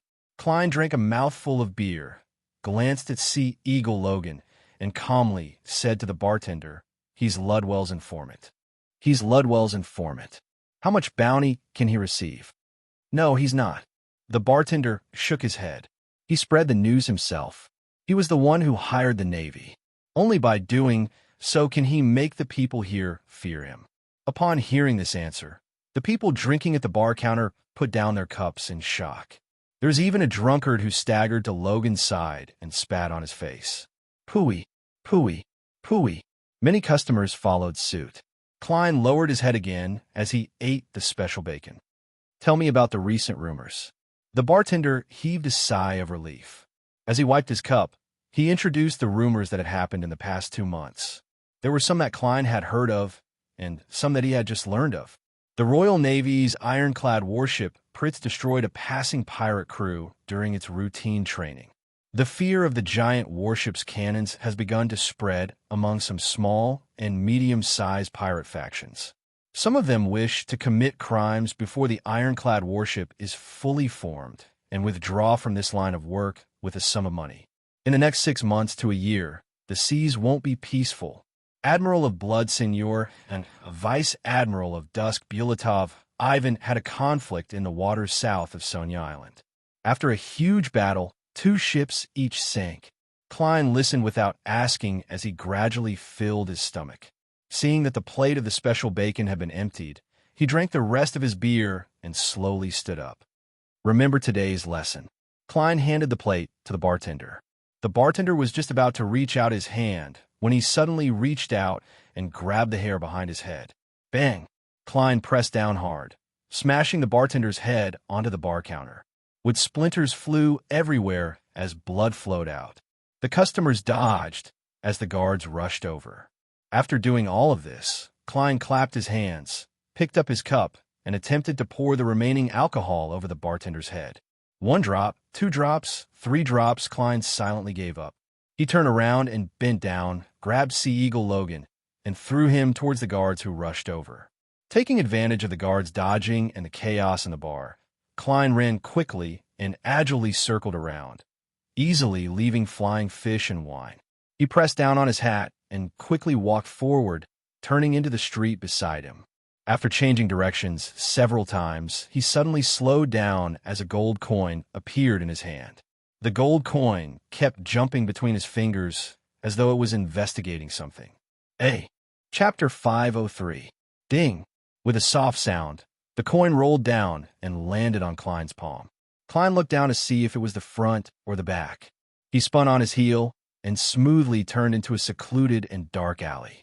The wind by the sea was cold and fierce, and the convection produced in such a terrain made his woolen coat fly backward unconsciously, and almost made his half-top hat fall off. Suddenly, Klein stopped in his tracks, turned around, and said in a deep voice, "Come out." His eyes were sharp as he stared at the shadow around the corner. After 4 to 5 seconds of silence, a figure grew out of the darkness and chuckled. "You're very sharp." It was a man in a black cloak. He looked to be in his 30s. His eyebrows were burnt yellow, and his eyes were dark blue but bright. His facial features were not too deep. He seemed to be from the southern part of Intis, Lindbergh, and Seeger. As soon as he saw him, images flashed through Klein's mind. When he entered the Flying Fish and Wine Bar, he looked around professionally to see if there was anyone he needed to pay attention to. Back then, the answer was no. The other party was drinking and watching from the sidelines. He was no different from the other guests, and his looks weren't anything special. However, the black cloak left a certain impression on him, allowing him to instantly recognize the stalker. "What do you want?" Klein, who was maintaining his persona, slightly lowered his back, like a giant feline that was ready to pounce. The cloaked man laughed again. "The fighting techniques and methods you displayed just now fit my taste very well. I chased after you to ask if you're interested in joining us. Although that fellow named Logan is indeed impersonating Ludwell's informant, White Shark Hamilton really has connections with many pirates and plays a dishonorable role. You beat up one of his men in his bar, so he will definitely remember it. There will definitely be trouble in the future, and I can help you resolve this problem. You are an adventurer, so you must be dreaming of treasures. We, on the other hand, are a group of companions who have gathered together to search for treasures. We are chasing legends such as Spectre Empire, Solomon's Legacy, Secrets of the Fountain of Youth, The Sunken Laurel, and Roselle's Hidden Treasures. We have traversed the 5 seas, and although we have yet to accomplish one of our main goals, we have found many missing pirate ships." This sounds similar to what the rat said just now, right? He cleared his throat and said, "To be frank, we are a group of pirates, a pirate crew formed by adventurers. However, we only plunder merchant ships and passenger ships when we are especially poor. Furthermore, we won't harm the innocent. Our main focus is on searching for treasures, and we often reap rewards. Seriously, I've once slept on a bed made of gold coins. If we encounter other pirate ships, we will also strike them down in passing to obtain supplies. By the way, our captain has stipulated that we have to explain our principles and remuneration before we recruit newcomers." "Principles? Your captain is quite interesting." Klein deliberately softened his tense expression to probe if the man would take the opportunity to attack. The cloaked man smiled in a relaxed manner. "That was the principles. Next, I'll talk about remuneration." This fellow sure is confident. Although he isn't a spectator, Klein could tell that he was extremely confident. He didn't think anything of the situation before him. "We don't have a weekly salary or an annuity, but as long as we find treasures or plunder riches, we will distribute them according to our status. Under normal circumstances, when our luck isn't bad, the lowest-ranking sailor will receive 200 to 300 pounds a year. I heard that on land, this is equivalent to property? Haha, if we can find a sunken laurel, all of us will become tycoons." The cloaked man casually introduced. "According to our status, there will be different days of leave every month, but they can only be accumulated together with stagger breaks." As he spoke, he suddenly cursed softly. "T. The year before last, we missed the best opportunity to find the Spectre Empire because our captain was on leave." "Pirates have annual leave?" Klein was momentarily surprised. He felt that the pirate crew described by the man exuded a strong sense of humor. It reminded him of a Somali pirate recruitment advertisement he had seen in his previous life. Seeing that the man seemed to be frightened by his words, the cloaked man smiled and added, "As an adventurer, are you still pursuing the legendary powers that transcend nature? As long as you join us, you will have the chance to obtain them." Having said that, he coughed and said, "I forgot to introduce myself." His expression turned serious and was no longer as humorous as before. Subordinate of Iceberg Edwina Edwards, the Golden Dream's fourth bosun, Blazing Donis. After reporting his nickname, real name, and identity, Donis patiently waited for the other party to show a panicked and fearful expression. After a second, he heard the adventurer, who looked polite but acted a little crazily, speak in a deep voice. "Blazing Donis with a bounty of 3,000 pounds? Just as Donis was about to answer, he suddenly had the illusion that the person standing in the dark alley had turned into an indescribable, hungry monster that was drooling over his soul and flesh. Donis abruptly clenched his fists. His body lost its previous ease and was so tense that he was actually trembling slightly. His spiritual sense told him that he was facing an abyss full of madness and bloodlust. In this state, Donis had no idea how much time had passed until the man spoke again. "Why are you here?" "I am on vacation." Blazing Donis' dignity didn't allow him to answer the question, but his instincts made him spit out a reason. As soon as he finished speaking, he felt the other party retract her gaze, and the hunger that wanted to gnaw at his flesh and soul disappeared. He stood in his spot and watched as the young adventurer in a black coat and half-top hat turned around and walked to the other side of the alley. Just as he was about to turn a corner, he stopped and turned his head to the side. "Where's Jaws?" He lives at 1 Seawall Avenue, but he spends most of his time on the second floor of Flying Fish and Wine. "It's the same today." Blazing Donis answered the man's question truthfully. When the figure disappeared into the distance, Donis straightened his back and pulled down his cloak. "A terrifying fellow." He sighed silently. Then he regained his train of thought and muttered to himself, "I have to inform Captain that there's a terrifying fellow in the sea. This is a fellow who looks like a gentleman on the outside, but he's a lunatic on the inside. If I don't have the determination and confidence to kill him, it's best not to deal with him." Donis pulled up the hood of his black cloak and decided to return to the hotel to sleep. He would wait for the telegraph office to open tomorrow morning so that he could pass the message to his contact in the Rorstad archipelago. As for what would happen to Jaws, He didn't care at all.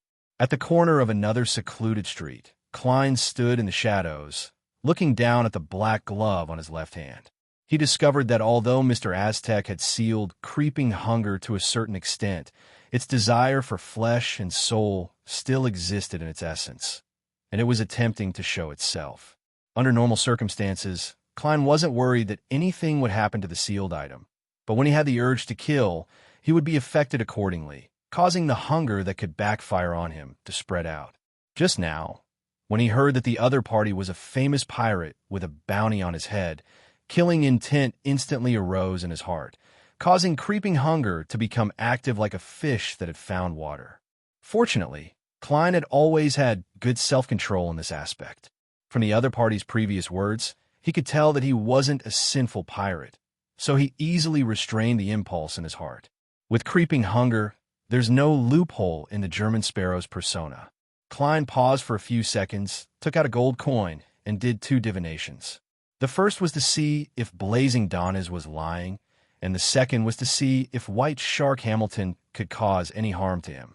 The first revelation he received indicated that there was no need for Blazing Donnas to lie, and the second indicated that White Shark Hamilton couldn't cause any harm.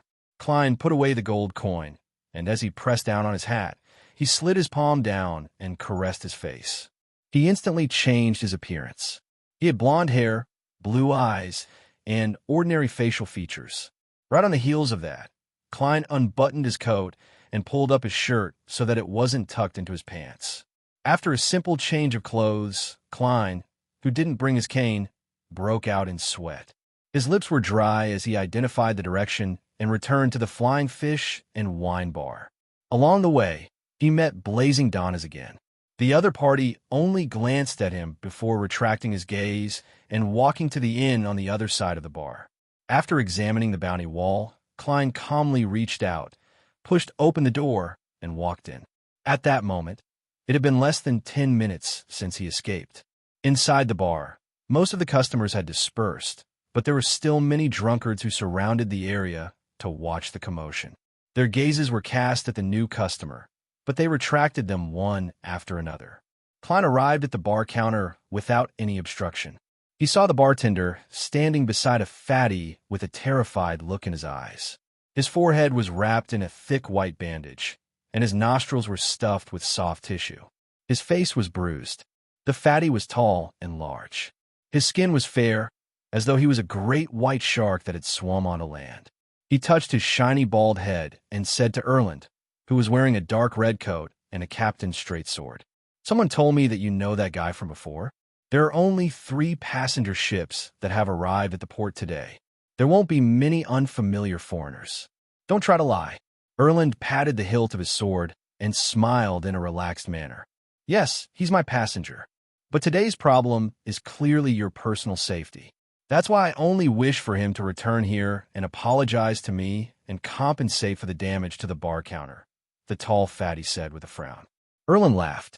"White Shark, there's a saying in my hometown. Don't hate a stray dog that passes by just because of a rat in a warehouse." "The just, Erland, is that your attitude?" White Shark Hamilton narrowed his eyes. Erland held the wooden handle of his pistol, took a step forward, and said in a deep voice, "Yes, that's my attitude. Yes, this is my attitude. Captain is very domineering."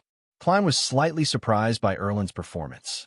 After silently looking at each other for a few seconds, White Shark Hamilton took a deep breath and said, "You once helped me.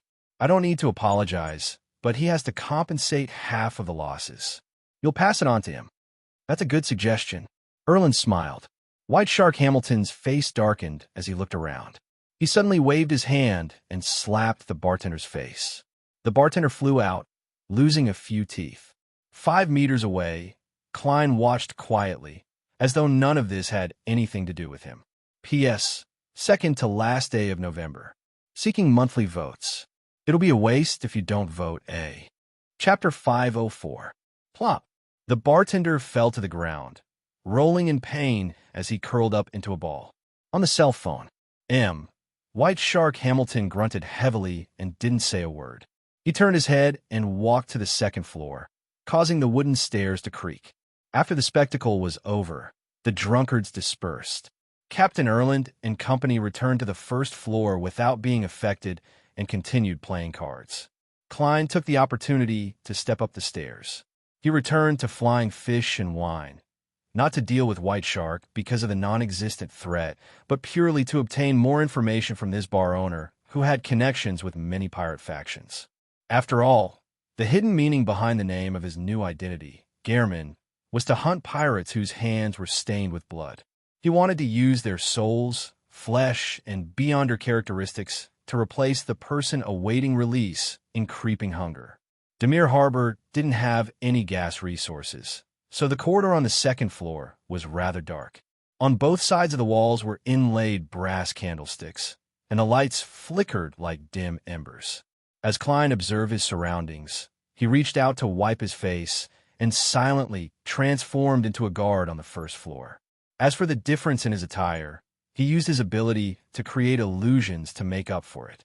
After making his preparations, he walked towards White Shark Hamilton's room, which his spiritual intuition told him about. He first passed by the card game, but he didn't attract anyone's attention. He came in front of the few guards guarding the passageway and consciously stopped in his tracks. He suppressed his voice and said, "There's something happening downstairs again. There's a storm. What's going on tonight?" A guard sighed. "I hope those beauties aren't hurt." Another guard said worriedly. He was referring to the prostitutes who were attached to the bar. "They're fine." Klein passed the guard and came to White Shark's door. He cautiously raised his hand and knocked. "Who is it?" Hamilton asked warily. "Boss, it's me. There's something happening downstairs again." Klein recalled the address he had received while watching the spectacle and deliberately said in a hoarse voice, "Damn it!" Hamilton roared angrily. "Come in and tell me what's happening." Klein twisted the doorknob and walked in. As he closed the door, he dispelled the illusion. His facial muscles squirmed rapidly as he changed back into his identity, a new drinker with blonde hair, blue eyes, and ordinary facial features. "You?" Hamilton was stunned for a moment before he opened his mouth and tried to shout. At the same time, illusory fish scales appeared on the back of his hand, and his originally tall and fat body expanded again. Suddenly, his heartbeat quickened, and an instinctive fear gripped his throat. At this moment, he felt that the stranger standing by the door was a demon that had been starving for many days and was examining his flesh and soul with a cold, yearning gaze. In an instant, White Shark Hamilton fell into extreme panic and was unable to respond effectively. Klein slowly walked to the sofa, sat down, and politely smiled. "Can we talk peacefully now?" The feeling of being stared at by a terrifying monster suddenly disappeared, and Hamilton suddenly felt relaxed. His body, on the other hand, was like a punctured balloon, shriveling up a lot. He no longer called for help recklessly. Sweat appeared on his forehead. "Who are you? What do you want to do?" "A hunter," Klein replied casually. "I heard that you're in contact with many pirate forces. I want to know the corresponding situation." "No, I don't," White Shark Hamilton subconsciously denied. He immediately felt the extreme hunger again, and he felt that the man's eyes seemed to be dyed with a layer of dark red. Klein deliberated over his persona and smiled. "You have two choices. One is to answer honestly, and the other is to be killed by me. Then, answer honestly. Killing and channeling?" White Shark Hamilton had heard of similar rumors as he swallowed his saliva with great difficulty. "Why do you want to know about this?" Klein smiled and said, I'm a hunter. I'm after the bounty." Hamilton suddenly felt that there was an indescribable madness in the other party's polite smile. He couldn't help but blurt out, "Are you crazy?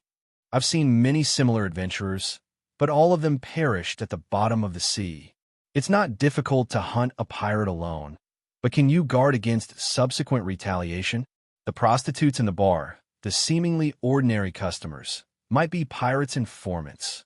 Accomplices who are friendly with you might be bribed at any time to shoot you in the back. The pirates will also gather intelligence in advance and surround the ship you're on. Can you protect all the passengers? Can you survive the bombardment of cannons and the sea where you can't escape?" After venting the fear in his heart, he saw the man who claimed to be a hunter reveal a warm smile once again. Kill them all, and there won't be such problems. A true lunatic. White Shark Hamilton drew a breath and said, I have contact with many pirates, but I'm passive. I'm in contact with many pirates, but they're all passive. The cash, jewelry, and goods they snatch need to be sold in exchange for liquor, food, fresh water, weapons, and women's comfort. All of this has to go through me, but I can only wait for them here. I don't know where their ships are sailing or what their nearest target is. Anything else? Klein asked without batting an eyelid. His answer was mainly to scare White Shark. As for the pirate's revenge, he wasn't worried at all. As a faceless, if he could be found so easily, he might as well find a place to sink to the bottom of the sea. Also, White Shark Hamilton's throat bobbed, but he didn't immediately give an affirmative or negative description. He shut his mouth tightly and looked at the gentleman in the half-top hat, meeting his calm and reserved eyes that seemed to be brewing madness. The uneasy silence was like the surface of the sea before a storm, gently reverberating, colliding, and fermenting. Finally, Hamilton moved his gaze away and propped his hand on the table in frustration. Yes, I'm still gathering information for them. If there's any urgent information, I'll use the radio station they gave me to warn them. White Shark didn't dare take the risk, afraid that the other party had a unique beyonder power that could determine if he was telling the truth or if he was telling the truth. Radio station? Klein, who had succeeded in his gamble, keenly captured the term. That's what they call it. It's similar to a telegram, but there's no need for a wire. Hamilton turned around and walked to the grayish-white safe before squatting down. Wireless telegram? Pirates are so high-tech. Klein vaguely guessed what the radio station was. He had once thought of inventing something similar, but only after flipping through the corresponding magazines did he realize that wireless telegrams had long appeared. It was just that they hadn't found a place in the commercial field yet. The berserk sea that separated the northern and southern continents had lightning and thunder all year round, with chaotic magnetic fields and storms. Only a few sea routes were passable, and even if they were equipped with wireless telegrams, it was almost useless. Similarly, the Fog Sea and Sonia Sea had drastic weather changes, and there were many factors that affected electromagnetic transmission. The application of wireless telegrams was greatly limited. Could it be that there's an improved version that can solve some of the problems? Klein watched White Shark pry open the floorboard in front of the safe, and by twisting the device, a secret door appeared in the wall. Behind the secret door was a hidden cabinet divided into 3 compartments. The top layer was filled with some documents and bills. There were revolvers, new half-arm guns, and other weapons. Below was a complicated black machine. With just a glance, Klein determined that the mechanical object was a radio station through his memories from his previous life and the information he had gathered. It's this thing. They call it a radio station. The news it sends can be received by something as far away as the Rorstad archipelago. Any further will depend on the weather and luck. Usually, it's very troublesome and has many restrictions. Hamilton didn't quite understand. Based on the teachings and experience he had received, he vaguely described the corresponding situation. The new radio station that's currently being commercialized is even more powerful. I wonder who invented it. Klein listened quietly and directly asked, Who are they? He made himself appear like a bounty hunter who didn't know anything about technology. White Shark Hamilton wiped the cold sweat off his forehead. Silver Coin Viper Odor, who claims to serve the owner of the Dawn, and Old Quinn, the intelligence officer of the General of Blood, appeared together. I can't confirm if they are working together. Of course, Odor has always been making claims. The owner of the Dawn, that Queen Mystic? Klein retracted his gaze. At some point in time, a gold coin had appeared in his hand. The gold coin constantly rolled between his fingers before finally leaping into the air and landing. It left White Shark unsure as to what was going on as he trembled in fear. Lowering his head to take a glance, he slowly stood up. At this moment, he suddenly asked, Who gave you the potion? Oh, well, Old Quinn. Hamilton hesitated for a moment before choosing to answer honestly. Klein nodded gently and didn't ask any further. He turned and walked to the door. Creak. The wooden door opened and closed as the figure in the black coat disappeared from White Shark's room. Hamilton held his breath and waited for more than 10 seconds before finally letting out a long sigh. He quickly wiped the sweat off his face, moved the radio station to the table, took out a code book, and hurriedly sent a telegram into the distance. "I'm being watched." An unfamiliar fellow. Beside the focused Hamilton, Klein had his hands in his pockets as he watched silently, taking in the waveband spectrum and the contents of the codebook. His departure, just now, was just a large-scale illusion performance. It was more than enough to deal with a low-sequence beyonder of the Sailor pathway, like White Shark. As for whether or not he could remember the exact content, a seer didn't need to consider it. A single dream divination would allow him to recall all of it. The General of Blood and his subordinates love to kill, love blood, and are passionate about violence against women. Every time they plunder a passenger ship, there will always be a tragedy. This is publicly acknowledged, and they're also very proud of it. They're never stingy with their proclamations. Hunting targets, adventuring targets, prioritize them. Klein thought for a moment, and while Hamilton was packing up the radio station, he prepared to leave the room. He didn't plan on dealing with White Shark for the time being, afraid that he would alarm his true prey.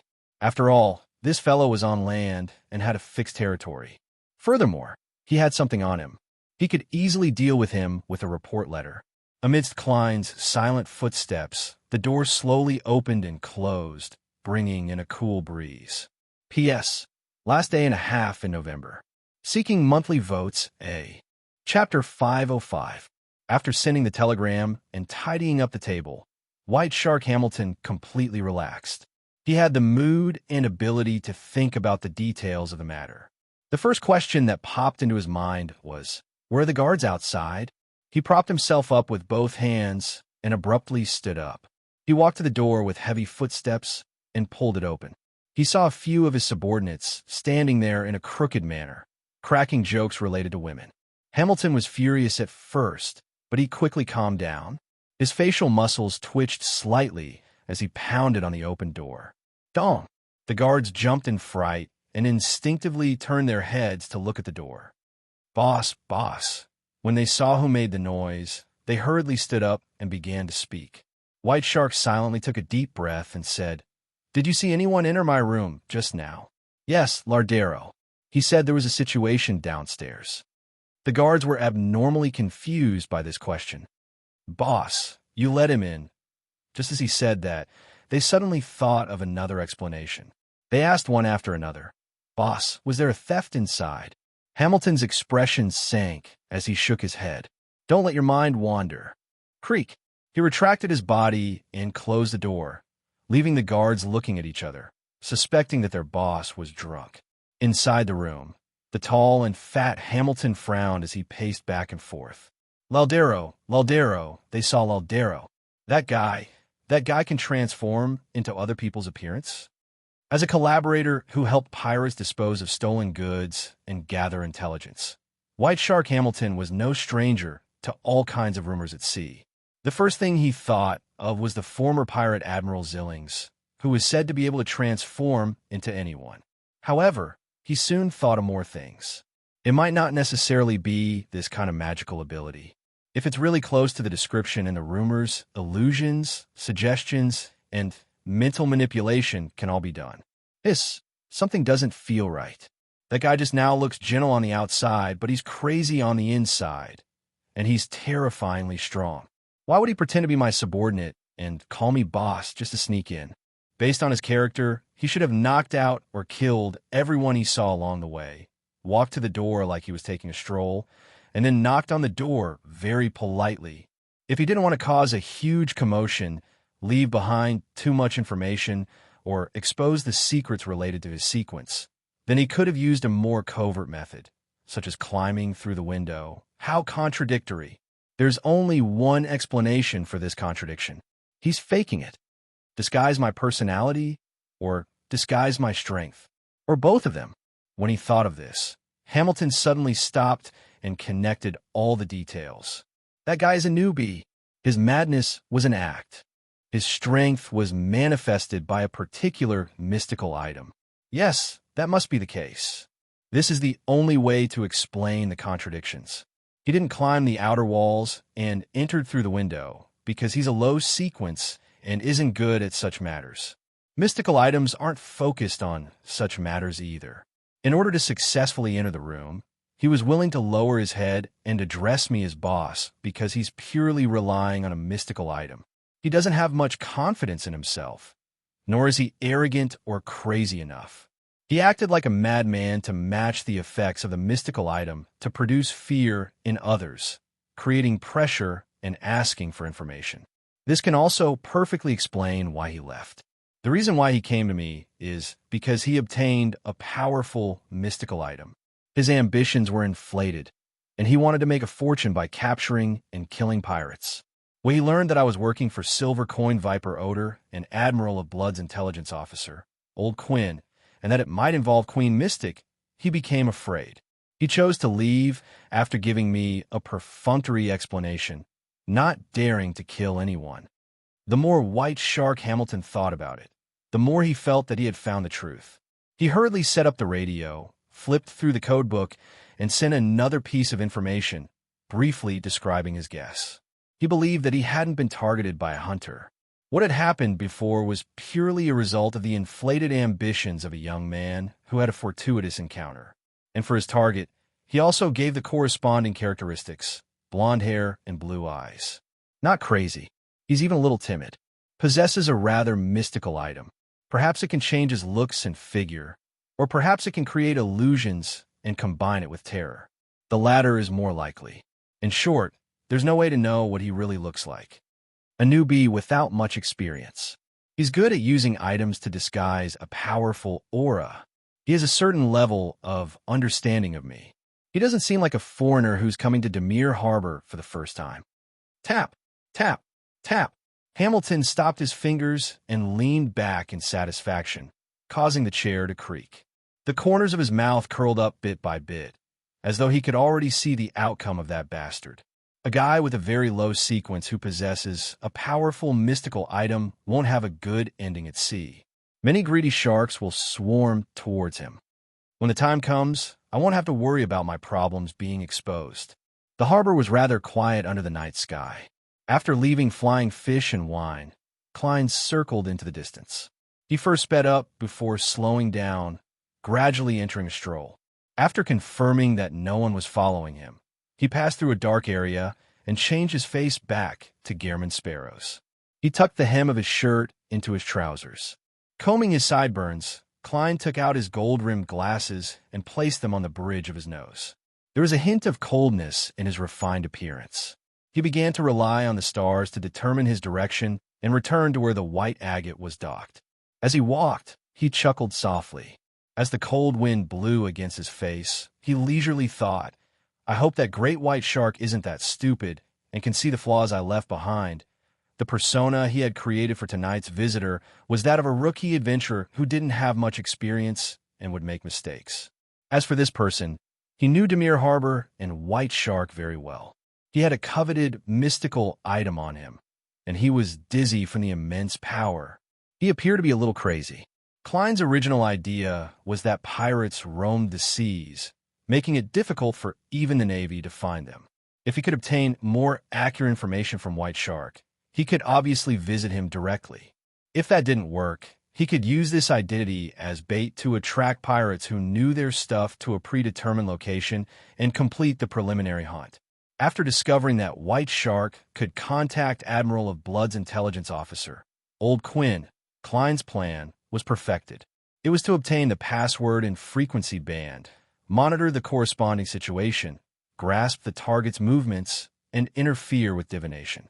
Then, at the most appropriate moment, he would use the combination of a powerful mystical item and a weak adventurer as bait to catch a few big fish. The problem now is that I don't have a listening device. It's basically impossible to buy one at sea. As the world, I can ask Justice or Miss Magicians to help me purchase a set in Bakeland and use a sacrificial method to deliver it.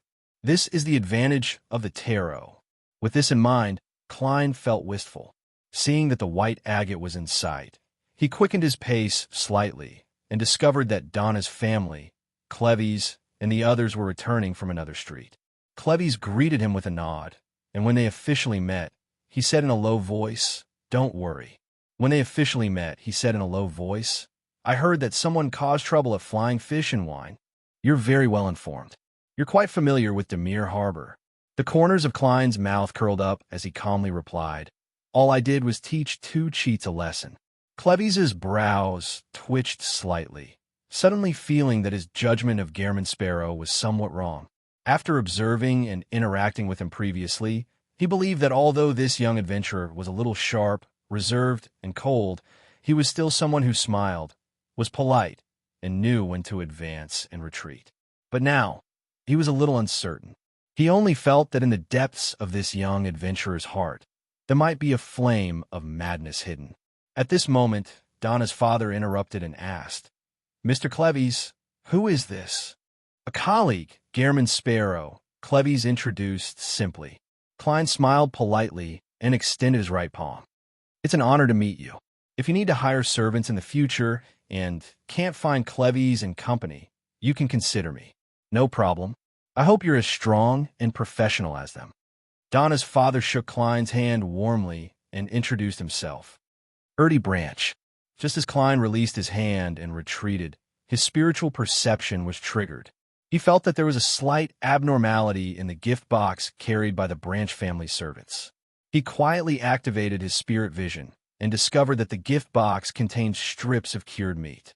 However, the surface of the cured meat was very red, very white, and very black, as though it was something from the spirit world. It has the aura of the spirit world, but it's basically harmless. This cured meat is very special. Klein was surprised. Noticing his gaze, Donna's father laughed. "This is a specialty of Demir Harbor. In the middle of the island, there's an extinct volcano, and there are a few cracks in the surrounding caves. Natural hot winds blow through, and the cured meat can be dried there, giving it a wonderful and unique flavor. It can be used as a gift for friends. Mr. Sparrow, if you wish to buy some, it's still not too late." Unique flavor? Taste of the spirit world? Klein roughly understood what was going on. According to the theory of mysticism, the spirit world and the world completely overlapped but did not interfere with each other. One had to rely on extraordinary power to break the separation, but this situation was not absolute. There were places in the world where the spirit world was too strong and could vaguely affect reality. In such an area, the dead could easily turn to water ghosts, zombies, and so on.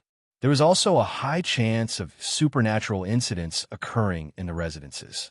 There should be a similar situation in the underground cave of Demir Harbor, but it wasn't serious and didn't cause any abnormalities. It only gave the cured meat a unique flavor. There's no problem if you don't eat a lot of it at once. Klein replied with a smile, "I'm not interested in bacon." It was only at this moment that he confirmed that the cured meat the bartender had given him was a normal breed and not a special one. At that moment, the boy, Denton, pointed at the moon in the sky. "So red." "Yeah." Donna nodded in agreement. "So red?" Klein looked up and felt that the crimson moon tonight was no different from usual. Because children's spirits are relatively pure, after eating this kind of cured meat and being tainted with the aura of the spirit world, they possess a temporary level of spirit vision. Would the children on this island be in a similar situation? Haha, this might be the source of the folklore of Demir Harbor. Klein examined it and found the answer. The group strolled back to the side of the ship, followed the gangway, and went up to the deck. Klein bade them farewell and headed for the second-class cabin. Suddenly, his heart stirred, and he activated his spirit vision again.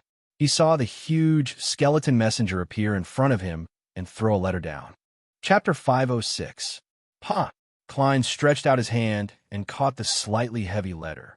The huge skeleton messenger didn't stop.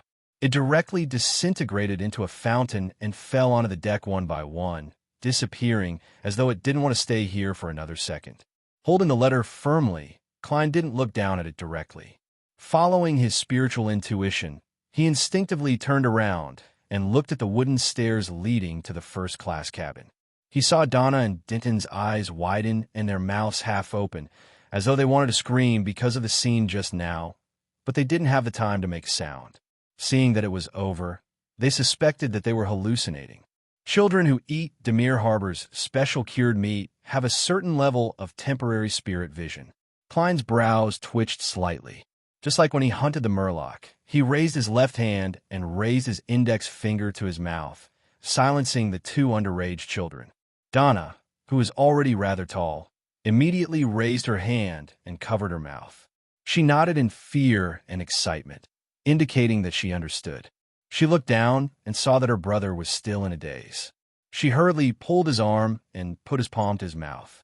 Cleves and Cecil sensed that something was wrong with them. They stopped in their tracks and looked at Klein, but they didn't discover anything. Facing their gazes, Klein nodded calmly and continued walking to his room. A gold coin had appeared in his hand at some point in time. It fluttered down and swam left and right, as though it had a life of its own. Ding!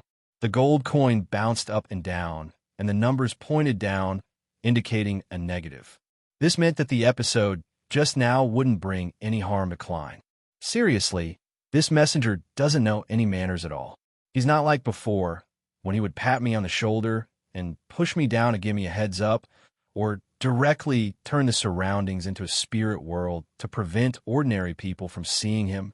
Klein lampooned as he took out his key and opened the door. He sat on the edge of the low bed, lit the remaining half of the candle, and opened Mr. Aztec's reply.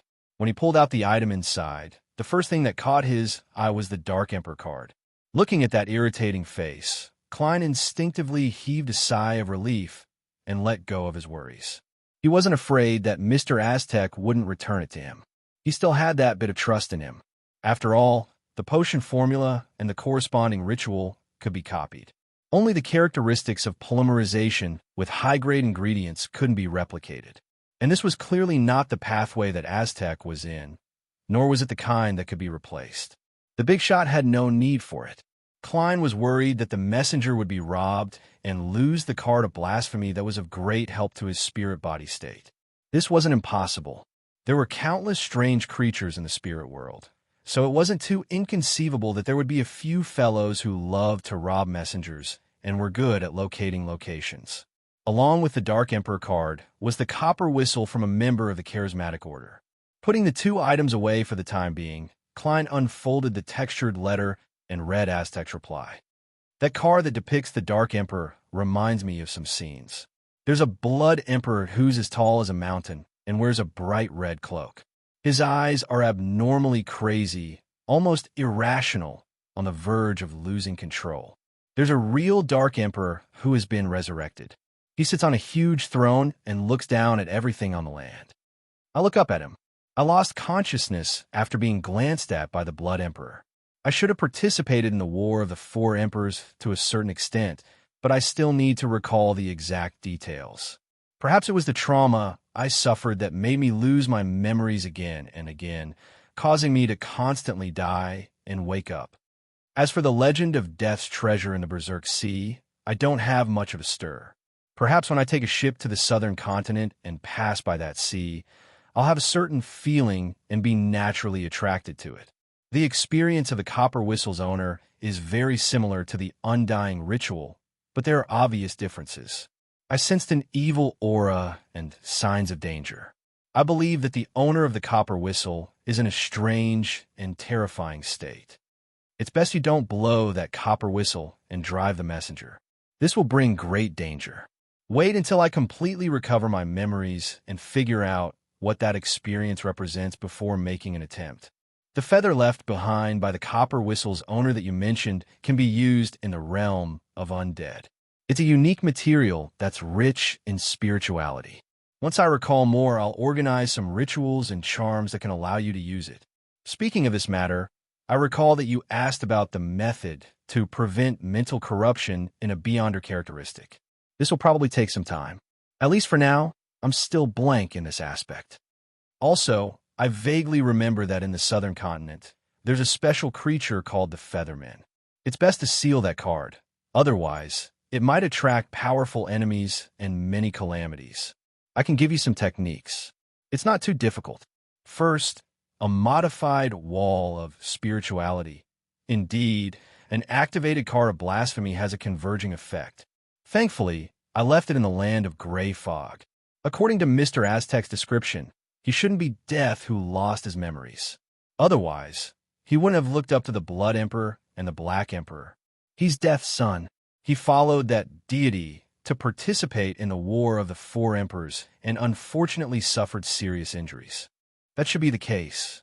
As Klein pondered, he produced a flame and burned the letter. Following that, he tried the sealing technique and familiarized himself with the knowledge that Aztec had taught him. After doing all of this, he held a ritual and brought the Black Emperor card and the copper whistle of charismatic order into the mysterious space in the land of gray fog to eliminate any possibility of accidents. Without a doubt, Klein didn't wish to suddenly encounter King of the Five Seas, Nast at sea. Early in the morning, the sun leaped over the horizon and dyed the distance golden. Klein went to the second-class buffet cafeteria, ate 2 slices of bacon and butter on toast, and drank a cup of lemon black tea. After filling his stomach, he went to the deck to breathe in the fresh air and enjoy the beautiful early morning scenery. At this time, he saw Captain Erland return drunk, the straight sword he wore swaying. Thinking of what happened last night, Klein walked over and said without a smile, "Good afternoon. Did Great White give you any trouble? You should be able to find out that I'm a passenger of the White Agate." Erland, who was wearing a dark red coat, took off the boat-shaped hat on his head and laughed. "That's his own problem. Actually, he did ask you to pay half of the bar counter repair fee, but it's not much, just a few solely. It just so happens that I won 6 pounds last night and gave him some extra tips. That's the end of the matter. Captain, are you afraid that I, a crazy adventurer, will blow things up for the sake of my reputation? So you're going to take the blame yourself?" Klein was silent for a few seconds. "I get it." Then, he turned around and walked back to the bow of the ship, leaving behind a very soft sentence. "Thank you." Returning to his previous spot, Klein felt the sea breeze blow against his face and slowly exhaled. He felt that it was too king difficult to set up a persona. After enjoying the wind for a while, he was about to return to the cabin when 2 figures suddenly appeared beside him. They were Donna and Denton. Cecil, who was in charge of protecting them, was cruising a few steps away. Donna clearly hadn't slept well last night. Her eyes were a little puffy, and her face was rather gloomy. However, she was rather excited. She was clearly imitating Klein to look at the scenery, but her eyes were nimbly darting around. Just as Denton, who was in a similar state to her, was about to speak, she spoke first. "Uncle, who was that last night?" As she spoke, she looked ahead without turning her head, but her body trembled slightly, as though she was recalling the scene she had seen last night. "That was a messenger. You can think of it as a postman." Klein similarly didn't look at the 2 children, as though he was talking about what he had for breakfast today. "A messenger?" Denton almost couldn't control his voice. "The world is so big, so there are bound to be some special creatures. Believe me, although it looks very fierce and terrifying, it's actually very gentle and professional. It just delivered a letter to me on behalf of a distant friend." Klein explained slightly, trying his best to describe the nearly 4-meter-tall skeleton messenger as pitiful, weak, and helpless. After a night of panic, Donna had calmed down a lot since she hadn't suffered any damage. Her eyes unconsciously lit up. As she said, Good God. It's like I'm listening to a story. Very cool." Denton also expressed his opinion. Then he asked in puzzlement, "But why didn't the others see it?" "They didn't react." "That's because your hearts are pure," Klein said with a slight curl of his lips. This was a white lie. After all, he couldn't directly say that it was the problem with the special cured meat. That would make the 2 good little guys unable to resist trying it. This way, ignoring the problem of getting sick from ingesting large amounts of it, just randomly activating his spirit vision was a very dangerous thing to do. Even if Klein could sustain the consumption of his spirit vision for a long period of time, he didn't dare to keep it on all the time.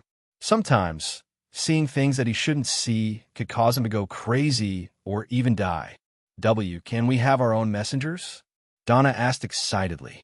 "That depends on luck," Klein answered simply with a calm expression. However, he could not help but complain in his heart. I don't even have a messenger of my own. If he wanted to obtain a messenger, he had to first design an accurate summoning ritual and prepare the corresponding spirit world creature contract. This was a specialized knowledge, and messing around would easily result in something bad being summoned. Therefore, Klein didn't dare to recklessly attempt it before he was confident. Yes, yes. Donna was looking forward to it. Then, she whispered, Uncle, we will keep your secret. Beside her, Denton nodded heavily. At this moment, a new passenger on the ship at Demir Harbor walked onto the deck with his luggage. After Blazing Donnas sent the telegram, he considered that the captain might have some instructions for him. So he decided to cut short his vacation and head to the capital of the Rorstad archipelago to await further orders. Through his own channels, he got himself a ticket, put on a wig, and blackened his eyebrows. He boarded the white agate very easily and waited for the liner to whistle out of the harbor. So just as Roselle the Great said, capable people will always be a little tired. As Donnas walked to the cabin, he looked around leisurely. Suddenly, he saw a familiar figure. He saw the young adventurer in the black coat, who had a calm appearance but was crazy in nature, standing at the bow of the ship, smiling politely at him like a gentleman. The muscles on Donna's face stiffened bit by bit. P.S. Friendly reminder, this month's monthly ticket will be invalid in 5 hours, Chapter 507. I still haven't updated, but other than the break after the main chapter, I've maintained a stable pace of updates. I should commend myself. Well, let's talk about Mysteries itself. The third book, Traveler, has been written for about 10 days. The plot has been progressing rather slowly. This is actually the effect I want. Little Ku has left the monster house and entered the ocean where there aren't as many big shots. It can't be as exciting and dangerous all the time. There's no need to be so depressed, and the pace will definitely be more relaxed. With Traveler as the title, I hope to bring everyone to experience the local customs of different places in the world of mysteries, interesting folklore, supernatural creatures, and more sequences. This will make the world fuller and more realistic. Of course, there will definitely be conflicts in the plot. There will be no lack of danger and excitement, but it will not be as concentrated.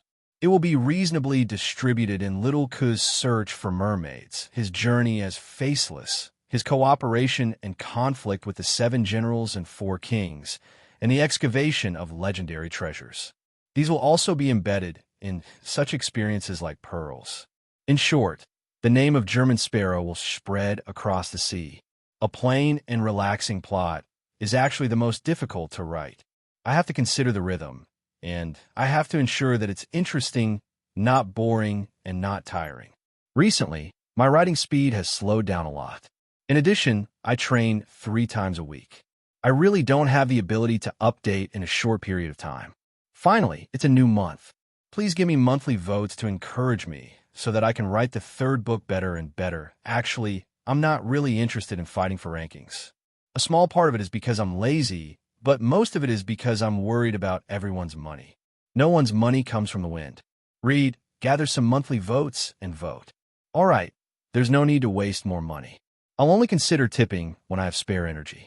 I don't want to burden the readers who like and support me. Isn't it better for everyone to read quietly and happily? If one day I get first place in a ranking, I hope that it's because we have many fellow readers and a deep foundation. Everyone can eat hot pot and sing songs and easily get first place. Yes, we still have to have dreams, right? And for such dreams, I have to write better and better. I have to never be satisfied, and I have to keep challenging. All right, I'll ask for monthly votes again. Everyone do what you can. The main thing is that the recommendation effect is better, and there will be more subscriptions. That's just a small amount of money. Chapter 508. Realizing that a pirate worth 3,000 pounds had boarded the ship in disguise, Klein immediately became a little wary. He smiled at Donna and Denton, who were beside him. He smiled at Donna and Denton and said, I have a friend. He calmly strode towards Vice Admiral Iceberg's 4th bosun, his gaze locked onto him. Blazing Donnas, whose smile had already stiffened, suddenly had a thought when he saw the young adventurer, who had crazy blood flowing through his veins, slowly approach him. Run, run, run with all my might. Even if I have to use my beyonder powers and expose my true identity, I have to escape immediately. In his eyes, the reserved and cold adventurer was a genuine monster in human skin. Just as Donis was about to take action, he suddenly calmed down because he recalled what had happened last night. The other party didn't attack him and allowed him to leave. That is to say, he doesn't have any enmity to hunt me down. I can resolve the current crisis through communication. Directly escaping will instead intensify the conflict. Thoughts raced through blazing Donna's mind. Relying on his rich experience, he forcefully controlled his legs and waited in a seemingly normal manner. Klein walked up to him step by step and revealed a smile. "Good morning.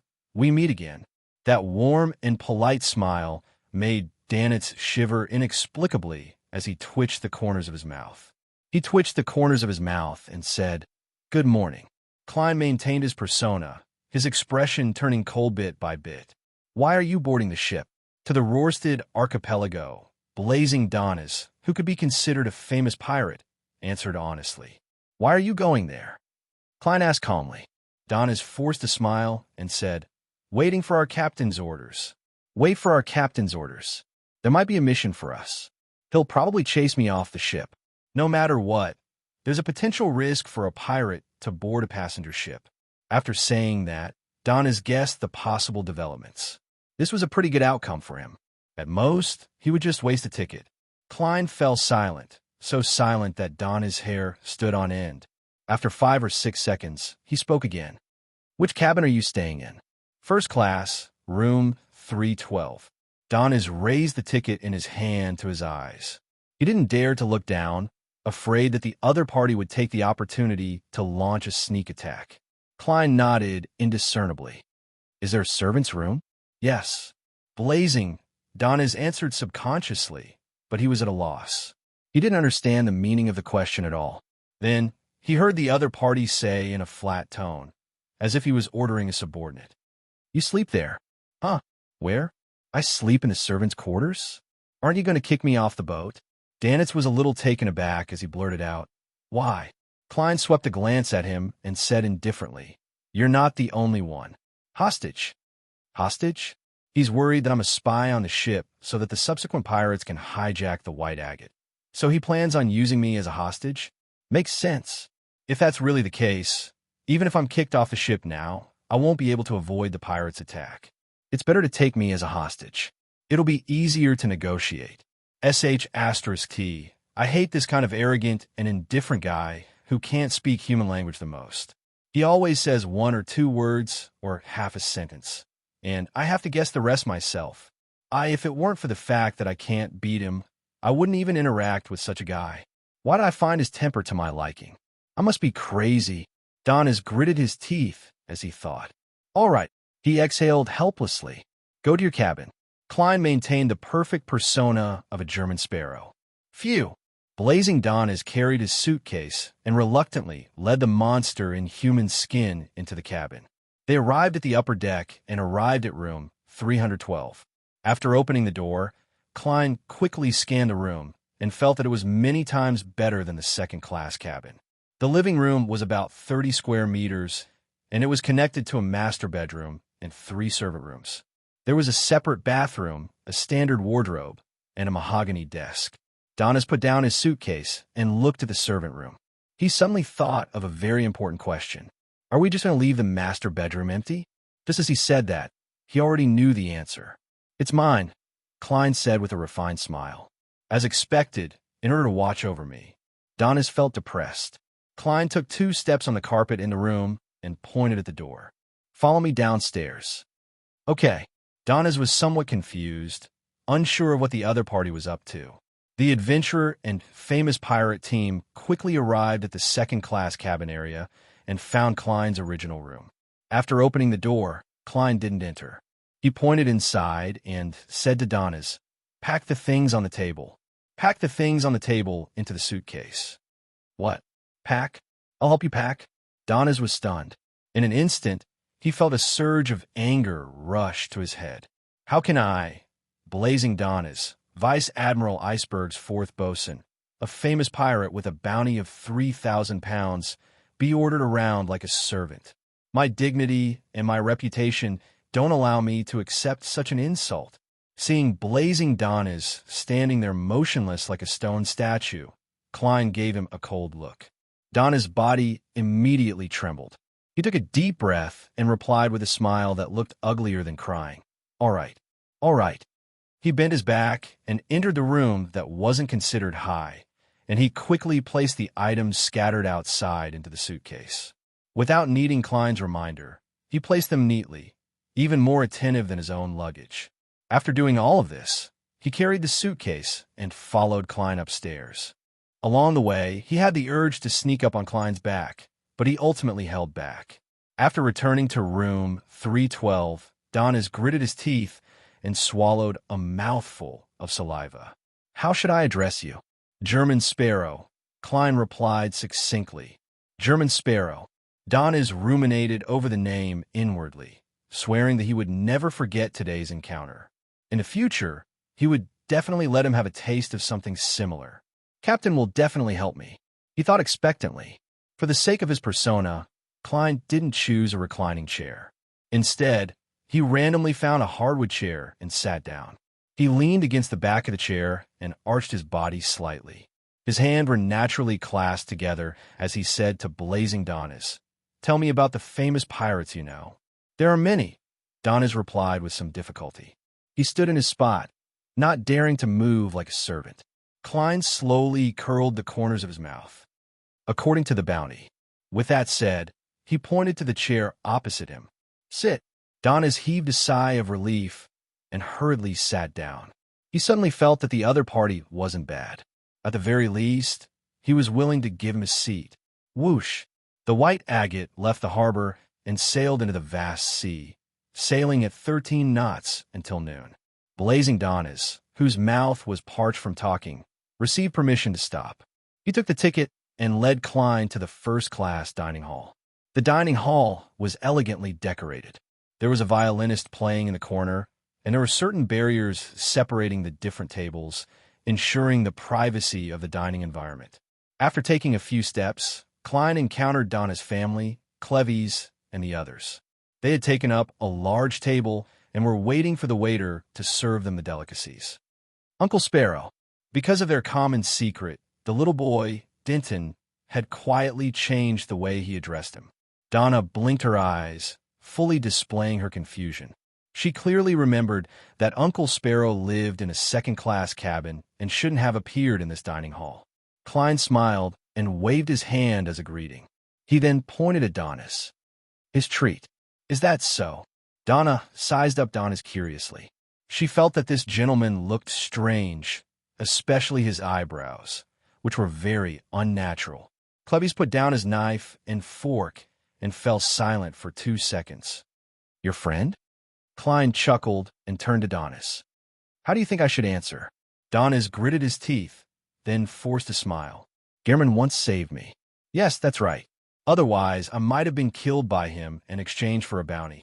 Donis comforted himself inwardly.